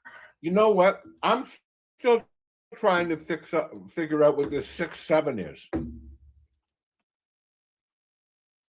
Yeah, I have no idea. I see. Yeah, I've seen something on it, but I just can't think of it right now. I'm going to ask Mary Jane. She'll know. I'll ask Mary Jane. She'll know. She's younger than us. We're old. Al. Yeah. Al. Yeah. So I got one more. Yeah. I got one more. This is a big year. This is a big year for me. Why? 65? This is a big year for me. Huh? Oh, there's an article right there. Let's see if it's a category. 65? Is that the big year? Yeah. I turned 65 this year.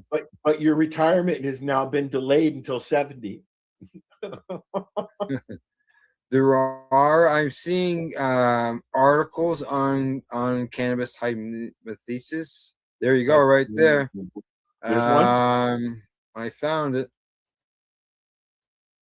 So it is in there. Yeah.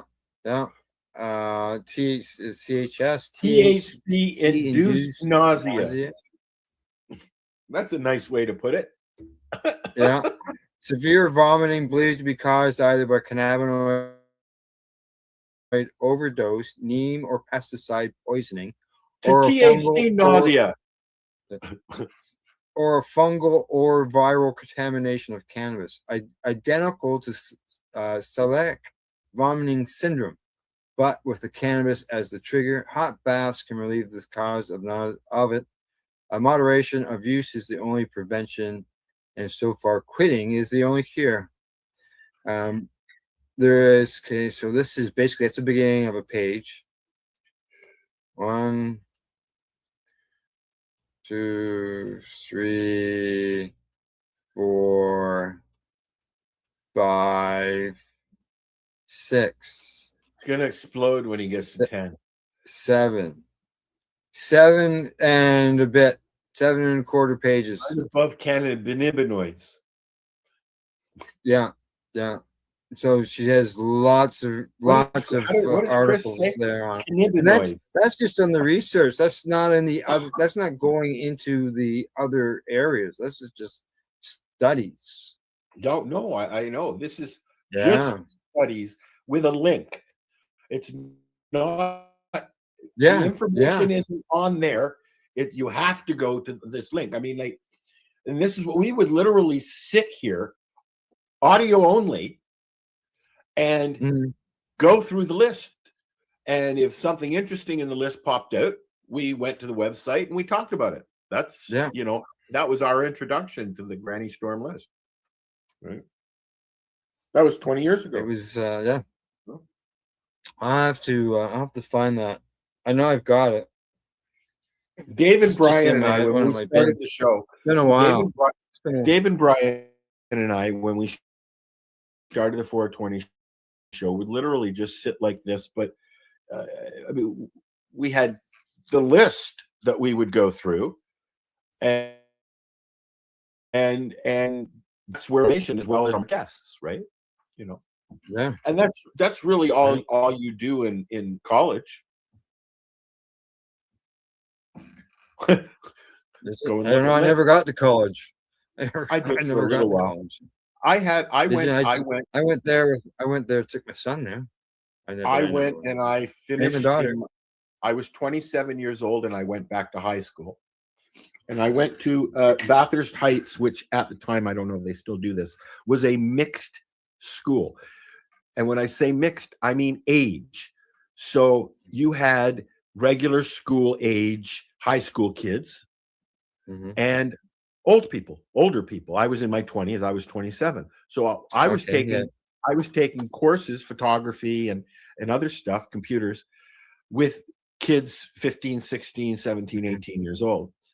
And I found it energizing because I took a multimedia course where we had use of the entire North York Board of Education's studio, where they did educational stuff, and like they had a full broadcast studio there that we had access to, editing suites and all that stuff. And I was doing it with younger students. So there was a different vibe. It wasn't like going into a high school class and you're all in your 30s. Do you know what I mean? So second, thanks for the thumbs up there, John. John's last name, John L. Vella. John. Yep. Now Sandy, she gave us a thumbs up. I mentioned her name a while back there. I've known her even before PACE. Doing advocacy work with her before PACE. I have people on my Facebook from before I started doing stuff. And her partner was built things out of metal, like figurines, and put them in like big figurines. So I've got this. You had some figurines. Yeah. Like it was like big steel, like steel plated things. He ended up making a bird bath, or you could make it as an ashtray that was on a stand and had this cut out flat metal big cannabis leaf that was part of the stand. It was pretty cool. Nice. Yeah. So are you moving? You're moving your office. You're not using the other office anymore. Oh no, I'm using the other office. Oh, okay. But if I don't know if you noticed today, but I was sitting the dab ring during the songs.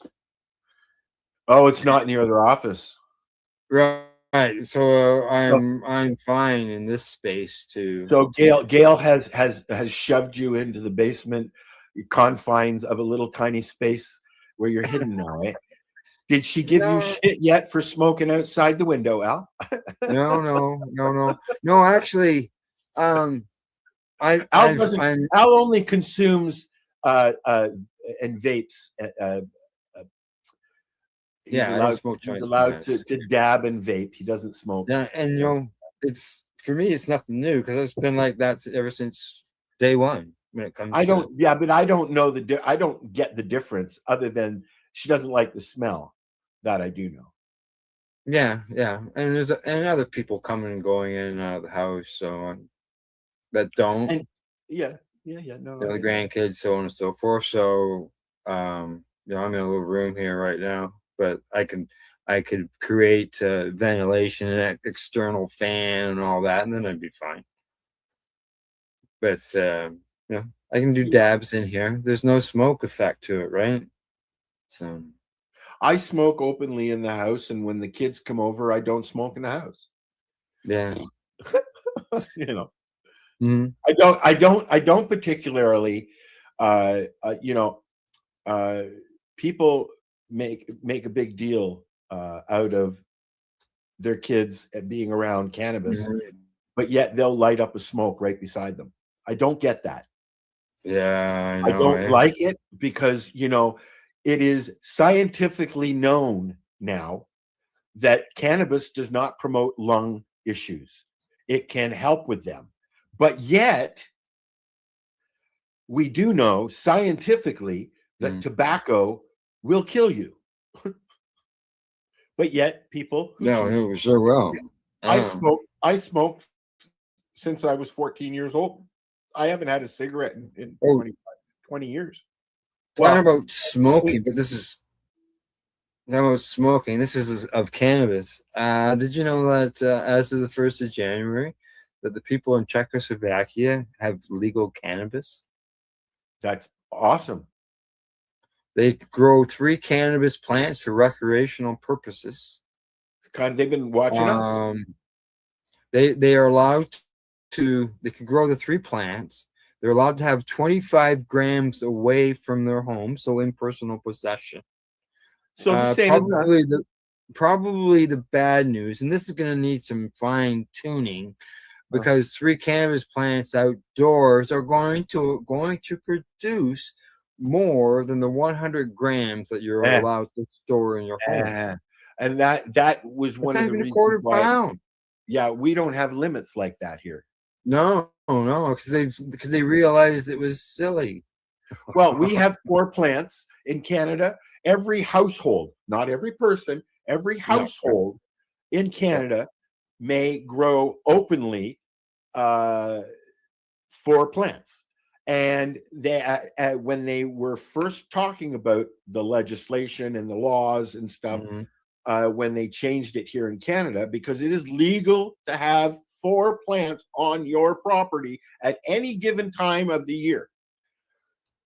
And although they tried to put a height limit on it, they removed it. But there's no limit that you can have in your home. No. The only place that there's a limit in Canada is when you travel. If you are licensed, you can have 150 grams. If you are not, you can have 28.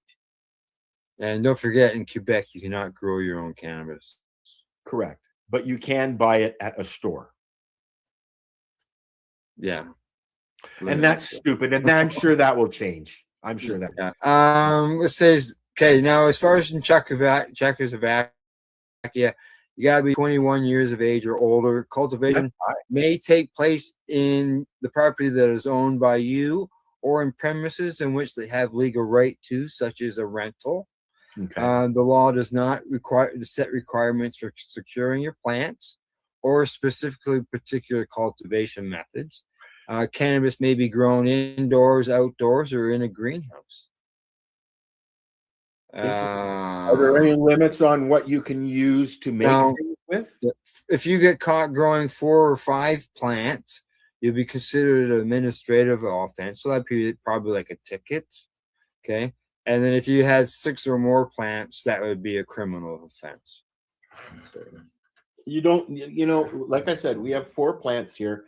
And if you are an experienced grower and know what you're doing, regardless if it's indoors or outdoors, you can make that sustain your year or more. I mean, if you need more than that, then you have to get licensed for it. But I mean, you can grow a hell of a lot of weed out of 4 plants if you're good at it. I have not gotten there. I just want to say. Yeah. I can grow more outdoor in one harvest than I can throughout the year, based on my numbers. So, but it's different. Do you find that you get more outside or inside? I get more on the harvest outdoors, but I do find it's different in so many ways, not only in yield, but as far as from taste to being involved, to working on them, all that stuff. My whole routine has changed after so many years of doing it a certain way, and then I went outside, and that changes everything. You haven't grown outside in a while, have you? No, I hadn't. Not. And then I went indoors once I got licensed, right? Well, I mean, I'm doing the indoor thing for the first time. I've never, other than a plant I had in my living room and a plant I had in my kitchen 30 years ago, 40 years ago now, I've never grown inside. And so I'm working on it. Yeah. Yeah. All right. What do we got? We got 11:45. I got one more song to play on our way out. So if you want to wrap it all up. right. Well, let's do that. I just want to touch on one thing. I don't know if you remember, but at one time, a micro producer was a rare thing when it came to licenses in Canada. Yeah. And now it's the most common one that is issued in 2025. Yeah. Is micros. There's 920 licensed growers in the country, as far as that end, not counting the medical people. So, all right, tunes. Go ahead.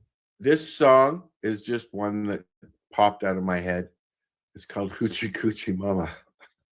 Are we going to sign off after by talking, or I just run the closing? When it's done, they can watch us pick our noses, and when it's done, just hit end. Okay, I shall do that, just so I know what's going on. All right. And we'll see you all next week. Yes, next week. Or you can see Al on Pace, or you can see me on Fridays on Yes, Radio. yeah. Wednesday nights. Face Radio Show. Here you go.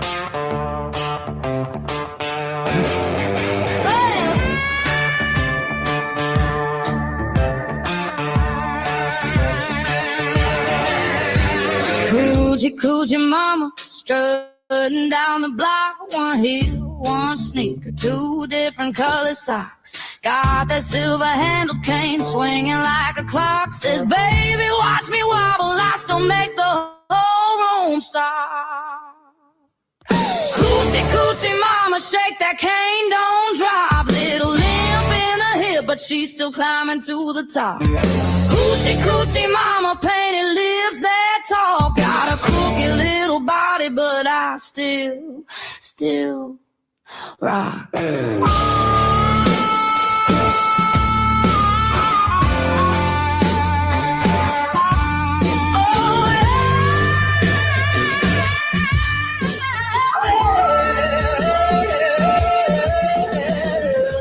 Print jacket smells like cheap perfume. Laughing so loud, she just owns the room. Taps the cane on the floor, keeps time when the band gets loose. Says I dance how I can, baby, what's your excuse? Coochie coochie mama, shake that cane, don't drop. Little limp in the hip, but she's still climbing to the top. Coochie coochie mama, painted lips that tall. Got a crooked little body, but I still rock.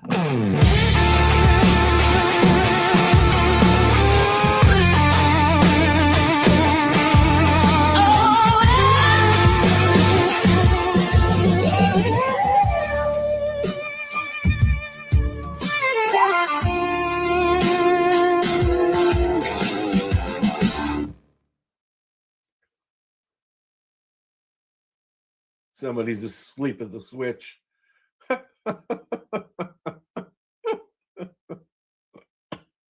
You're also muted, buddy.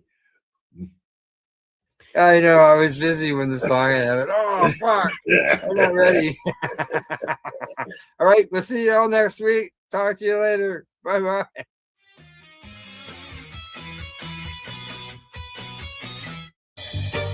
You're watching the 420 Pace, found at 420pace.ca. Rerolled Saturdays. Check it out. Nothing but non-stop cannabis and psychedelic programming. Find it at 420pace.ca.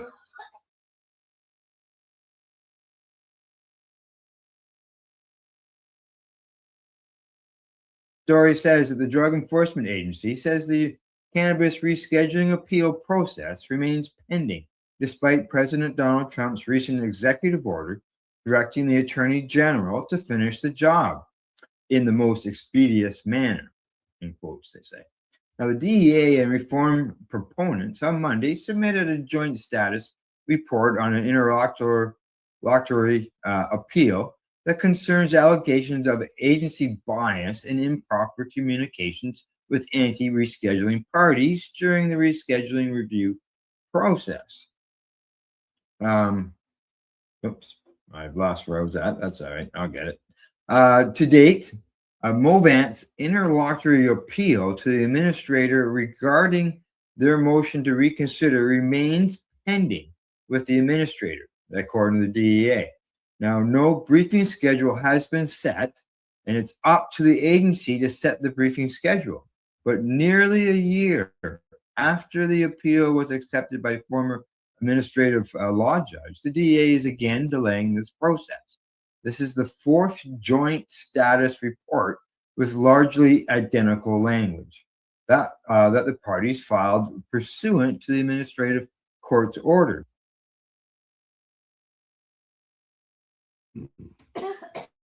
You're watching the 420 Pace Reroll Saturday. You're listening to the Pace Radio Network here at paceradio.net. The views expressed by the individuals during this broadcast are their own opinions, and they may not be the same as those of their group or other organizations they may be involved with. All medical advice during our broadcast is not a medical opinion and should be checked with your medical physician.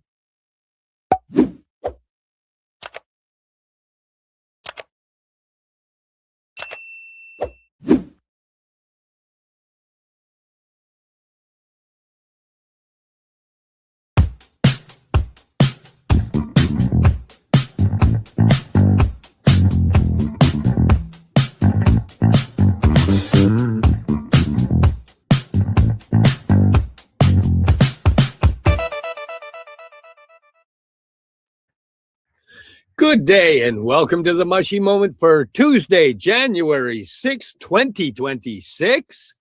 Got it right. And boy, this year's just flying by. How you doing? I'm doing good, but every time I watch this opening, I think we should update those pictures. That's pretty blonde hair I'm wearing there, and it, yeah. Yeah, that one for me in the coat is like, I don't know, 10 years old. I look younger there though. I just thought that was funny. I'm looking at those pictures like, oh, we should almost update those these days. Hey, maybe we'll do a whole new intro for 2026. Maybe. Yeah. How are your holidays? They were really good. Really good. I spent time with family. I spent time with friends. Yeah. It was really good. It was very healing. These times can be stressful, and there was very little stress really going through it. It was quite nice. I really quite enjoyed all of it, actually. Excellent. Yeah. I got to It's nice to have a holiday like that. Hung with my grandkids, hung with my daughters. Yeah, it was pretty damn awesome. And I saw that you rang. Oh, mine was great, but I saw that you rang in the new year with a bonfire this year. I did. My buddy invited me over. It's some friends that we hang out with. We got dogs, so we do the dog thing. And he invited us over for a bonfire and bring the dogs over. And normally I'm in bed early on New Year's. So this was quite nice to actually hang out past midnight, hanging out with the fire, smoking a couple of doobies, just enjoying the new year ringing in. Yeah, it was a lot of fun, actually. That's good. That's good. Did you get anything exciting for Christmas?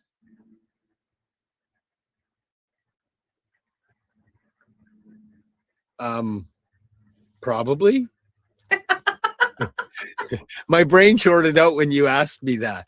It was like I went to scroll through the things, and it's like, no pictures coming. Sorry. But yes, I got lots of great stuff. Oh, my podcast partner would be great. I have a feeling that, I was in a car accident a little while ago and I got a concussion, and I have a feeling that concussion it takes some of those things just as I'm about to go, and it kind of leaves them behind the door. And I can see the door and I know they're there, but I just can't get the door open to find that thing I'm looking for. Mm-hmm. But, oh, wait, where did I put them? But we're fixing that right now. Yay! Yeah, it's, just another one on the list. Mm-hmm. Yeah. What did you get? Well, I got time with family, the same as you. Time with friends. It was really beautiful. Yeah, it was just a really great holiday, all the way around, in my family. Time to spend with each other. Beautiful big meal with everybody there. And then my dad had in November, they found a very large tumor in him. So he had emergency surgery to remove that. And so my biggest present this year was that, my dad got through that surgery fine and came home. So the rest of it doesn't really matter. No, the rest of it doesn't really matter. That's the most beautiful part. Yeah. Yeah. Wow. So, yeah, it's so just for that reason, it was a great holiday that, everything was okay. And the doctor seems to think that, everything was got and everything should be fine. We should know more by the end of the month. Yeah. Nice. Yeah.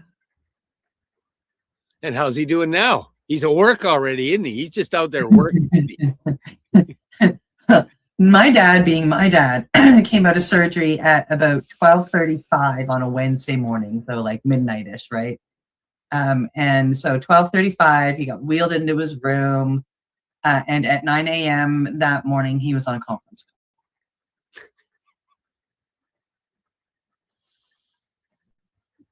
My dad, being my dad. And yeah, take care of this. I got work to do. Yeah, when he did get released, he got released again. I mean, we're gonna pick a Wednesday. Got released on a Wednesday. Got home about 5, 6, 7 o'clock, whatever time it was, and got up and went to work on Thursday. Because that's my dad, right? Wow. Yeah. And besides that, I wasn't going to necessarily quote unquote work over the holidays, but I ended up working. So I've had some really beautiful ceremonies happen in between all of the holiday stuff and the family stuff, and it's been a pretty huge gift too. So tell us about some of them. Well, really, I think the biggest thing for me is, I had this really bad injury almost 2 months ago now. And the Cindy from before any of this healing would have let the injury take her. I would have been in bed, et cetera, not working and, falling into the depression around it and letting the pain win. So I think the biggest lesson and the biggest thing that I can say coming out of the fact that I've been working is that that's not what I'm doing this time. I'm finding ways around the pain, so ways that I can still be in service without causing myself more distress. It's been pretty amazing, and I'm very blessed that I decided to take that route because, when people come to you looking for healing, when you're somebody like me or yourself, you don't want to say no.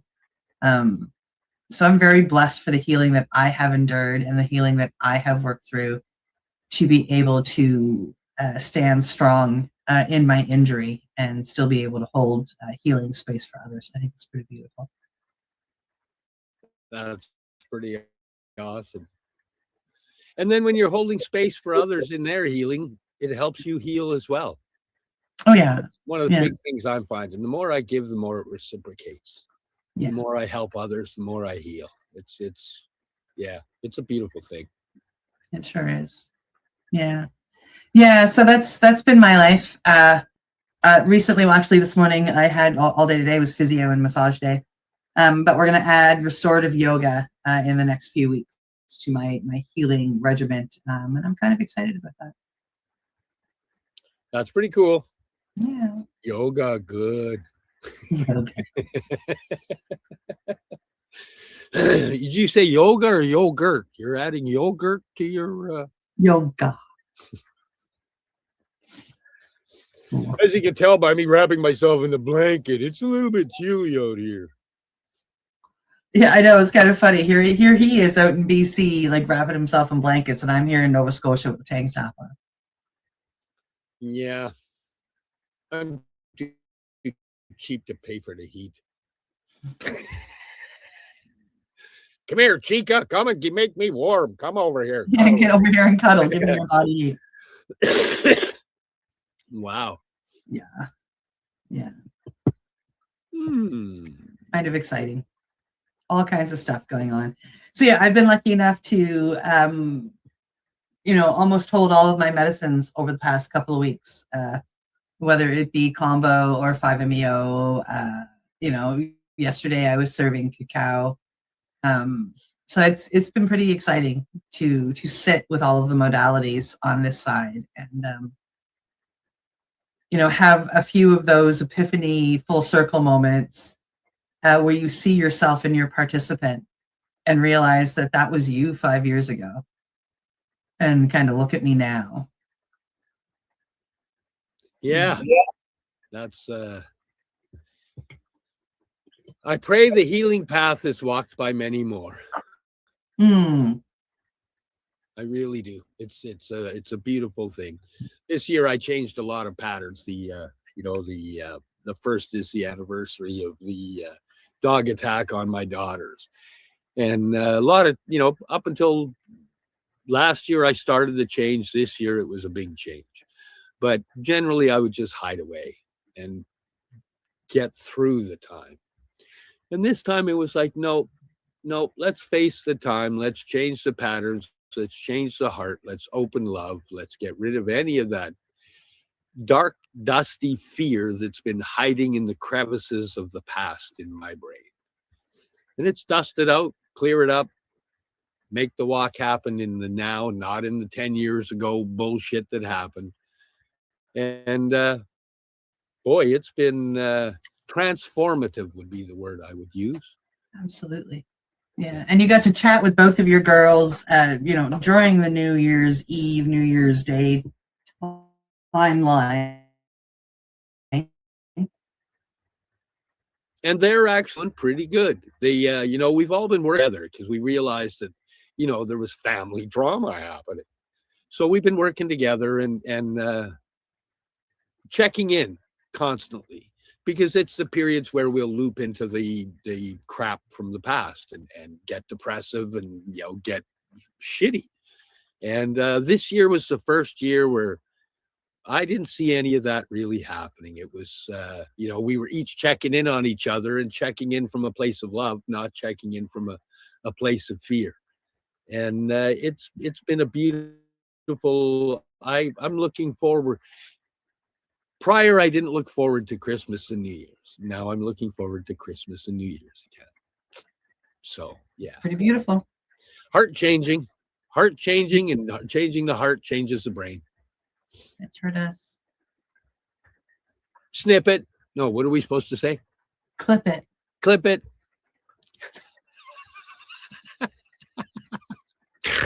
Oh, that's great. So we're going to do some news stories today. Yes, we are. We have a few up on deck. Steve has went and did some research as I was in physio all day, and he found some interesting stuff to chat about. One of them just happened yesterday. I'm going to bring it up and share it with everybody. It's coming to us from Marijuana Moment. And they're talking about how the DEA boasts legal production levels for psychedelics like psilocybin and DMT in final rule for 2026. The Drug Enforcement Administration, the DEA, has finalized quotas for legal production of controlled substances in 2026, further raising the amount of certain psychedelics that can be made for research purposes in the new year. In a notice published in the Federal Register on Monday, DEA increased its quotas for psilocybin, psilocin, and DMT compared to what the agency proposed in its draft rule in November. DEA said in its initial proposal that it was moving to boost the quotas for psychedelic substances so researchers can study whether they could serve as a potential treatment of conditions such as post-traumatic stress, injuries, and depression based on public. Yes, it can. Yes, it can. Sorry. Based on public comments the agency received, it said the amounts were adjusted to be at higher levels than were proposed, without expanding on the specific rationale for the individual quota increases. The production goal for psilocybin rose from 30,000 grams last year to 40,000 grams in the initial rule for this year, and is now being raised to 50,000 grams in 2026's final rule. The psilocin quota increased from 36,000 grams in 2025 to 48,000 grams in the initial 2026 rule, before being raised again to 80,000 grams in the final rule for 2026, more than doubling in the span of the year. Nice. Yeah, for DMT, and we're talking about NN-DMT, the kind that's used to make ayahuasca. The DEA is proposing to increase the quota from 20,000 grams last year to 25,000 grams in 2026. In the agency's initial rule for this year, the quota for that psychedelic remained the same, but has since been revised in the final rule following public feedback. Other substances that saw increases from last year in 2026's initial rule have not been further adjusted in the new final rule. That is the case for methadone, an MDA-like compound. In 2025, the agency set a goal of 5,200 grams, but in 2026, it wants 30,000 grams produced. The production goal for the substance was minuscule 4 years ago, when DEA proposed manufacturing of just 40 grams. The same quota was set in 2022 before increasing to 5,200 grams for each subsequent year until 2026, and it is now being increased to 30,000 grams. DEA set a quota of 30,000 grams for 5-MeO DMT to be produced in 2026, an increase from 11,000 grams last year. This is a substantial boost from 2021's quota of just 35 grams. Wow. Over recent years, DEA has generally ramped up production goals for cannabis and certain psychedelics as interest in their therapeutic potential has grown within the public and scientific community. The proposed 2026 quotas for cannabis, THC, ibogaine, MDMA, LSD, and mescaline were not adjusted since last year. That's actually, that's beautiful, because that means they're making way more testing happen.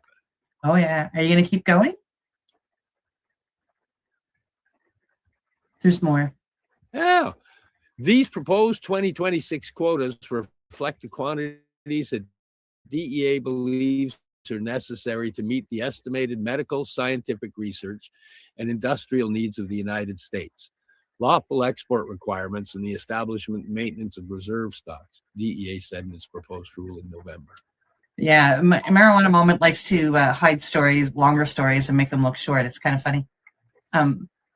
The agency said that in setting quotas, it took into account several factors, including projected demand for such classes indicated by procurement quotas, information obtained by federal health agencies such as the Food and Drug Administration, and other factors affecting medicinal, scientific research, and industrial needs in the United States, and lawful export requirements.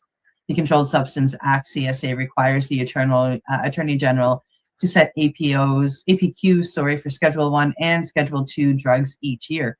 Notably, that would mean cannabis would not be part of this annual research production list if the Justice Department follows through on an executive order signed by President Donald Trump just last month, directing the Attorney General to move cannabis from Schedule 1 to Schedule 3. Which I sure hope that goes through, because then a lot more science can be done. Yes. Whether the process, if finalized, remains to be whether that process, if finalized, remains to be seen. A report from the Congressional Research Service noted that DOJ could, in theory, decline to enact rescheduling or start the review process all over again, for example. And that's the kind of games that used to be played. Hopefully they won't be playing those type of games coming up. You know, there's people are learning that there's a lot of medicine that we were taught wasn't medicine. And if they move the marijuana from Schedule 1, which is no medicinal benefit, to Schedule 3, then they can open up research on it with a lot of the scientific areas, whereas the Schedule 1, they're not even allowed to do research on it. Yeah. That's you know, that would be a big move, because then at least a lot of research can be done. And which is why they're expanding the numbers of what's being allowed to be produced and to be moved, is because, like, I mean, if we don't, the research can't be done. 35 grams of 5-MeO. No, okay, just so you know, 35 grams of 5-MeO can really do, like, I mean, a lot. Like a fuck ton, a lot. Sorry to, stick swearing in there, but when you stop and think that a max dose of 5-MeO per session is 60 milligrams. Yes, but the 35 grams would be for all of the people in the states that are doing any science or anything on it. At least one, possibly two really good sciencey things with that, but that would be about it. But, like, I just wanted people to know that there's a difference between 35 grams of, say, mushrooms, or cannabis, and compared to 35 grams of 5-MeO, the doses are a lot different. It's the same as if we look at amanitas or peyote. To get a good dose of peyote, you're looking at grams and grams and grams and grams. And the same with amanita if you want to do, like, the whole trip journey, right? So, yeah. But they still have to up it. If they can get their 50,000, then they can do a lot of experimentation with that. Yes, then a lot of publishing can happen, and people can find a lot more truth through the experiments. And it's a lot of it is so new and so raw, and yet changing and healing people's lives at astronomical rates. And the ability to have that up so that it can do more faster would be really good, because MAIDS is kind of the competition to that. And I'd rather see a lot more people alive than a lot more people choosing MAIDS. Have not that this is what this podcast is all about, but at the same time it is. There is I'm not sure if it's Nova Scotia Health or Canadian Health Canada are offering. They're doing a research study about the COVID boosters, and you can get up to $1,500 to come get your booster for this study. Wow.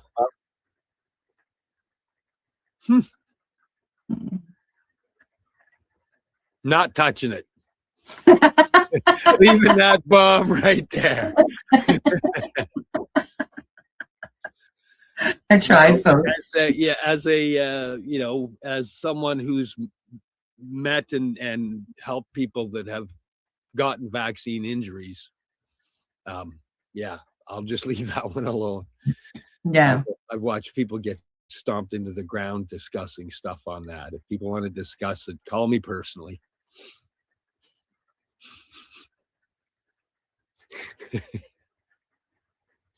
Yeah, I don't even know where to go from this. I didn't know about that actually. That it was. Yeah, it was one of those things that I was scrolling. I had to go back and take a look. It had one of those little blue check marks. So I don't know how real or unreal it is, but yeah, it blew my mind, and it brought a lot. Same as you, I'm not going to say them, but brought a lot of thoughts to my head, and you know, of who might be the people that end up taking advantage of that. Because $1,500, if you really need it, Yeah. especially this time of year, after everybody's just blowing like any extra money they have on Christmas, especially if they have kids. Yeah. Yeah, so it's Yeah. kind of crazy. Yeah. Is it? I wonder if it's being done anywhere else or just in Nova Scotia. Well, I don't know. Like that's why I say I'm not sure if it's Health Canada or Nova Scotia Health doing it. I'd have to go back and take a look at it, see if I can find the ad again. Yeah. Well, But I found it quite Brandon, I'll go interesting. dig Oh, I know you'll go digging. Tune in next week after Steve's gone digging. it. Oh, and the guests we're having next week. Oh, God. You guys can have quite a conversation because Chris and Sarah will be here next week. I say meet people where they are and let them. Everybody has the exactly. right to whatever process they decide they require. Oh, it's the same as we decide the process that we require. And that's one of the things that I've learned in my journey is that if somebody else isn't ready to make a change or if they're happy in what they're doing, just let them. Yeah. As long as they're not hurting anybody else, just let them. Yeah. That's where I sit as well. Yeah. Well, it is a good time to, Oh, hey, it's about that time. Why don't we take a short break, show some ads for our sponsors? People can have a quick hoot, go get a cacao while they're waiting. That's what I'm going to do. And we'll see you right after these messages. We are people advocating cannabis education here at paceradio.net. Limestone City Hydroponics is Kingston, Ontario's hydroponics shop. Take your growing to the next level and create the optimal environment with a tent kit or maximize your yield with an ebb and flow flood table kit. Either way, Limestone City Hydroponics has more sizes and options to fit your needs. Are you looking for the power of the sun that adapts to your budget? Then look no further as they have professional grow lighting. They have indoor grow systems that are easy and cost effective with many options to fit your living space and lifestyle. Cultivate your growing potential. We have everything you need to succeed. And if you can't make it to the store, they offer local delivery to the greater Kingston area. Remember, when you're looking for experts to help you grow, then look no further than the locally owned Limestone City Hydroponics, 105 Sunderland Drive in Kingston, Ontario. Call them at 613-548-0420. Rerolled Saturdays. Check it out. Nothing but non-stop cannabis and psychedelic programming. Find it at 420pace.ca.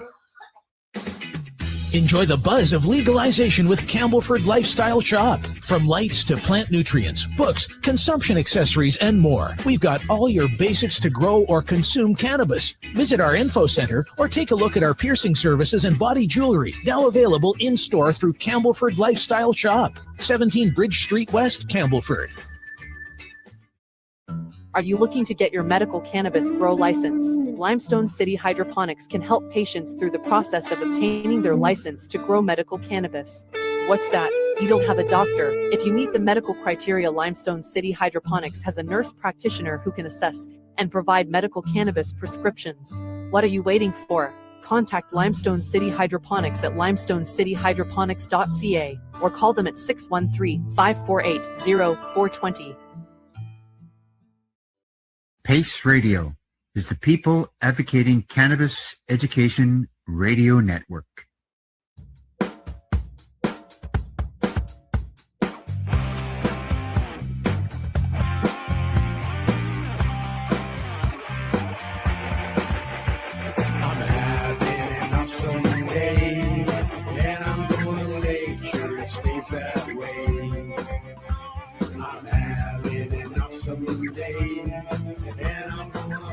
make sure it stays that way.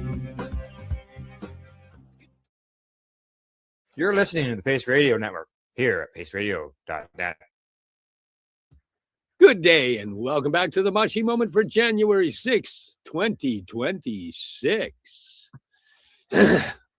Wow. I'm going to write that wrong probably for the next month. Oh, yeah.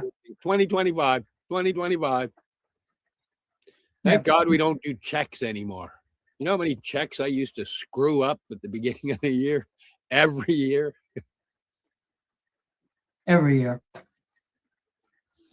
I got a cat right over here, though. Meow meow. Oh, she looks like an angel. I had to run and get a cookie. oh, wait. Yes, I found one of the gifts I got for Christmas. Is that not the cutest little Christmas tree? It had a little sign in there that said, "Have a merry little Christmas."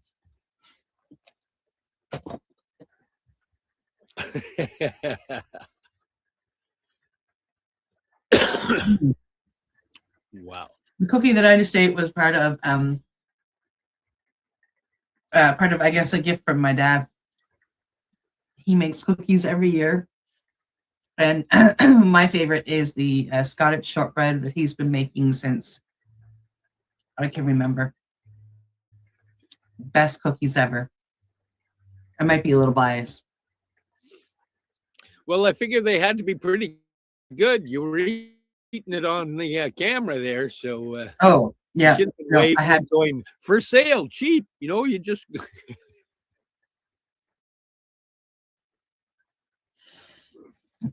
Oh, I got some Christmas baking as well. Yep, got Christmas baking. What'd you get? I got some tarts. I got some cookies, gingerbread. Nice. It's always. Yeah, except I'm starting a so I'm going to stay sugary for a little while, see how it goes, see if we can get a few worms coming out of me or something, you know. Ew. Yeah. But seriously, yeah, I get that. Yep. Doing the natural cleanse. We put together a sour sop, clove, black walnut, green husk of the black walnut, and wormwood natural parasite cleanse. So I'm just being the testing guy on it right now, and giving it a run. So I have some questions about this. Like, you say parasite cleanse, and we have heard of the parasite cleanse with ivermectin. Is this similar to doing that? Yes. Some people saw, and a lot of people currently are doing that for a cleanse, but I kind of wanted to just go the more natural route. I started doing the ivermectin one, but I had that Herxin happen really bad, where you get really sick from it releasing everything really quick. And so after a little bit of research, actually quite a bit of research, I put together a natural form, and I'm just doing the test out on it now. But, you know, when a person does a detox like that, they've got to be careful, because not only do you release the parasites, but parasites tend to feed on heavy metals, and you release the heavy metals into your system as well. And you've got to be utilizing certain binders and certain things to help pull them out. And, you know, putting it all together, it's taken me a while to actually put it all together, because, you know, I'm not that nut that'll just keep reading over and over and over again and going deeper and going deeper. Does this include binders in what you're doing as well? Is that included in your the binders through us, or you can get them through other companies as well. It'll have the binders. I'm working specifically with certain ones, so I'm the protocol that I will put together will be based around everything that I'm specifically using. But to make it easy for like somebody that wants to come in and, you know, they want to do the parasite detox, you will have it all together. So here's a package, take 2 of these and 1 of these and 3 of these, you know, once, twice, 10 times a day. Yes. Okay. Yes. And it's not you know, because a lot of people think it's something really quite easy, or you just, you know, you eat this or you eat that. And you know, I'll give you a quick rundown on it, right? This is for what I've put together. You've got to deal with your prepping. You've got to support detox pathways. You've got to make sure you've got lots of hydration happening. And it depends on weight as to how much of the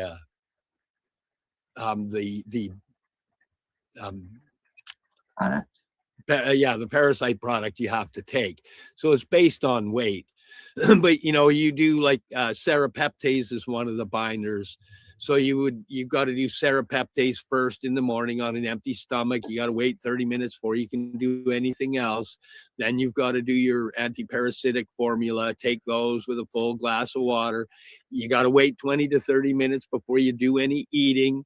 Then you have your midday lunch. You try and get in some probiotics or prebiotics, whatever you can get to get the gut health happening. No binders in there. And then in the evening, you take your antiparasitic formula, however many is for your body weight. And you got to take them, you know, a half hour before dinner or 2 hours after eating. You don't combine them with. And then, you know, around 8 o'clock, 10 o'clock, you do another binder, and it's a different one. I'm using modified citrus pectin and zeolite, and I just alternate one day modified citrus pectin, the next day zeolite. And, you know, you got to take the binders 2 hours after any herbs you're taking, 2 hours away from any supplements or meds. You got to drink 2 to 2.5 liters of water a day. And it's generally a 30-day run. Like it's not just pop a couple pills and off you go. It's actually a protocol that you've got to be consistent with and stick with, because they're parasites and they can modify their behavior. It's kind of like, oh my God, I'm not enjoying aspects of this concussion. Antibiotics. If you don't complete your antibiotics and you've got something and you don't complete your antibiotics and, you know, you go back to use them again, you'll need something stronger because they've modified themselves against what you've attacked them with. And parasites have the ability to run, to hide, to move to different areas, and the same. So you have to be consistent. You gotta, you know, it's a protocol and you need to follow it. And generally you'll do a 30-day and do checkups, and then, you know, some people got to do a 60-day. It depends on how much you got in there. The ivermectin, fenben, and menben is a lot faster because it's concentrated medications designed for it. But for me, you know, if I was a cancer person, I would probably go that route, because you want it fast. You want to get your organs so you know there's no. If you have parasites in your liver or parasites in your kidneys, they're feasting off of those organs in your body, which means your organs are not performing up to par. And then if they're bringing heavy metals into your organs, they're harming that organ with the heavy metals. So it's not performing up to par. And you get diseases when your organs aren't performing up to par and your immune system is beat down. And parasites can do that. So, but as somebody that's not battling anything quick and intensive that I've got to try and heal real fast, I'm just going to go the slower, natural route. I found in my world, whole plant heals, medications medicate. And I'll just walk with the whole plant healing because it's been working for me.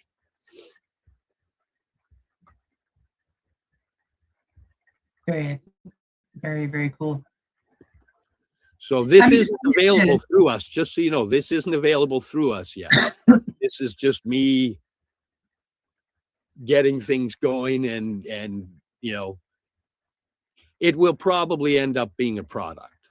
But at this point, Yeah, but pretty it's like the rest of your research. products. You've created them, and you use it on yourself. You know, a few of your close friends will try it, and then you'll make your tweaks and you'll make your perfections, and you'll then prepare it to bring out. Yes. Mm. So you're in stage 1. Yep. Very cool. And it's been a lot of research, because I've been dealing with a lot of people that use ivermectin, fenben, and menben. Right? We have a lot of people that are battling cancer and battling various diseases that contact us, and I've been working with a lot of them, and a lot of them took the reins, and they're healing themselves and running hard, healing themselves, and they supply me data as well. So I'm kind of that guy that'll process lots of data. I don't do anything in a hurry, but I try to make sure it's done right. So at this point, that's where we are. I'm hoping within the next month we'll have this as a product up, but it might take a little longer. Yeah. I mean, I remember when you first started thinking about doing this, a friend of yours had come along, who got the product to help a family member fight cancer. And you, that's when you picked up the product for you to first try. I don't know if you remember that meeting or not. And then it wasn't soon after that you tried it, and I remember how sick it made you. It was this time last year. It was making you really ill. Yeah, which in itself tells me that I have some parasites. Yeah. So he's right. He's been working on this for just over a year, between the research and the putting it together, and I find it exciting because I get to watch you take it from that step to this step. And then when you launch it, it's going to be really it's going to be pretty cool. Yeah, I'm hoping. Yeah. I'm hoping. Happy healing. That's all happy healing, everyone. If I can be a part of your happy healing, I'm more than honored to do so. Absolutely. Hear. Aho. You did find another story, which turned out to be 8 stories, but did you want to talk about at least the first one that you found that you liked? Yes, that's good. So coming to us from Psychedelic Alpha, the story that he found is Australia's Department of Veterans Affairs explains world first funding model for psychedelic-assisted psychotherapy. Last week, the Australian Department of Veterans Affairs shared a clinical briefing webinar it hosted for authorized prescribers to discuss its reimbursement program for psychedelic-assisted therapy. As we covered in Bulletin 213, which we didn't, Australia's DVA has become the first body of its kind in the world to agree to fund psychedelic-assisted psychotherapy, or PAP, after the Repatriation Commission and Military Rehabilitation and Compensation Commission authorized the move. Under the model, PAP includes psilocybin for treatment-resistant depression and PTSD, which is available to certain veterans who have attempted multiple conventional treatment options. During the clinical briefing, Associate Professor John Lane, who assumed the new position of DVA Chief Psychiatrist in the spring, shared more details about the program, and we're going to talk about a few notes from the call here. The world is watching you, Dr. Lane. Dr. Lane was keen throughout the call to emphasize the world-first nature of the funding model and to call on his fellow psychiatrists to administer, the PAP responsibly. He retains ultimate sign-off authority on each and every PAP funding application form that is submitted. DVA is not legally able to fund things considered experimental or otherwise, he explained, though he later noted that realistically, psychedelics could be considered experimental still at this stage, as they are in the rest of the world. In a direct plea to colleagues, Lane said, "We are relying on you and your clinical practice, should I say, to potentially tamper and moderate the attitudes and beliefs that veteran patients are going to be coming to you with. Dr. Lane continues to say, we're saying this deliberately because there's been significant amount of media around these things. They've been referred to as miracle drugs and all of that sort of stuff. As a clinician, we all know that this is not going to be the case for every single person that walks through the door asking for this type of treatment. So again, we're asking you to use your clinical judgment and moderate expectations because these are not first-line treatments.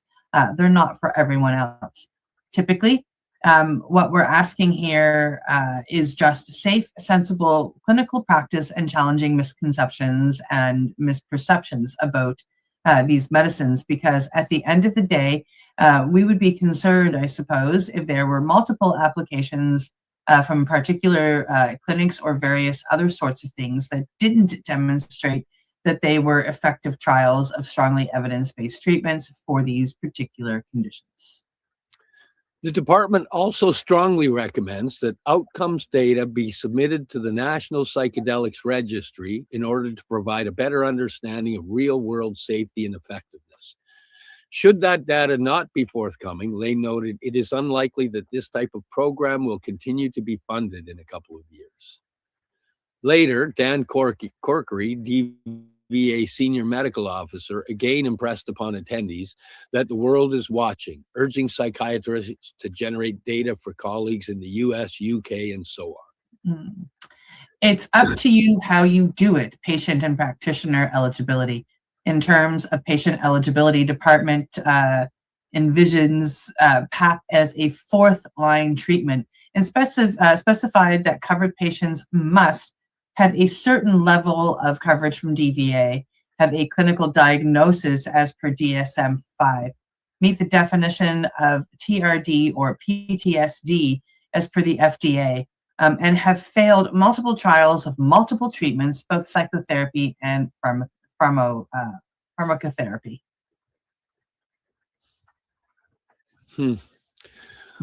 On the practitioner front, it is clear that an authorized prescriber, which in the case of psychedelics is limited to psychiatrists, must oversee PAP delivery. Man, you know, I looked through what they're saying everybody's got to go through, and a bunch of that was years of shit I went through before I found the stuff that worked. And it's too bad that they are going to leave it at the last thing to be used. Anyways, again, on the practitioner front, it is clear that an authorized prescriber, which in the case of psychedelics is limited to psychiatrists, must oversee PAP delivery. In response to a question, Lane confirmed that the psychiatrist should be on site during dosing sessions. You probably need plans of what will happen in the case of an adverse event, he added. In terms of whether the psychiatrist should view their role as one of oversight versus hands-on administration, Lane said, we would be incredibly surprised if psychologists were delivering drugs and emphasized potential legal risks. The DVA expects the immediate treatment, the immediate treating team, which could include psychiatrists and psychologists, for example, to have completed an accredited PAP training course. Interestingly, however, the DVA does not maintain lists of approved training providers or programs and says it will not be the arbiter. Instead, Lane told psychiatrists that it is between you and your Medeco legal provider to decide whether a training program is appropriate. In terms of appropriate venues for PAP, Lane again said the DVA would not be drawn into making determinations. The department will only decide on whether to fund a case. It's up to you how you do it, he told the psychiatrists on the call. The funding model. DVA also explained the funding model it has developed, which includes internal item numbers for various elements of a PAP episode. That will allow the department to understand the costs associated with each area, and payments will be staged over time as the patient moves through the journey. The department will not fund treatments retrospectively or PAP delivered outside of Australia. It will also not cover active duty members of the military or those who self-fund treatment. The funding does not extend to medication washout or emergency admissions. In response to a question, Lane confirmed that there is no formal guidance around fees. but that the department will be looking to see costs around the going market rate, quote unquote. Clinicians down under often charge in the region of Australian 25,000, which is 13,000 American, for MDMA therapy, for example. Should application, wow. Maybe I'm gonna go move to Australia. Should application forms lay out higher fees than market rate, you can absolutely expect to get hold of a lot of extra questions about where that extra funding is going, Lane said, adding that it is unlikely that a treatment episode costing significantly above market rate would be funded by the department. Wow, 13,000 American dollars for an MDMA session. Therapy. What is included in the therapy? That's what I'd like to know. Wow. Wow, indeed.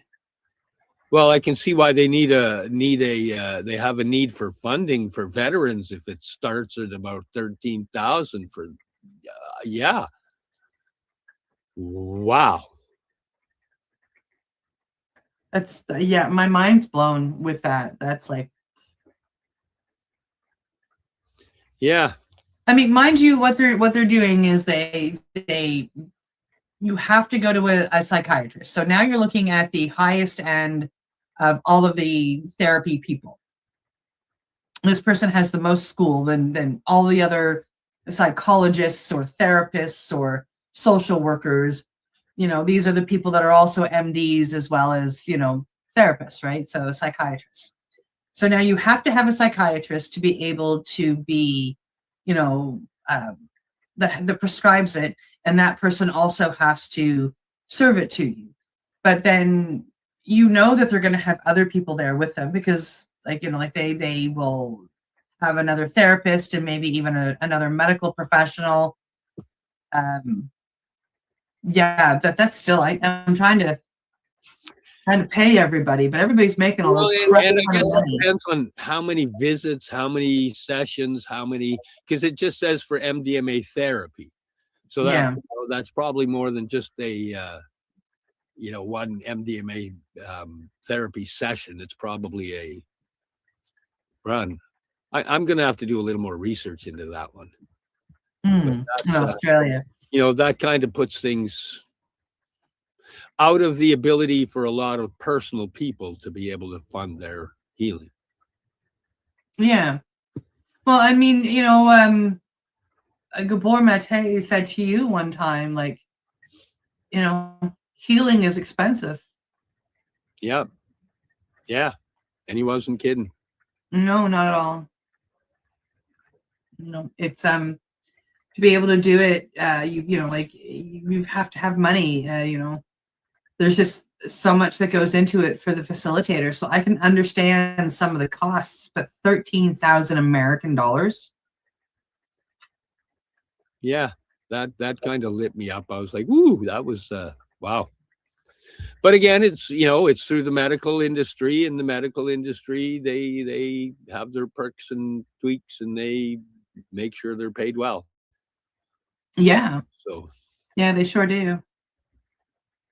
Yeah, that's just a lot of money. I mean, if you want to go heal to pay that much money, and you know, I hope that the funding really takes off. I hope that it gets used, and I hope that all kinds of veterans get approved and get healed at the expense of their government.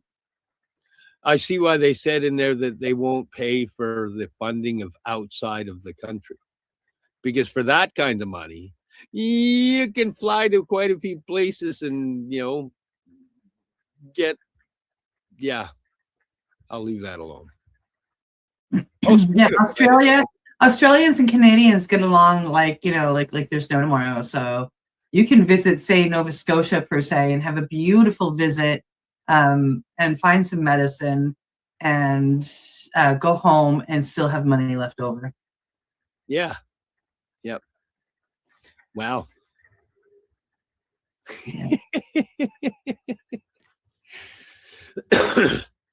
Yeah. Can kind Or of you crazy. can fly to places like Huatla de Jimenez and do mushroom ceremonies in the mountain where Maria Sabina introduced mushrooms to the Western world.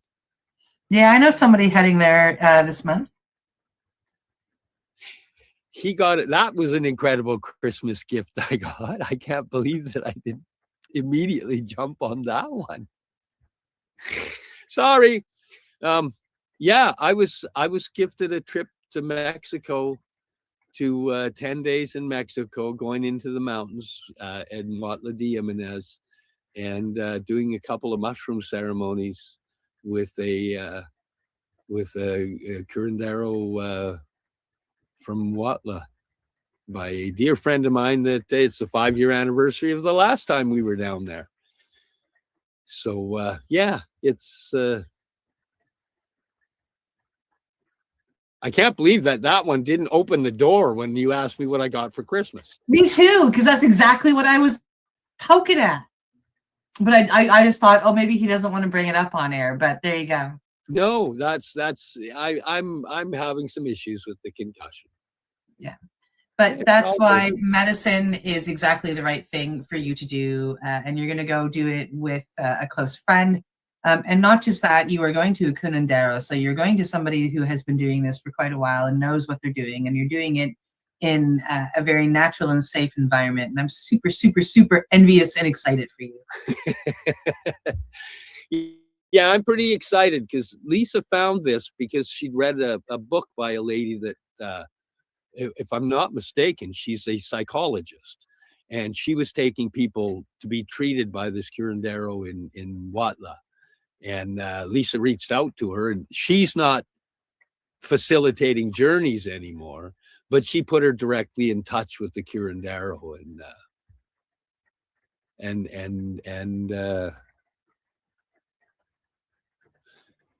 now Away you go. Now I'm still blowing my mind on it, actually, but and honestly, I'm having faith that it's the perfect timing. I know I have a concussion after the car accident, and I've been doing what I can to deal with it. But one thing I know is that the larger dose mushroom journeys do huge wonders, especially after you've microdosed and healed up a bunch of the pathways and stuff.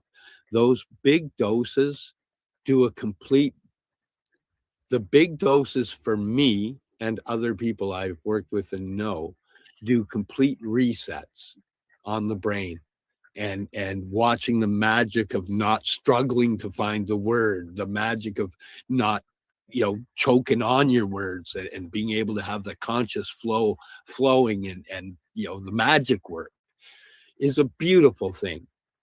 So it's kind of, it was strange that it was like I was kind of in that, oh no, another concussion. And okay, let's get to work. And then out of the blue, I get this magical moment that I'm pretty excited about, actually. And I'm excited for you. Yeah, it's because it is in the town where magic mushrooms were introduced to the Western world. Maria Sabina is the person that did the first journey on any person from the Western world, and that was with George Wasson, wasn't that his name, George Wasson? And it's the first time I was there, it was all just a wow, because I couldn't believe I was there, because 5 years ago we went there and we did a mushroom journey, a daytime journey, and went up to Maria Sabina's shrine and sat in the mountains and just enjoyed. But it was just a happening. There wasn't the plan, right? We went to go see the museum. We went to go see the shrine. We didn't go to, there wasn't a plan. And this one, with it actually being a plan, is a little different. Yeah, it's a little different. I'm going in with proper intent, and intent is so important when you do any of these medicines. And with this now, I get to put in serious intent for, heal. I want the next level. I want the next level. Just as you heal you prove healing is possible. And with people in my family, sometimes they just need the proof. And I'm more than happy to be the proof. So this is pretty damn exciting. It is. And with that, it's already time. Well, thank already you for joining us here for the Mushy Moment for January 6th, 2026. And we'll see you next Tuesday. Sorry, I was getting all emotional and I lost my brain for a minute. Take it away, Cindy. Thank you so much for joining us. Happy New Year on behalf of both Steve and I, and we'll see you next Tuesday. Bye. You're listening to the Pace Radio Network here at paceradio.net. The opinions of the individuals during this broadcast are their own and may not be the opinions of their group or other organizations they may be involved with. All medical advice during our broadcast is not a medical opinion and should be checked with your medical physician. Enjoy the buzz of legalization with Campbellford Lifestyle Shop. From lights to plant nutrients, books, consumption accessories, and more, we've got all your basics to grow or consume cannabis. Visit our info center or take a look at our piercing services and body jewelry, now available in-store through Campbellford Lifestyle Shop, 17 Bridge Street West, Campbellford. Limestone City Hydroponics is Kingston, Ontario's hydroponics shop. Take your growing to the next level and create the optimal environment with a tent kit or maximize your yield with an ebb and flow flood table kit. Either way, Limestone City Hydroponics has more sizes and options to fit your needs. Are you looking for the power of the sun that adapts to your budget? Then look no further, as they have professional grow lighting. They have indoor grow systems that are easy and cost effective with many options to fit your living space and lifestyle. Cultivate your growing potential. We have everything you need to succeed. And if you can't make it to the store, they offer local delivery to the greater Kingston area. Remember, when you're looking for experts to help you grow, then look no further than the locally owned Limestone City Hydroponics, 105 Sunderland Drive in Kingston, Ontario. Call them at 613-548-0420. We are people advocating cannabis education here at paceradio.net. Stay tuned. We'll be right back after this toke.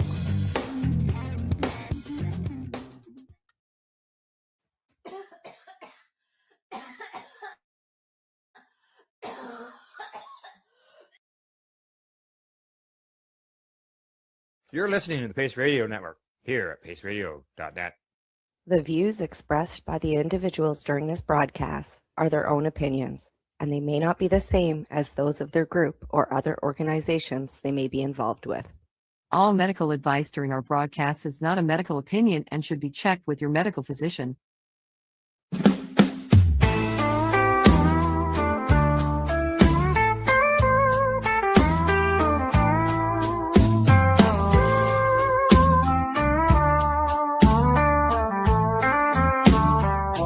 Look at all that money, yeah, the money that they've spent. Take another look and take some time for him. Don't cut trees for paper, 'cause it hurts the environment. Stop deforestation, yeah, it's time for him.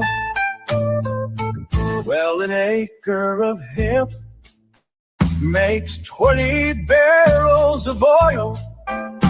No need for pesticides to poison all our soil.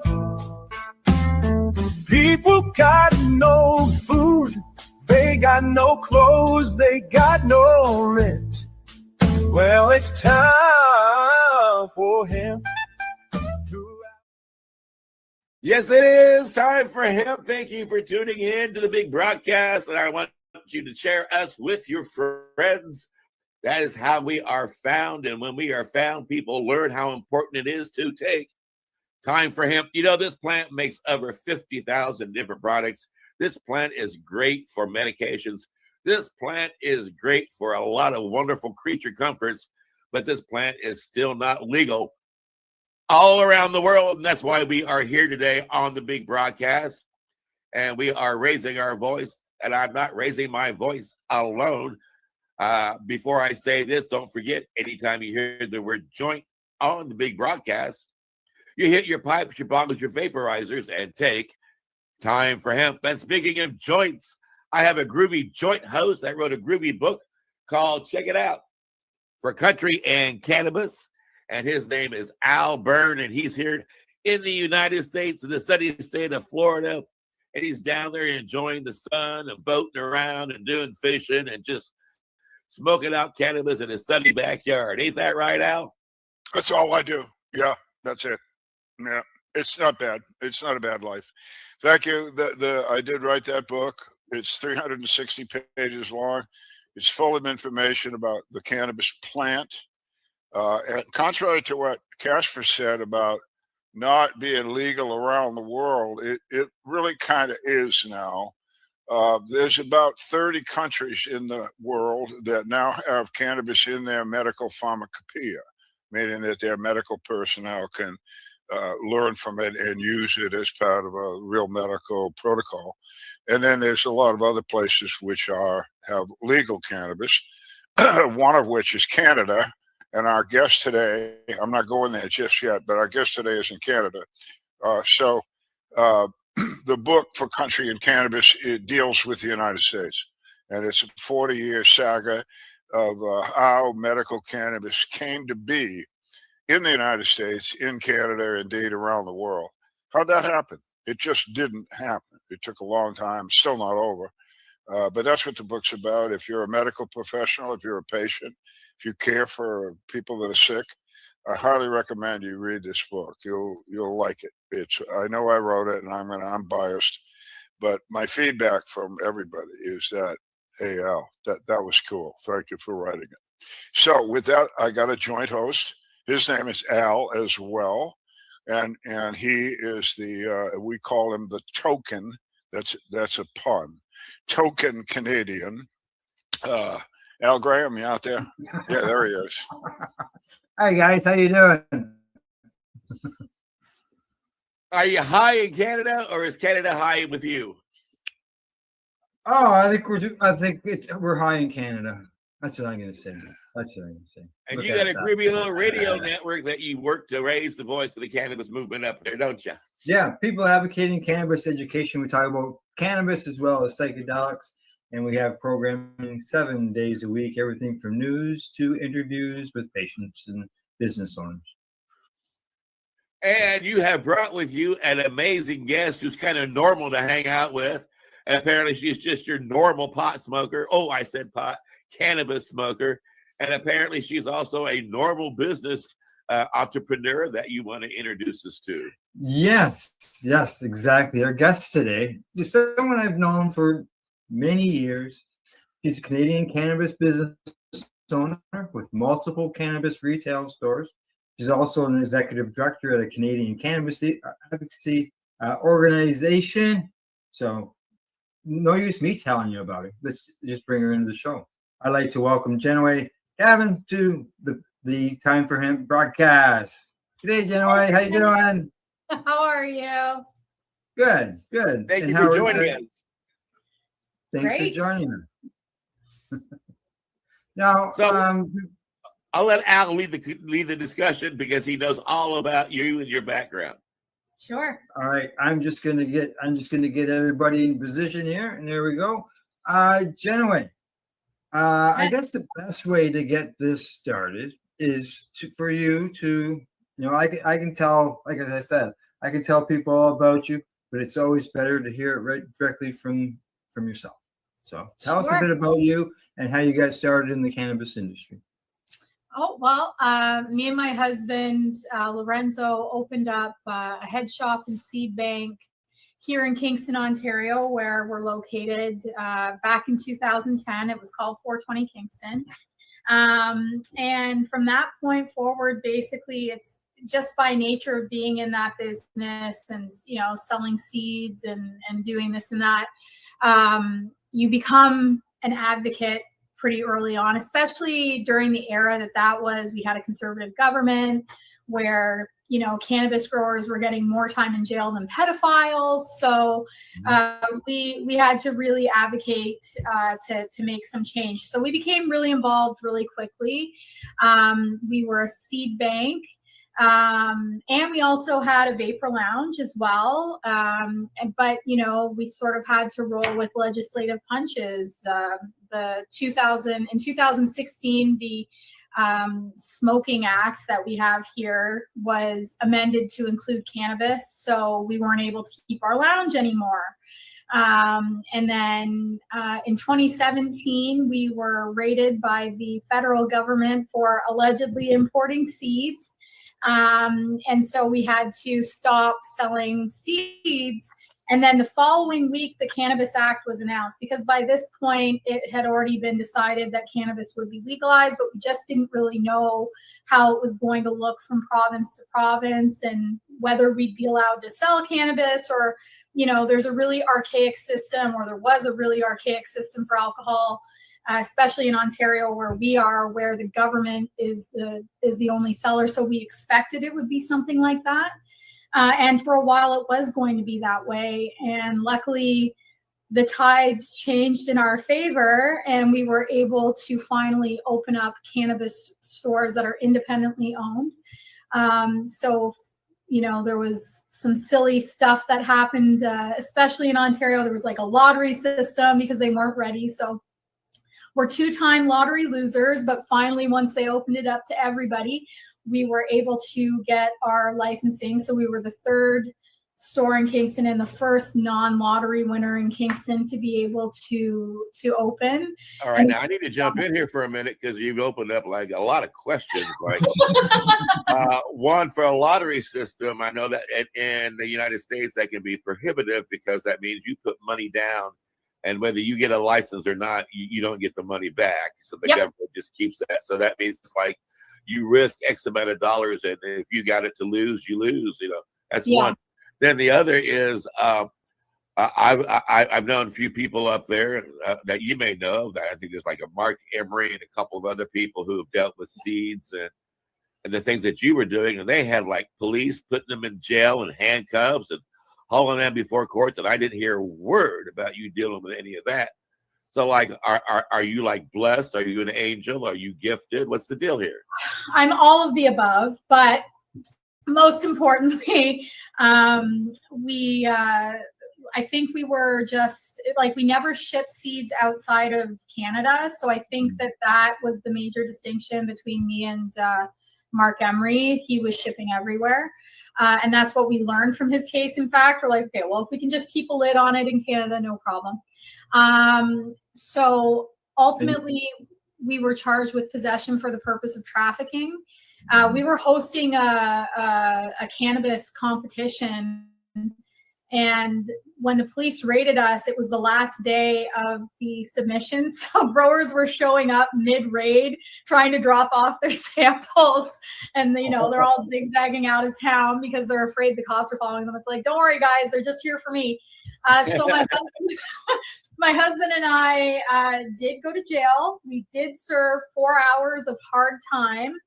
And then they let us go after they realized, like, all they're going to get from us is seeds. We didn't, you know, they were looking for weapons. They were looking for hard drugs or other stuff. But really what they got was, you know, a bunch of marketing material and seeds and, you know, our own personal cannabis, that sort of thing. Now and of course the entries. That's another question too. I know my two joint hosts have a handful of questions as well, but our audience might not be exactly acquainted with what a seed bank is. And if you're still doing a seed bank, does that mean I walk in and I deposit 200 seeds and then next week I come out and withdraw 500? That's funny. And I want a loan. I want a loan of 2,000 seeds. Right? So it was, so basically what a seed bank is, and well, what it was a place that people could buy seeds from. So we were storing especially European genetics. We had a lot of experience with Dutch and Spanish breeders, and so we were allegedly importing those from European countries and making those partnerships. So brands you would be familiar with, and technically like DNA Genetics, Dutch Passion, Canavia, Greenhouse, a lot of the sort of commercialized coffee shop companies, those were who we were dealing with and reselling. So ordinarily in an unregulated market, people would be buying seeds from an online source, but we were selling them in person and online. And now we are still selling seeds, but because the seeds have to be regulated and produced by a Canadian producer, the seed sales are like 0.6% of our total sales at this point. It's a real shame, actually. Wow. Legalization brought death of the grower and death of the head shop. Jen, wait a minute, Casper. Let me have a turn. Come on. He's wired today. Ahead, Al. We talked to him about this before the show about how he is. But Jen, I want to. You just sort of created yourself in 2010. All of a sudden, you're in cannabis. I want to know how you got there. You didn't just show up one day. How did that? So it's a funny story. I used to work for telecom companies. So you might be familiar with BlackBerry. That's a Canadian company. I have a patent with them for like a voice text thing, and my job was like an intraday thing. And then I met my now husband at a Bell subsidiary, which is a telephone company subsidiary anyways. But we both hated our jobs and got fired within months of each other.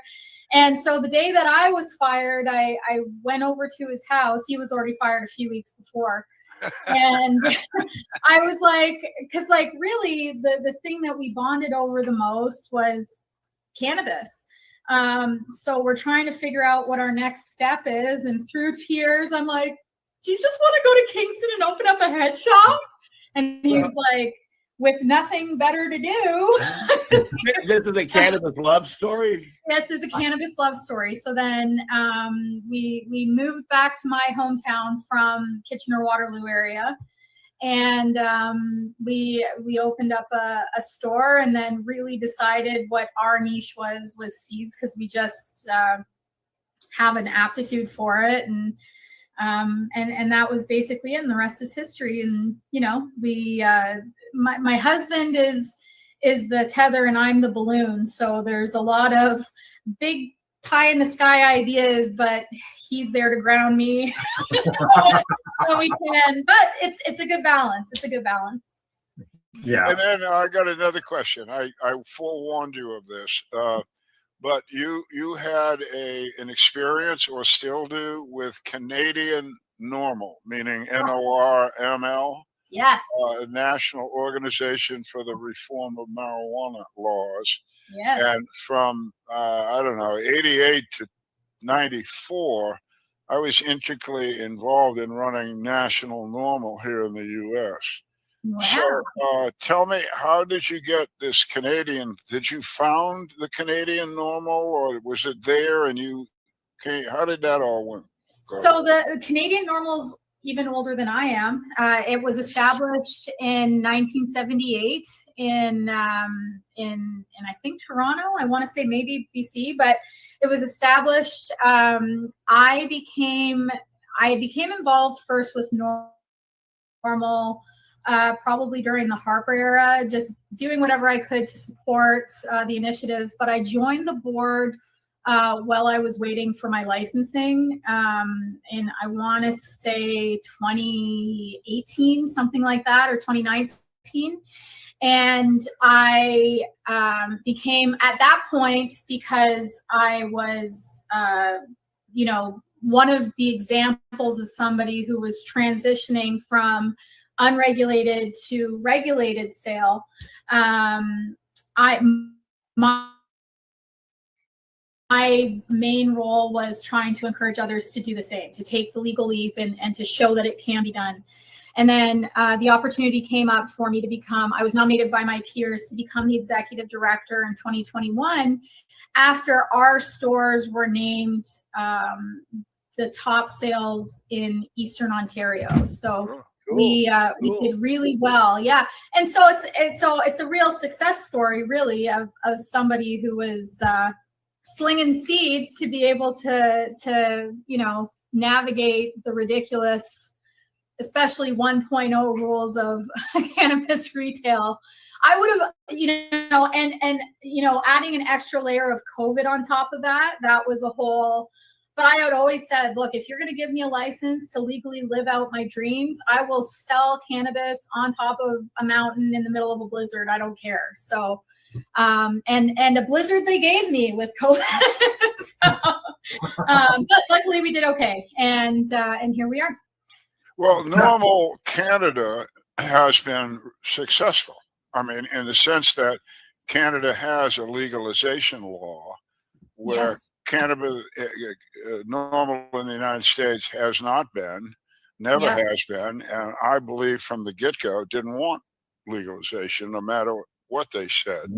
And I bring that up in my book. That the lawyers that ran national normal United States were defense attorneys. How do you make money as a defense attorney? First, you have to have an illegal drug and somebody that uses it, then you make money. So the whole concept of guys making money off of cannabis being illegal or wanting it illegal never didn't get through to me when I was running the place. And and I think that my hunch, if you will, was correct. And so I went off, as you will find in my book, to initiate the conversation about medical cannabis in the world, and we were successful.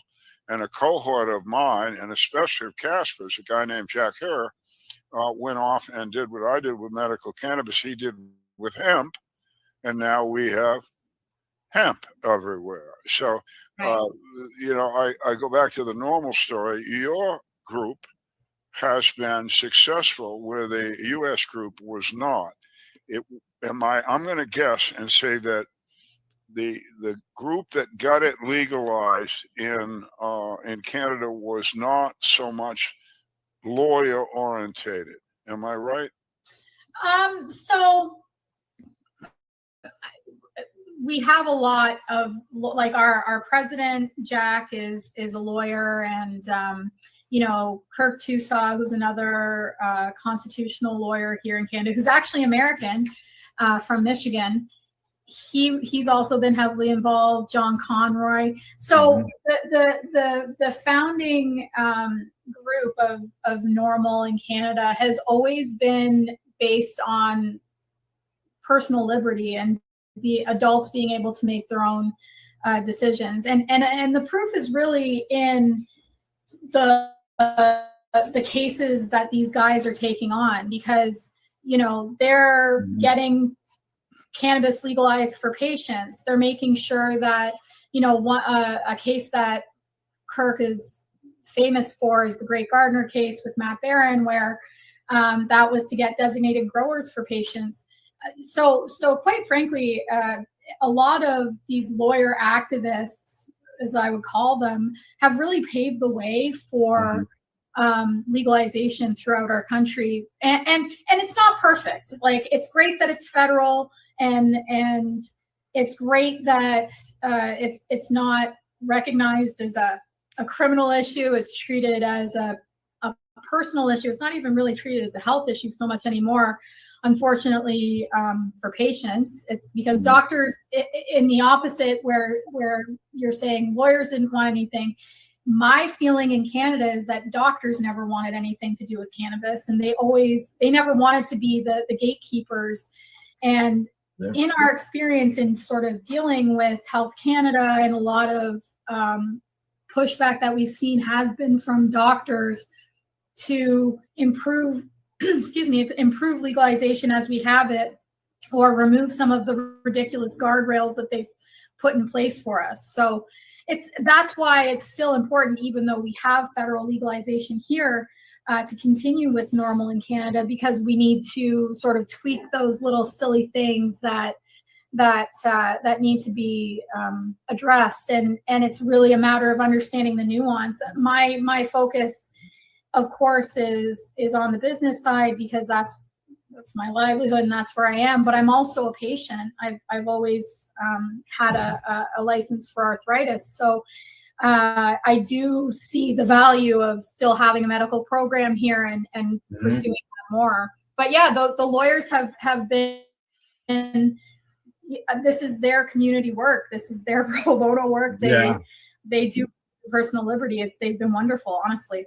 Well, that's good to hear. I was hoping I was wrong, and I think I am. But well, good. Yeah, we're getting close here to the end of a half hour. But just one more normal thing: you were nominated by your peer group to be the executive director, the boss in my world. Is that because Normal or Canada is looking more towards a business influence with cannabis, or are you just a natural leader and they want a leader? Well, I want to say both.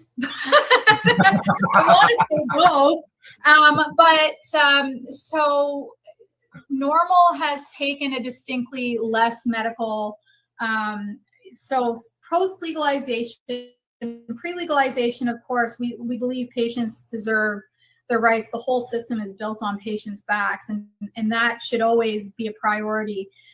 But I also do believe that patients need their own patient advocacy groups, because as a recreational cannabis seller, regardless of what my personal, prescription situation is or whatever, it's really important that they have representation that addresses their needs, and it's less about getting stoned and more about literally treating themselves. So I think there needs to sort of still be both, and it needs to be sort of separate, because the business side of it does not ever care about the patient side of it. That's like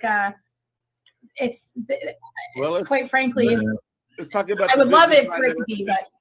Let's talk about the business side of it on the second part of this interview. And I would encourage people to make it a point to tune in to the next segment, because we have so much more to share. And I know that my joint host want to also say a word or two before we part ways. Albert. Yes, I have a word or two. Thank you. That was a very interesting talk you gave us, and I'm looking forward to the next half where I get to ask some really difficult business questions. I just want to point out that the lawyers that Genoway mentioned that are involved in Normal, Kirk Tusaw, John Conroy, our audience would know about the Owen Smith case that opened up the edibles and so much more for the patients. They were the lawyers that were on that case. Oh, okay. All right. All right. That gives you a better idea on where they stand on the whole idea of cannabis. Right? And you can find out more about that on the PACE network, right, Al? Yes, you can. That's right. All right. People advocating cannabis education. And we do encourage you to go to timeforhemp.news. There's lots of free downloads, podcasts you can learn from, music you can share with your friends. And that way you can help us raise the voice of the whole world's movement, telling everybody how important it is to take time for hemp.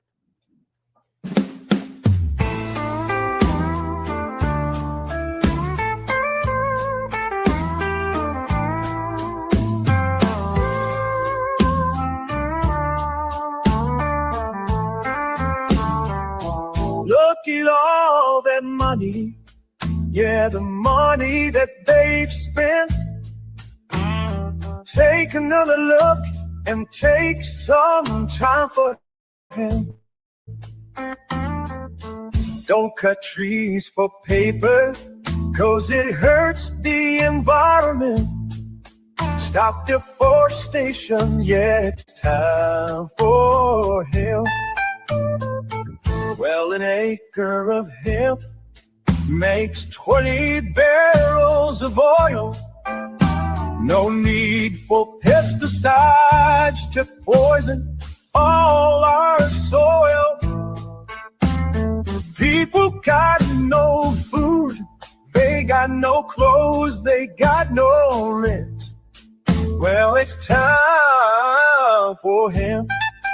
Throughout Earth's history, hemp has been used, no mystery. Hemp was legal to pay your taxes for more than a century. Check your faxes. The founding fathers make sense to me. It's time to grow hemp legally. Think of all its uses. It's money that's well spent. Right now, no excuses. It's time for hemp. Sustainable green industry, that's our intent. A better place this world will be. It's time for hemp. Fuel and food and clothes and soap, housing, cars, yeah, cars, no joke. Henry Ford built a car of hemp. It's time for us to do it again. People be employed with balanced farming as it's meant. Right now, it's time for hemp. Hemp is a true necessity for the wealth and protection of this country. These are words of Jefferson Thomas. He grew hemp. Why not us? It's time to lift the hemp ban. It's time to lift the hemp ban. Yes, we can. I know we can. We can make a difference. Yes, we can. Yes, I know we can. We can work together and lift the hemp ban. Look at all that money. Yeah, the money that they've spent. Take another look and take some time for you. Don't cut trees for paper, cause it hurts the environment. Stop deforestation. Yeah, it's time for hemp. Time for Hemp is a Pace Radio Network content provider. You're listening to the Pace Radio Network here at paceradio.net. The opinions of the individuals during this broadcast are their own and may not be the opinions of their group or other organizations they may be involved with. All medical advice during our broadcast is not a medical opinion and should be checked with your medical physician. Enjoy the buzz of legalization with Campbellford Lifestyle Shop. From lights to plant nutrients, books, consumption accessories, and more, we've got all your basics to grow or consume cannabis. Visit our info center or take a look at our piercing services and body jewelry, now available in-store through Campbellford Lifestyle Shop, 17 Bridge Street West, Campbellford. Limestone City Hydroponics is Kingston, Ontario's hydroponics shop. Take your growing to the next level and create the optimal environment with a tent kit, or maximize your yield with an ebb and flow flood table kit. Either way, Limestone City Hydroponics has more sizes and options to fit your needs. Are you looking for the power of the sun that adapts to your budget? Then look no further, as they have professional grow lighting. They have indoor grow systems that are easy and cost effective, with many options to fit your living space and lifestyle.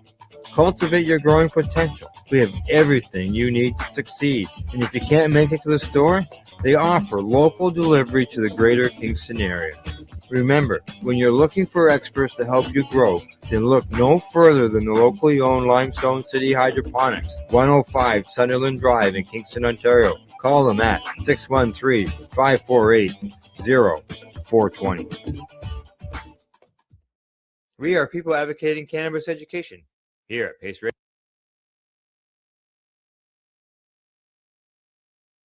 Coming to us from Marijuana Moment, DOJ could ignore Trump's cannabis rescheduling directive, congressional researchers suggest. What? In the days since President Donald Trump signed an executive order on cannabis rescheduling this month, there has been some misreporting that the deal is officially done. But as congressional researchers note in the new paper, the recall classification must still be finalized. And there's a chance the Justice Department could opt to start the process all over again, or even not even complete it at all. What the president did, though, through his executive action, was to direct the Attorney General to expeditiously complete the process of moving cannabis to from Schedule 1 to 3 of the Controlled Substances Act in accordance with a proposed rule initiated under the Biden administration. Short of that sign-off, cannabis still remains Schedule 1 drug. Yeah. At the time the executive order was issued, the agencies had not taken final action on the proposed rescheduling, and it remains to be seen whether and when they will do so. This is coming from the Congressional Research Services, and they said this in an analysis published, last week. It remains to be seen whether the DOJ will take final action to reschedule cannabis, and if so, when and how the agency will act. So far, the Justice Department has been silent on potential next steps. Attorney General Pam Bondi did not appear at Trump's signing ceremony for the cannabis executive order, and DOJ has not responded to repeated requests for comment from Marijuana Moment.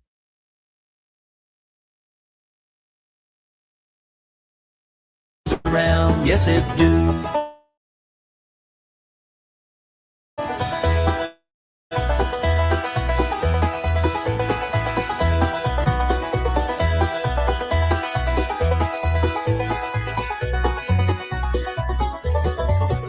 Ancient wisdom in the ground, family roots run deep and sound.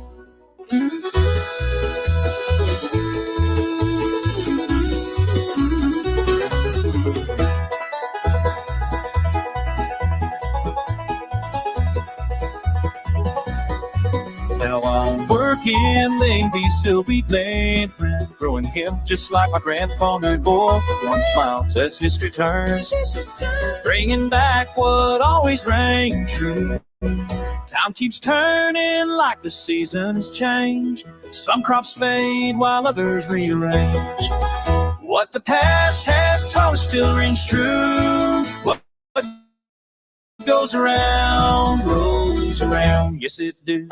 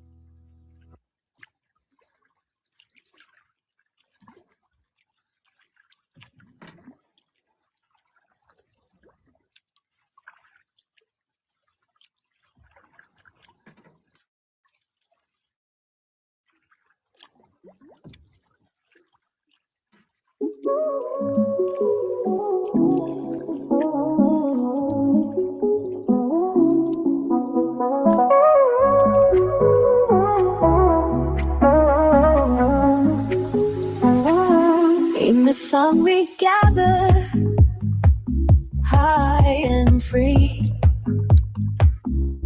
feet up, toes in the sand, come what may. Laughter rings out, daydreams fly underneath the warm golden ray.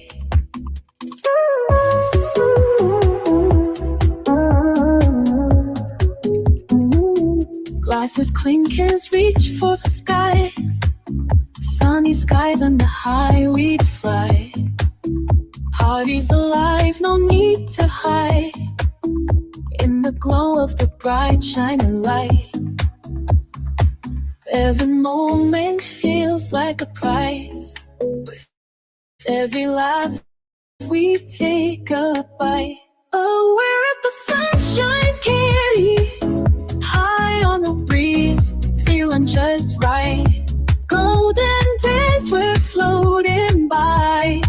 In the sunshine we're never lonely.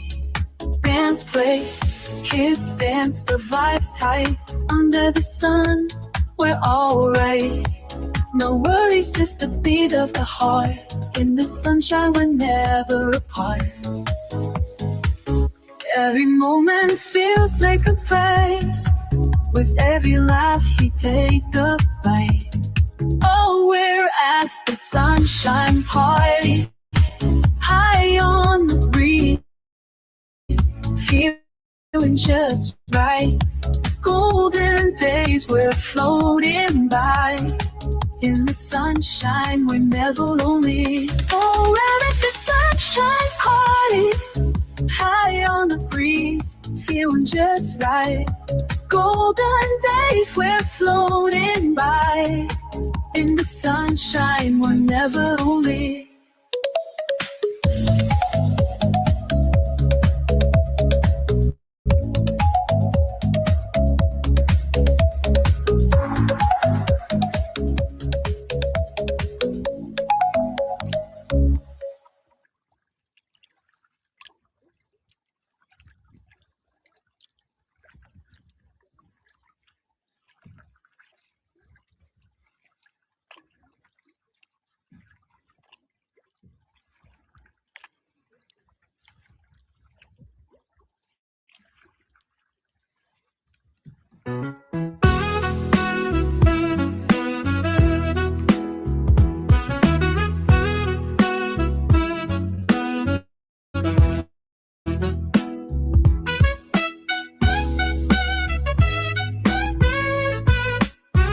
I saw you standing there, a spark in your eyes.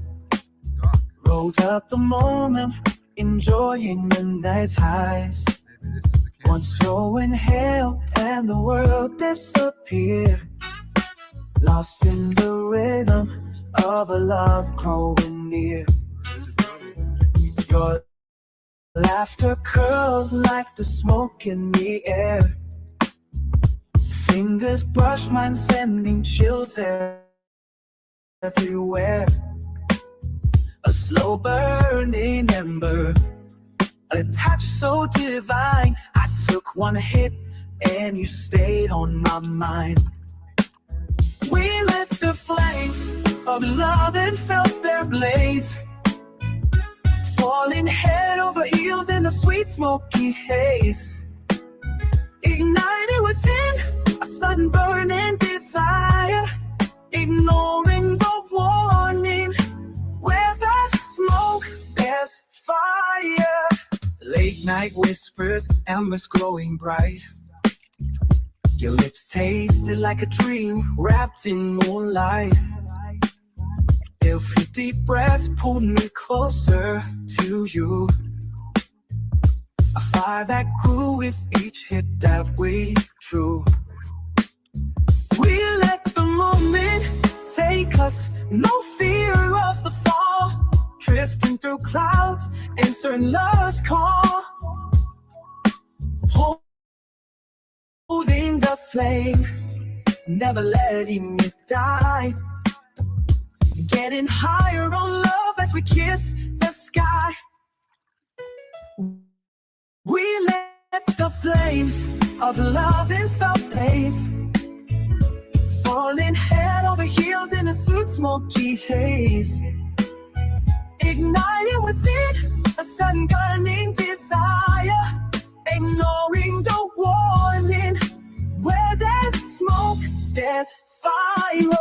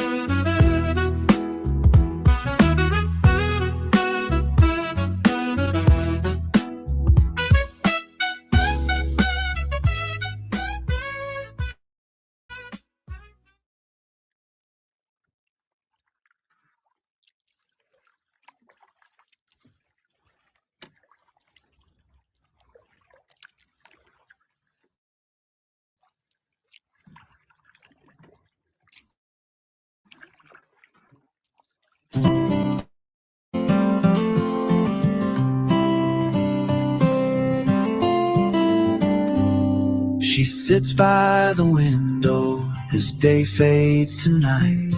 The weight of the world's getting lighter. Her shoulders relax as she breathes in deep, and everything feels a bit brighter. The chaos that follows her starts to dissolve, like clouds drifting off in the breeze. Time slows down, the smoke rises up, and the sun sets low. The evening light brings her home to a place where her mind can roam.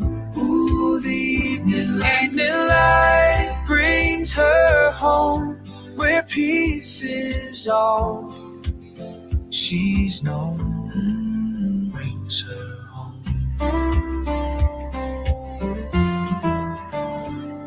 The walls of her room feel warm and alive as thoughts become soft cotton candy.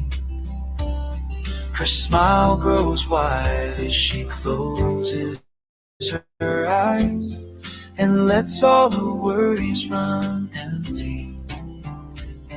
The rush of the day just melts right away, like snow in the springtime sun. Time slows down, the smoke rises up, and the sun sets low. The evening light brings her home to a place where her mind can roam. When in light brings her home, where peace is all she's known.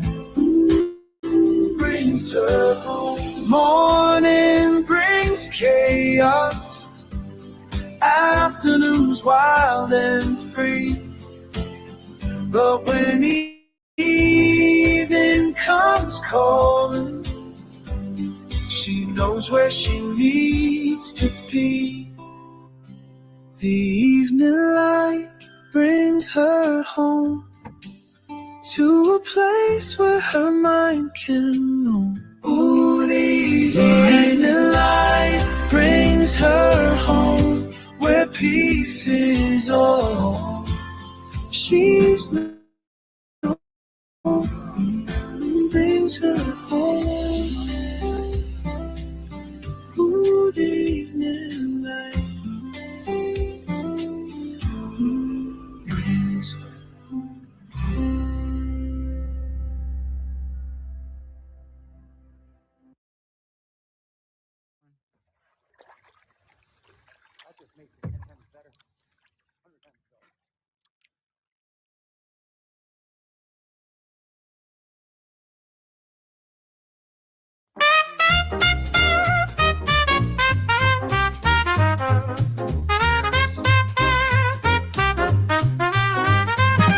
Grandma's got her aches, Grandpa's got his pains. They light up the night, chasing away the chains. Arthritis whispers, but they don't hear the call. With a puff of wisdom, they rise above it all. Backs once stiff, now they sway to the beat. Aging's weight lifted, they're light on their feet. Depression fades, spirits start to soar. Love fills the air like never before. Grandma and Grandpa, they've found their groove, smoking for their joints, making life smooth. The wisdom of time, in the smoke they see the loving world where they're truly free.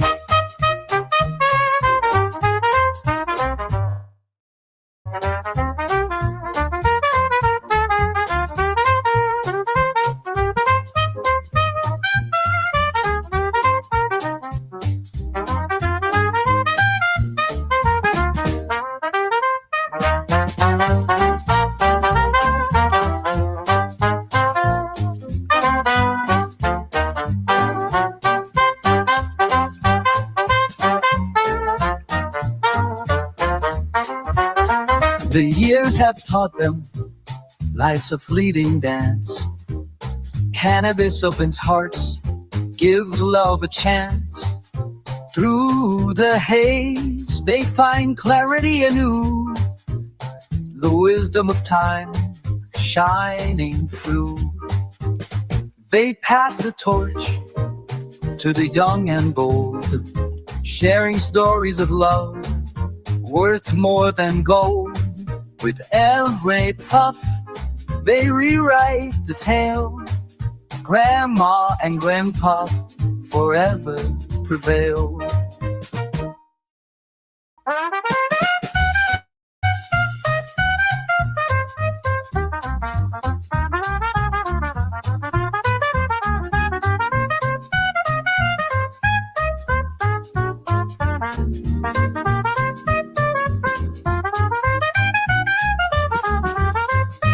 Grandma and Grandpa, they found their groove, smoking for their joints, making life smooth.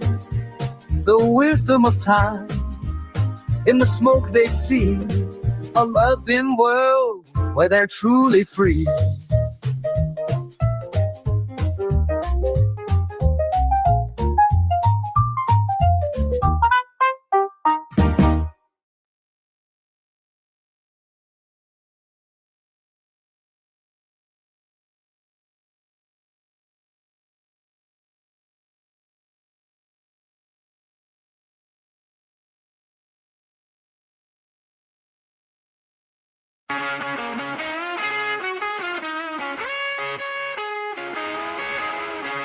I can't believe all the things we've done. Now like a love as us on the run. You must go your way and I must go mine.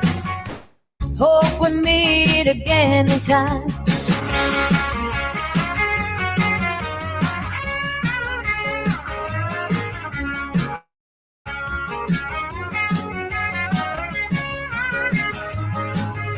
Floating young and wild, chasing midnight skies. Hands in a joint, watching time roll by. From backwoods fires to city lights. Every cup we shared made the world feel right. We in every party made the best of nights. Blazing up strong under neon lights. Laughter everywhere through the haze. Living free in the smoky haze.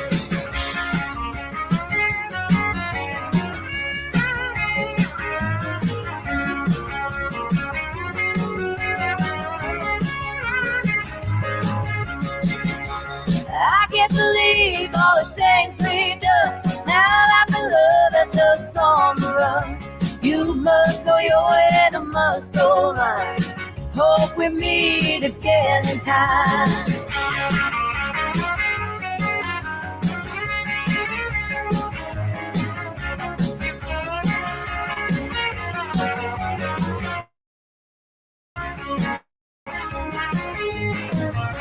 Through the highs and lows, through the darkest days, you always had a spark to light my way. Passing the pipe when the tears would fall, lifting each other, no words at all. Remember that old trick when nothing but drinks. Hot box a car, let the music scream. We made a promise, sealed in a slope, to stay connected when life spoke.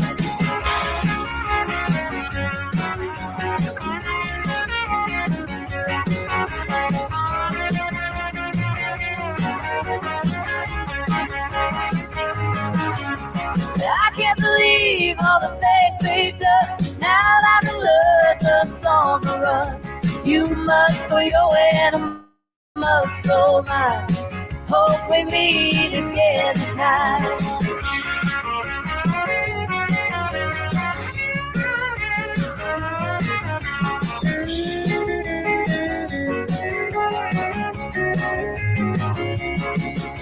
Now you're heading west, I'm staying here. Different paths, but the bond stays clear. So if the rope is rough, don't be alone. Light one up, call me home. Maybe someday when the time is right, we'll meet again on a moonlit night. Until then, keep the flame alive. In every spark, our spirits rise.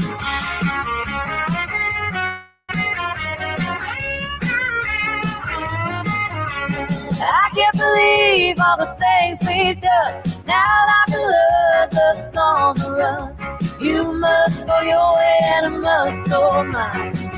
We meet again in time.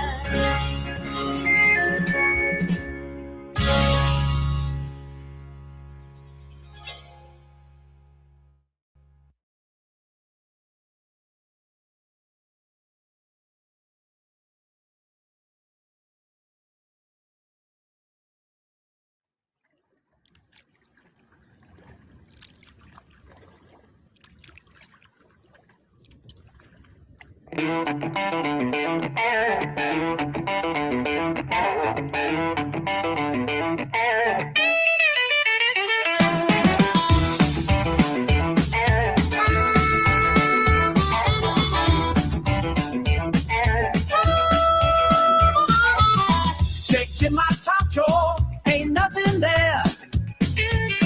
Called up my friend Joe, but he don't care. Looked under my mattress, Lord, what can I say? Where'd all my medicine go today?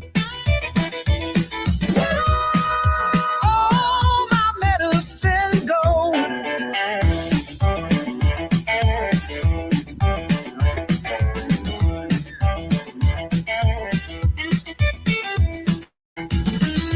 Empty pockets and an empty mind. Been searching all day, can't seem to find. Knocked on 3 doors, but they all say no. Where'd all my medicine go? All my medicine go?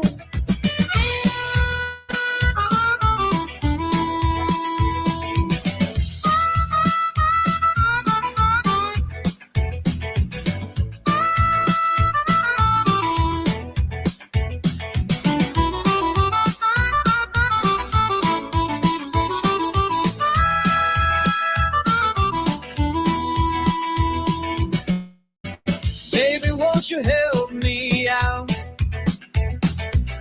Baby, I'm in quite a drought.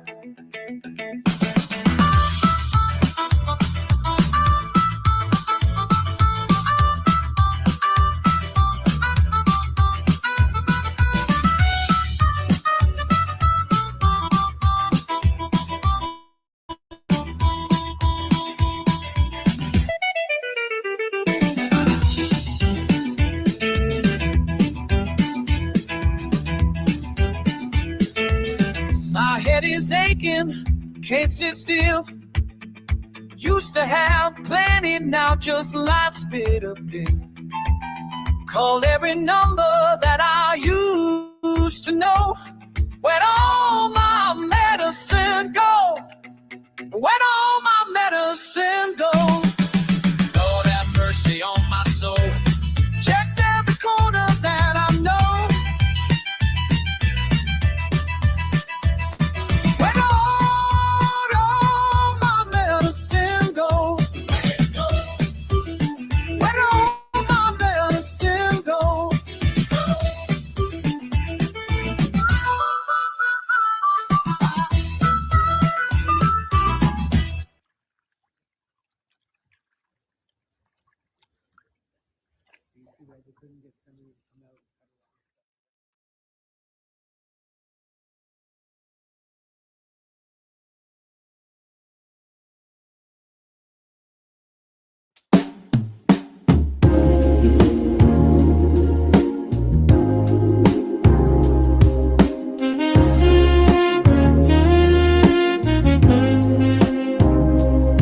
A spark in the dark, a breath so deep. Worries fade as my soul takes a leap. The world looks brighter, colors shine. A peaceful rhythm of love divine. The smoke drifts high like a dream untold. Whispers of wisdom, the stories unfold. The weight of the world feels light as air. Kindness grows where the mind is aware. Marijuana opens the mind and heart, brings us together, not torn apart. Through the haze, the truth is clear. Love and laughter live right here.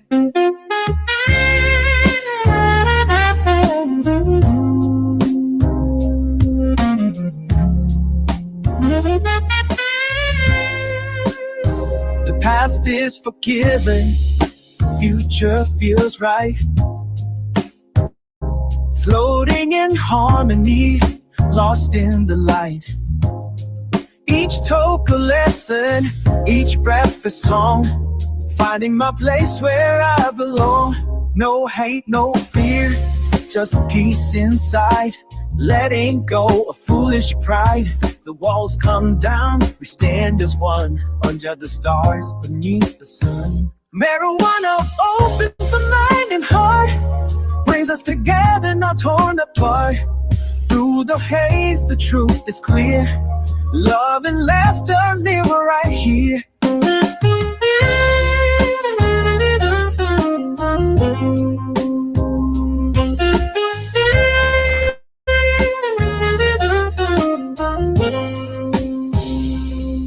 Pass it around, let the good vibes flow. Seeds of compassion begin to grow.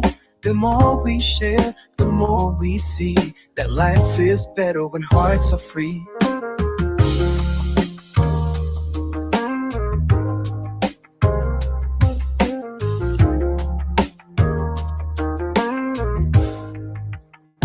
A gift from nature, a sacred spark, guiding the lost out of the dark.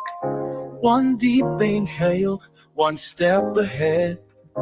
Awakening souls in green we're led. Marijuana opens the mind and heart. Brings us together, not torn apart. Through the haze, the truth is clear. Love and laughter live right here.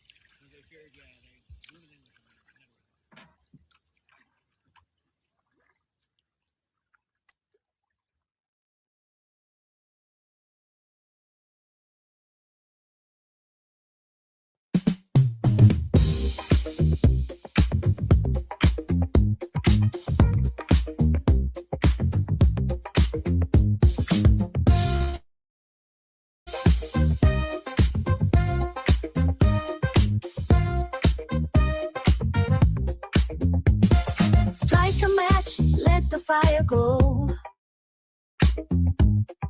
Cherry red, watch it burn real slow.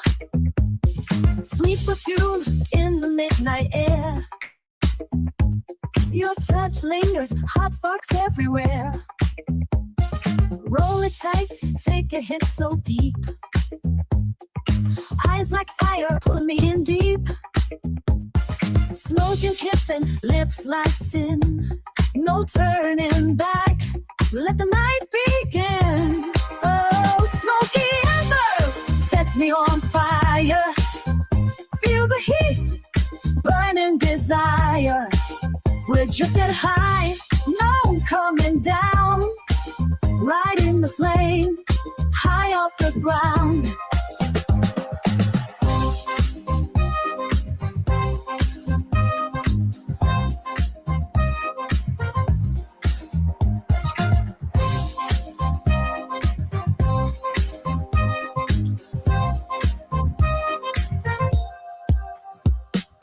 Fingertips trace the edge of the night.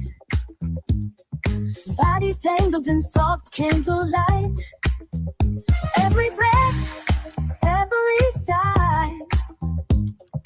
melting into the velvet sky, falling deeper with every toke. Lightning strikes in the curling smoke, river pulsing, heartbeats race. One last drag, lost in your embrace. Oh, smoky burns set me on fire. Feel heat, burning desire. We're drifting high, no coming down. Riding flame, eye off the ground.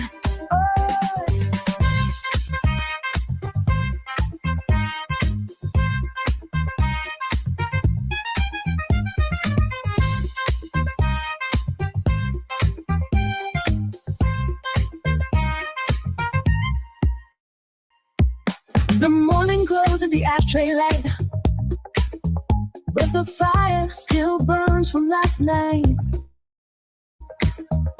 Fingers trace where the heat still clings.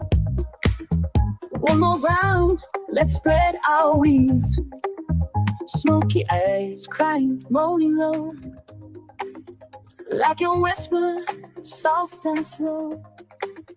Roll another taste, DJ. Let's burn again and fade away. Oh, smoky embers set me on fire. Feel the heat, burning desire. We're drifting high, you're coming down. Riding the flame, fly off the ground.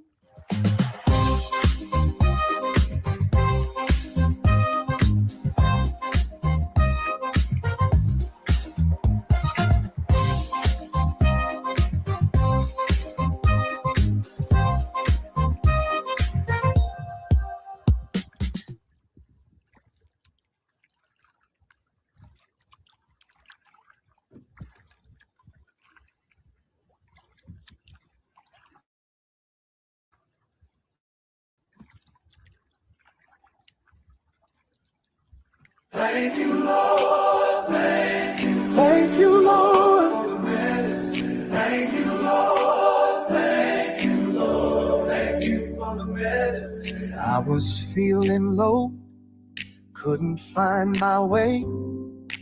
Prayed for some relief most every day. Then you showed me truth in a simple plan. Now I understand this ain't no accident. Thank you for the medicine. Thank you, Lord.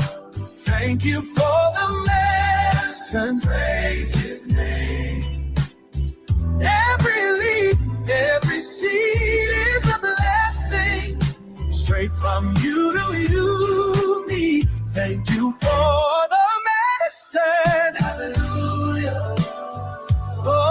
Oh, praise His holy name. Yes, yes, Lord, yes, Lord. Thank you for the natural way. Thank you, Lord. I help folks heal, show them what I found. God's green gift growing from the ground. Some folks judge, but they just can't see. This holy herb's what sets us free. Yeah. Thank you for the medicine. Thank you, Lord. Thank you for the medicine. Praise His name. Every leaf, every seed is a blessing. Straight from you to me. Thank you for the medicine. He gave us everything we need.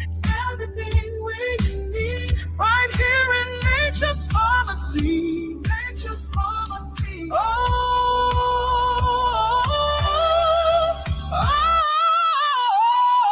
thank you, thank you, thank you. Thank you for the medicine. Thank you, Lord. Yes, I thank you for the medicine. and praise his name. Oh, praise him. Every seed, oh, yeah. Straight from you to me, straight from heaven above. Thank you for the medicine. Thank you for your love. Hallelujah. Thank you, Lord. I said thank you, Lord, for everything you give.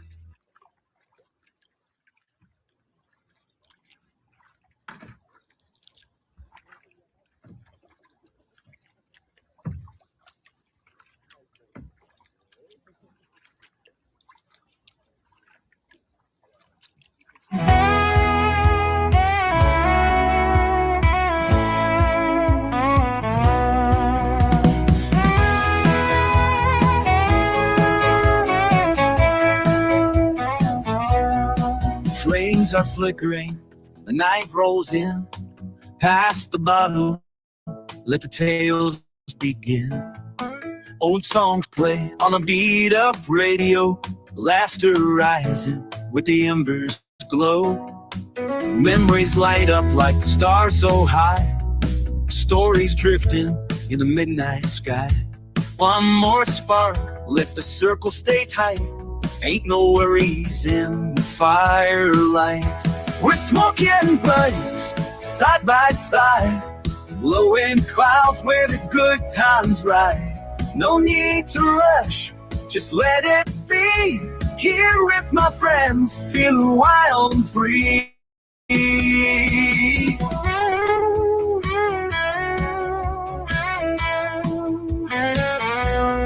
Feet in the dirt, got the sky up above. Sharing the green, sharing the love. Ain't about money, ain't about fame. Just a fire, some buds, and a world untamed. Tales of old days, lessons we've learned. Passing the torch as the fire still burns. Wind in the trees, singing our song. We're here tonight, but the vibe lives on. We're sneaking buddies, side by side, blowing clouds where the good times ride. No need to rush, just let it speed. Here with my friends, feeling wild and free.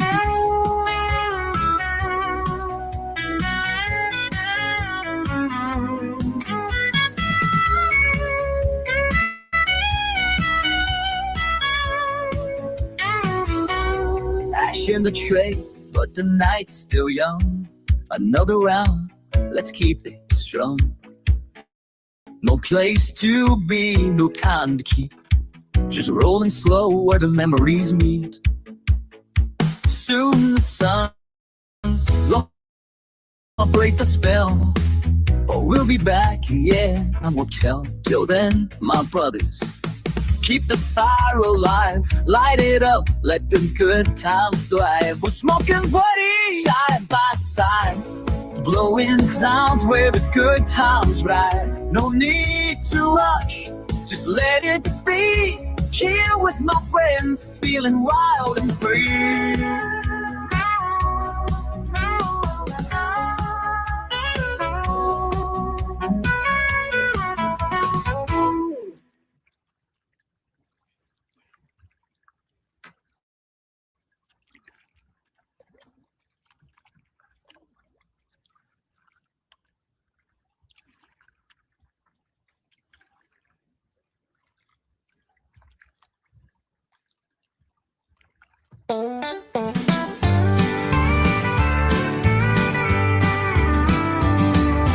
Passing the lighter, a spark in the night. Eyes meeting quick like a flash of delight. Your laugh, it echoes, it curls and it spins.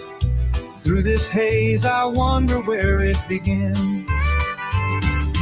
Fingers brushing, the joints getting low. Your smile's brighter than the embers glow. Words drift like smoke, thick in this space. Suddenly lost in the shape of your face. We're like the sweetest haze, hearts igniting in a fiery blaze. Rolling love under the starry skies. Smoke signals floating where hearts collide, collide. Time moves slower with every inhale. Your touch sends shiver sails without a sail. Ashes fall softly like moments we see. Craving the future while lost in what'll be.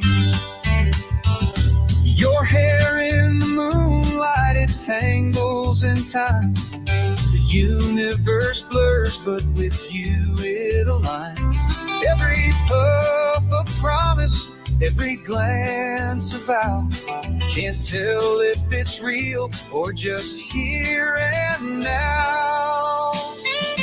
Breathing you in like the sweetest haze, hearts igniting in a fiery blaze.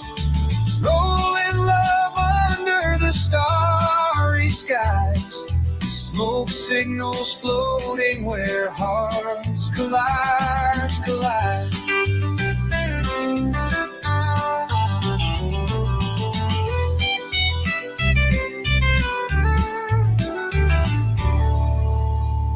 Time moves slower with every inhale. Your touch sends shiver sails without a sail.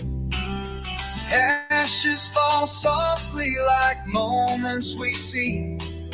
Craving the future, wail hearts collide.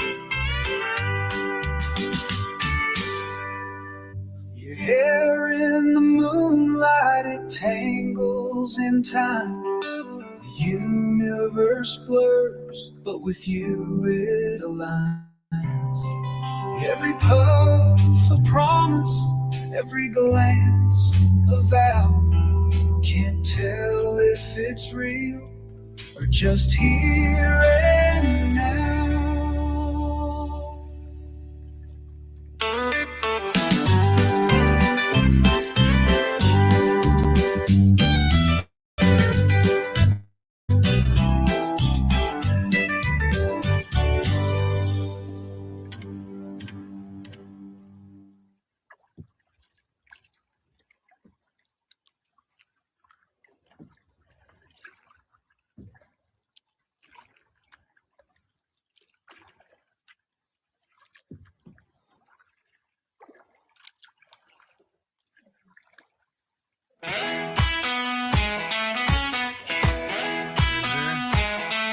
Sweet summer rides at night, windows down and wide. Borrowed dad's old car, didn't drive too far. Just around the bend, with my closest friends, passing clouds of fun, setting summer sun. Where did all those summer nights go? Where did they all go? Like the wind that used to blow through my wild and wasted world below. Those summer nights go. Winding weekend ways through the hazy days, sweet smoke in the air, not a single care. Radio turned high, stars across the sky, making time stand still, rolling down the hill. Where did all those summer nights go? Where did they all go? Like the wind that used to blow through our wild and wasted world below. Where did all those summer nights go?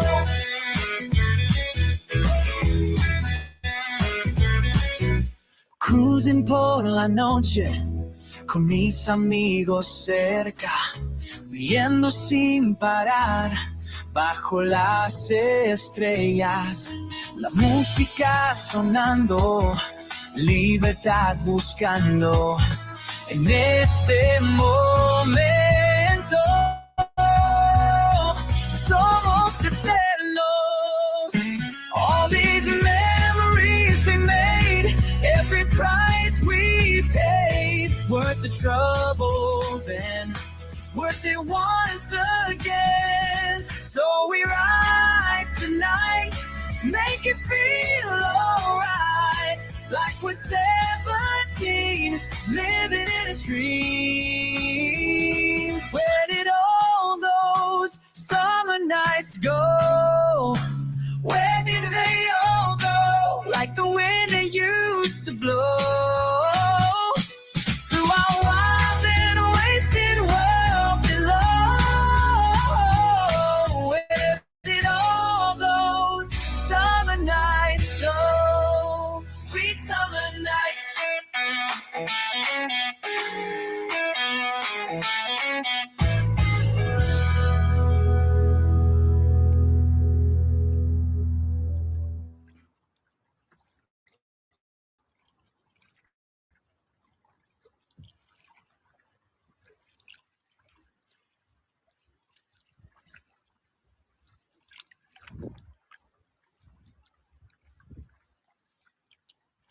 Hemp is a gift to all mankind.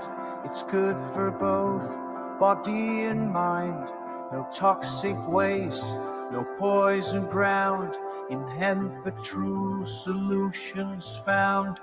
A crop so kind, oh pure, so wise. A gift of nature, legalize.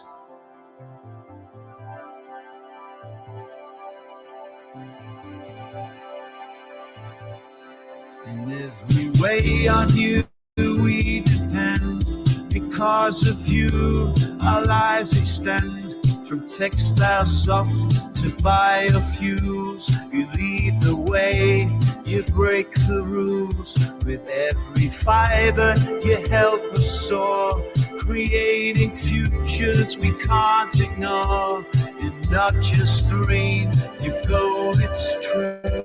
In a world of chaos, we lean on you. Almighty and so strong and true, with endless gifts in all you do.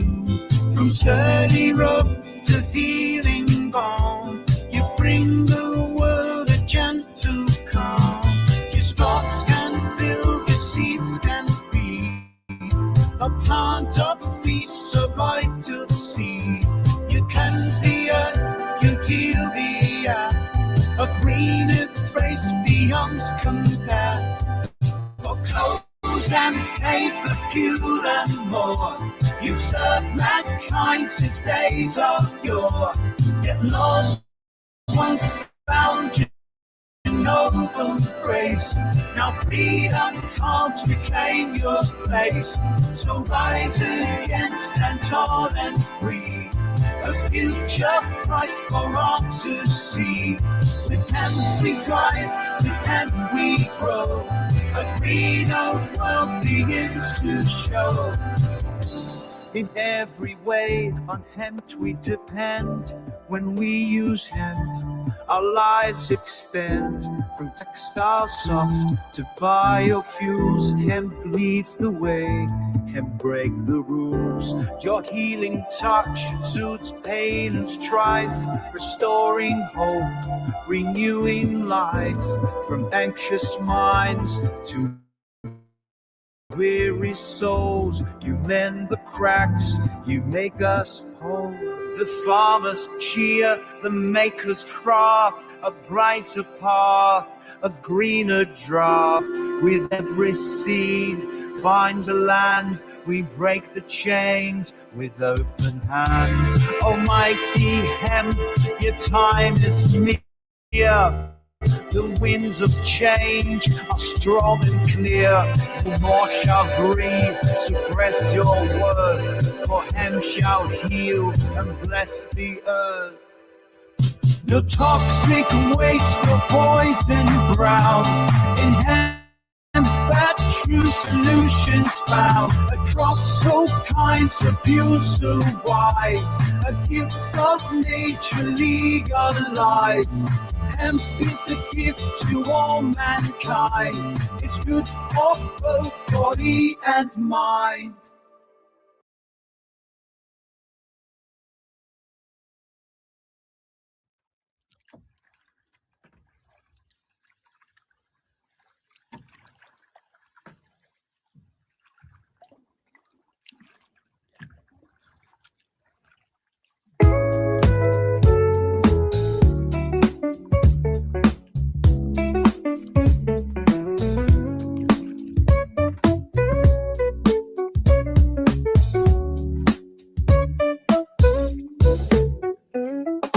Sitting in the sun, you and me,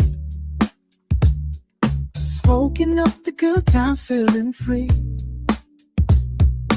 Rose piano plays like a lullaby underneath the sky. We're high and fly. Sunshine friends, you're smoking in the light. Gospel harmonies, singing out tonight. Carefree days we'll never forget. In the warmth of the sun, our love complete. Laughter echoes through the golden haze. Hand in hand, we'll chase the days.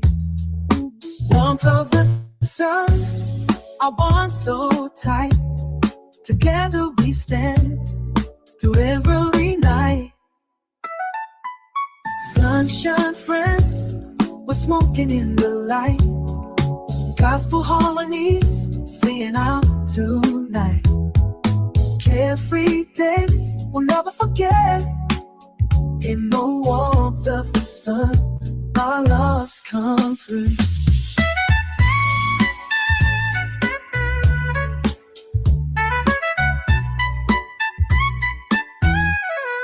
Sunshine fresh, we're smoking in the light. Gospel harmonies, singing out tonight. Carefree days we'll never forget. In the warmth of the sun, our love's complete.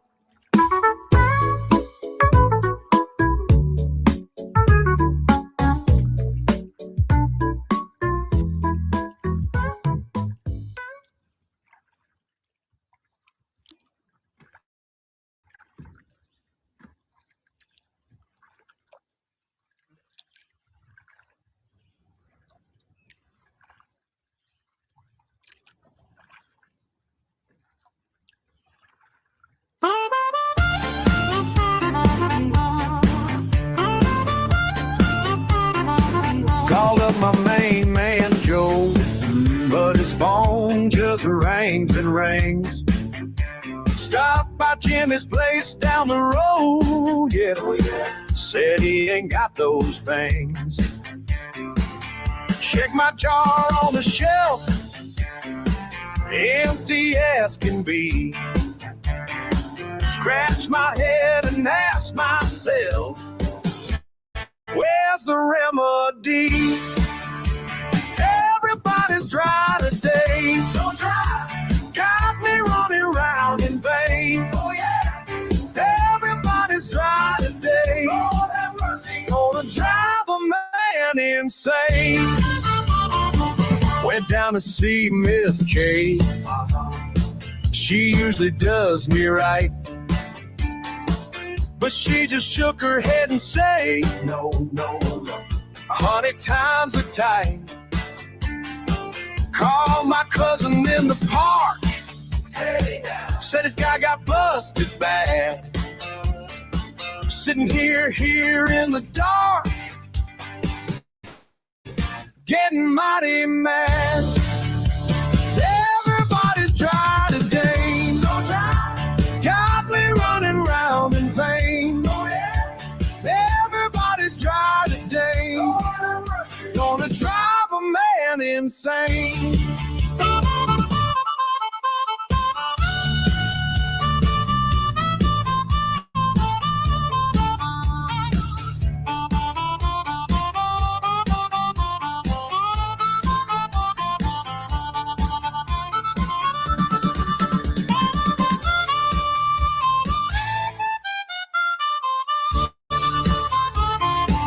Last stop was Big Lou's shop, where luck is always good. But even Lou just had to stop. Said he wished he could.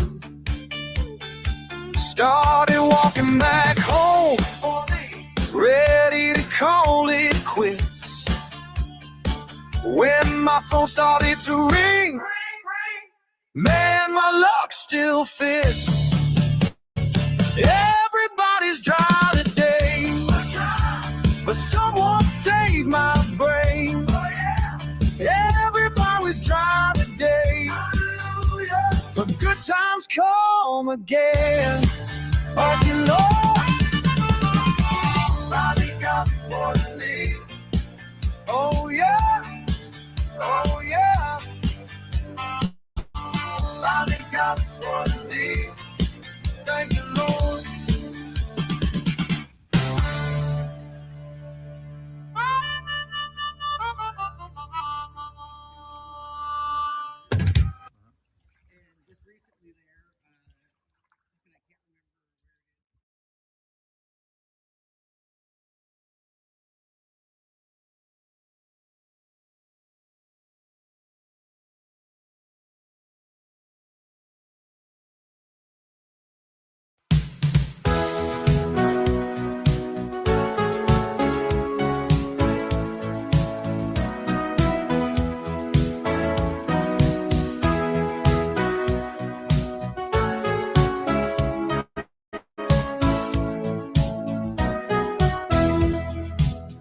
Under the starry sky we laughed and shared a joint. The moon was full, our hearts began to ignite. We danced in the cool breeze beneath the twinkling lights. In this moment nothing else mattered, just us and the night. We walked along the shore, our feet left prints behind. Stars above like diamonds in the sky shining bright. Each step we took, our hands found each other's. In this dance of fate, love began to take root. The world around us seemed to fade away, just you and me, under the vast open sky. Love blossoms in the wind, so pure and free. Our hearts beat in sync in this magical spree. Stars above guiding us, our love story to be together forever in the night, in the sea. We lay down on the grass, watching the stars above, promising to always be here no matter what. The night was young, the future so bright. With you by my side, I knew I could fly high. We talked about dreams, shared our deepest fears. In this quiet moment, we found our desires. The stars above witnessed our pledge, a promise to cherish every single day, every month, every age. The world around us seemed to fade away, just you and me, under the vast open sky.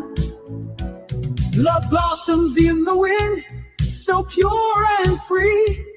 Our hearts beat in sync in this magical spree. Stars above guiding us, our love story to be together forever in the nights, in the sea.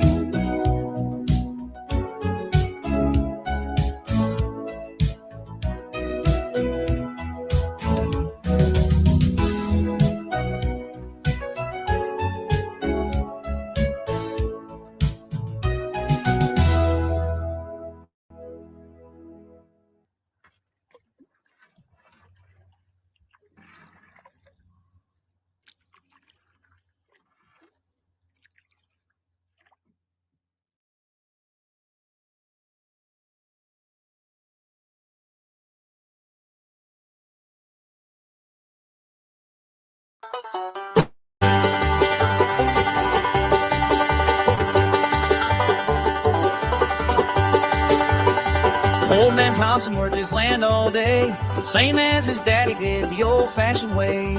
Cotton corn was all he'd known till the government man came down that road. Said we need your help to win this war. Hemp for oats and so much more. Thompson stood there, scratched his chin, said, when my country needs it, I'll begin. Hemp for the Navy, hemp for the ships. Every strand we grow helps our boys come home. Set our fighting men free.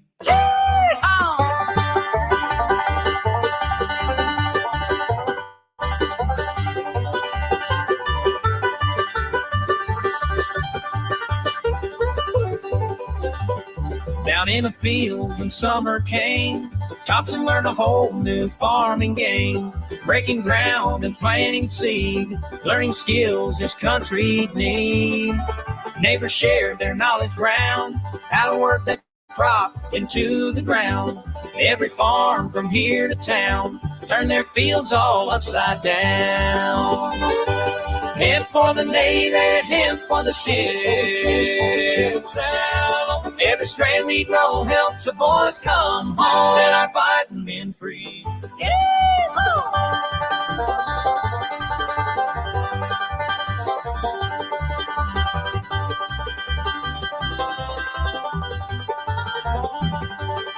When evening falls, he stands alone, reading letters from his son back home, fighting somewhere across the foam, on ships held strong by Kentucky grown. Harvest time brought calloused hands, working with local farming bands, breaking stalks in all the sun. Everyone pitched in till work was done. Thompson smiled with honest pride as wagons rolled out packed inside, and fiber strong and straight and true, doing what Kentucky folks could do. Hemp for the Navy, hemp for the ships.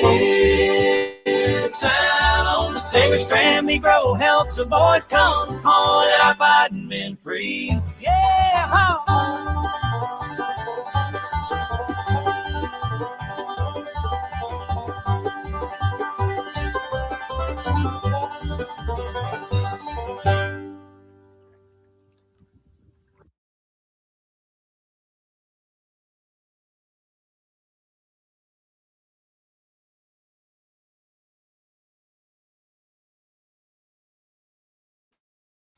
Re-rolled Saturdays. Check it out. Nothing but. You're watching the 420 Pace, found at 420pace.ca.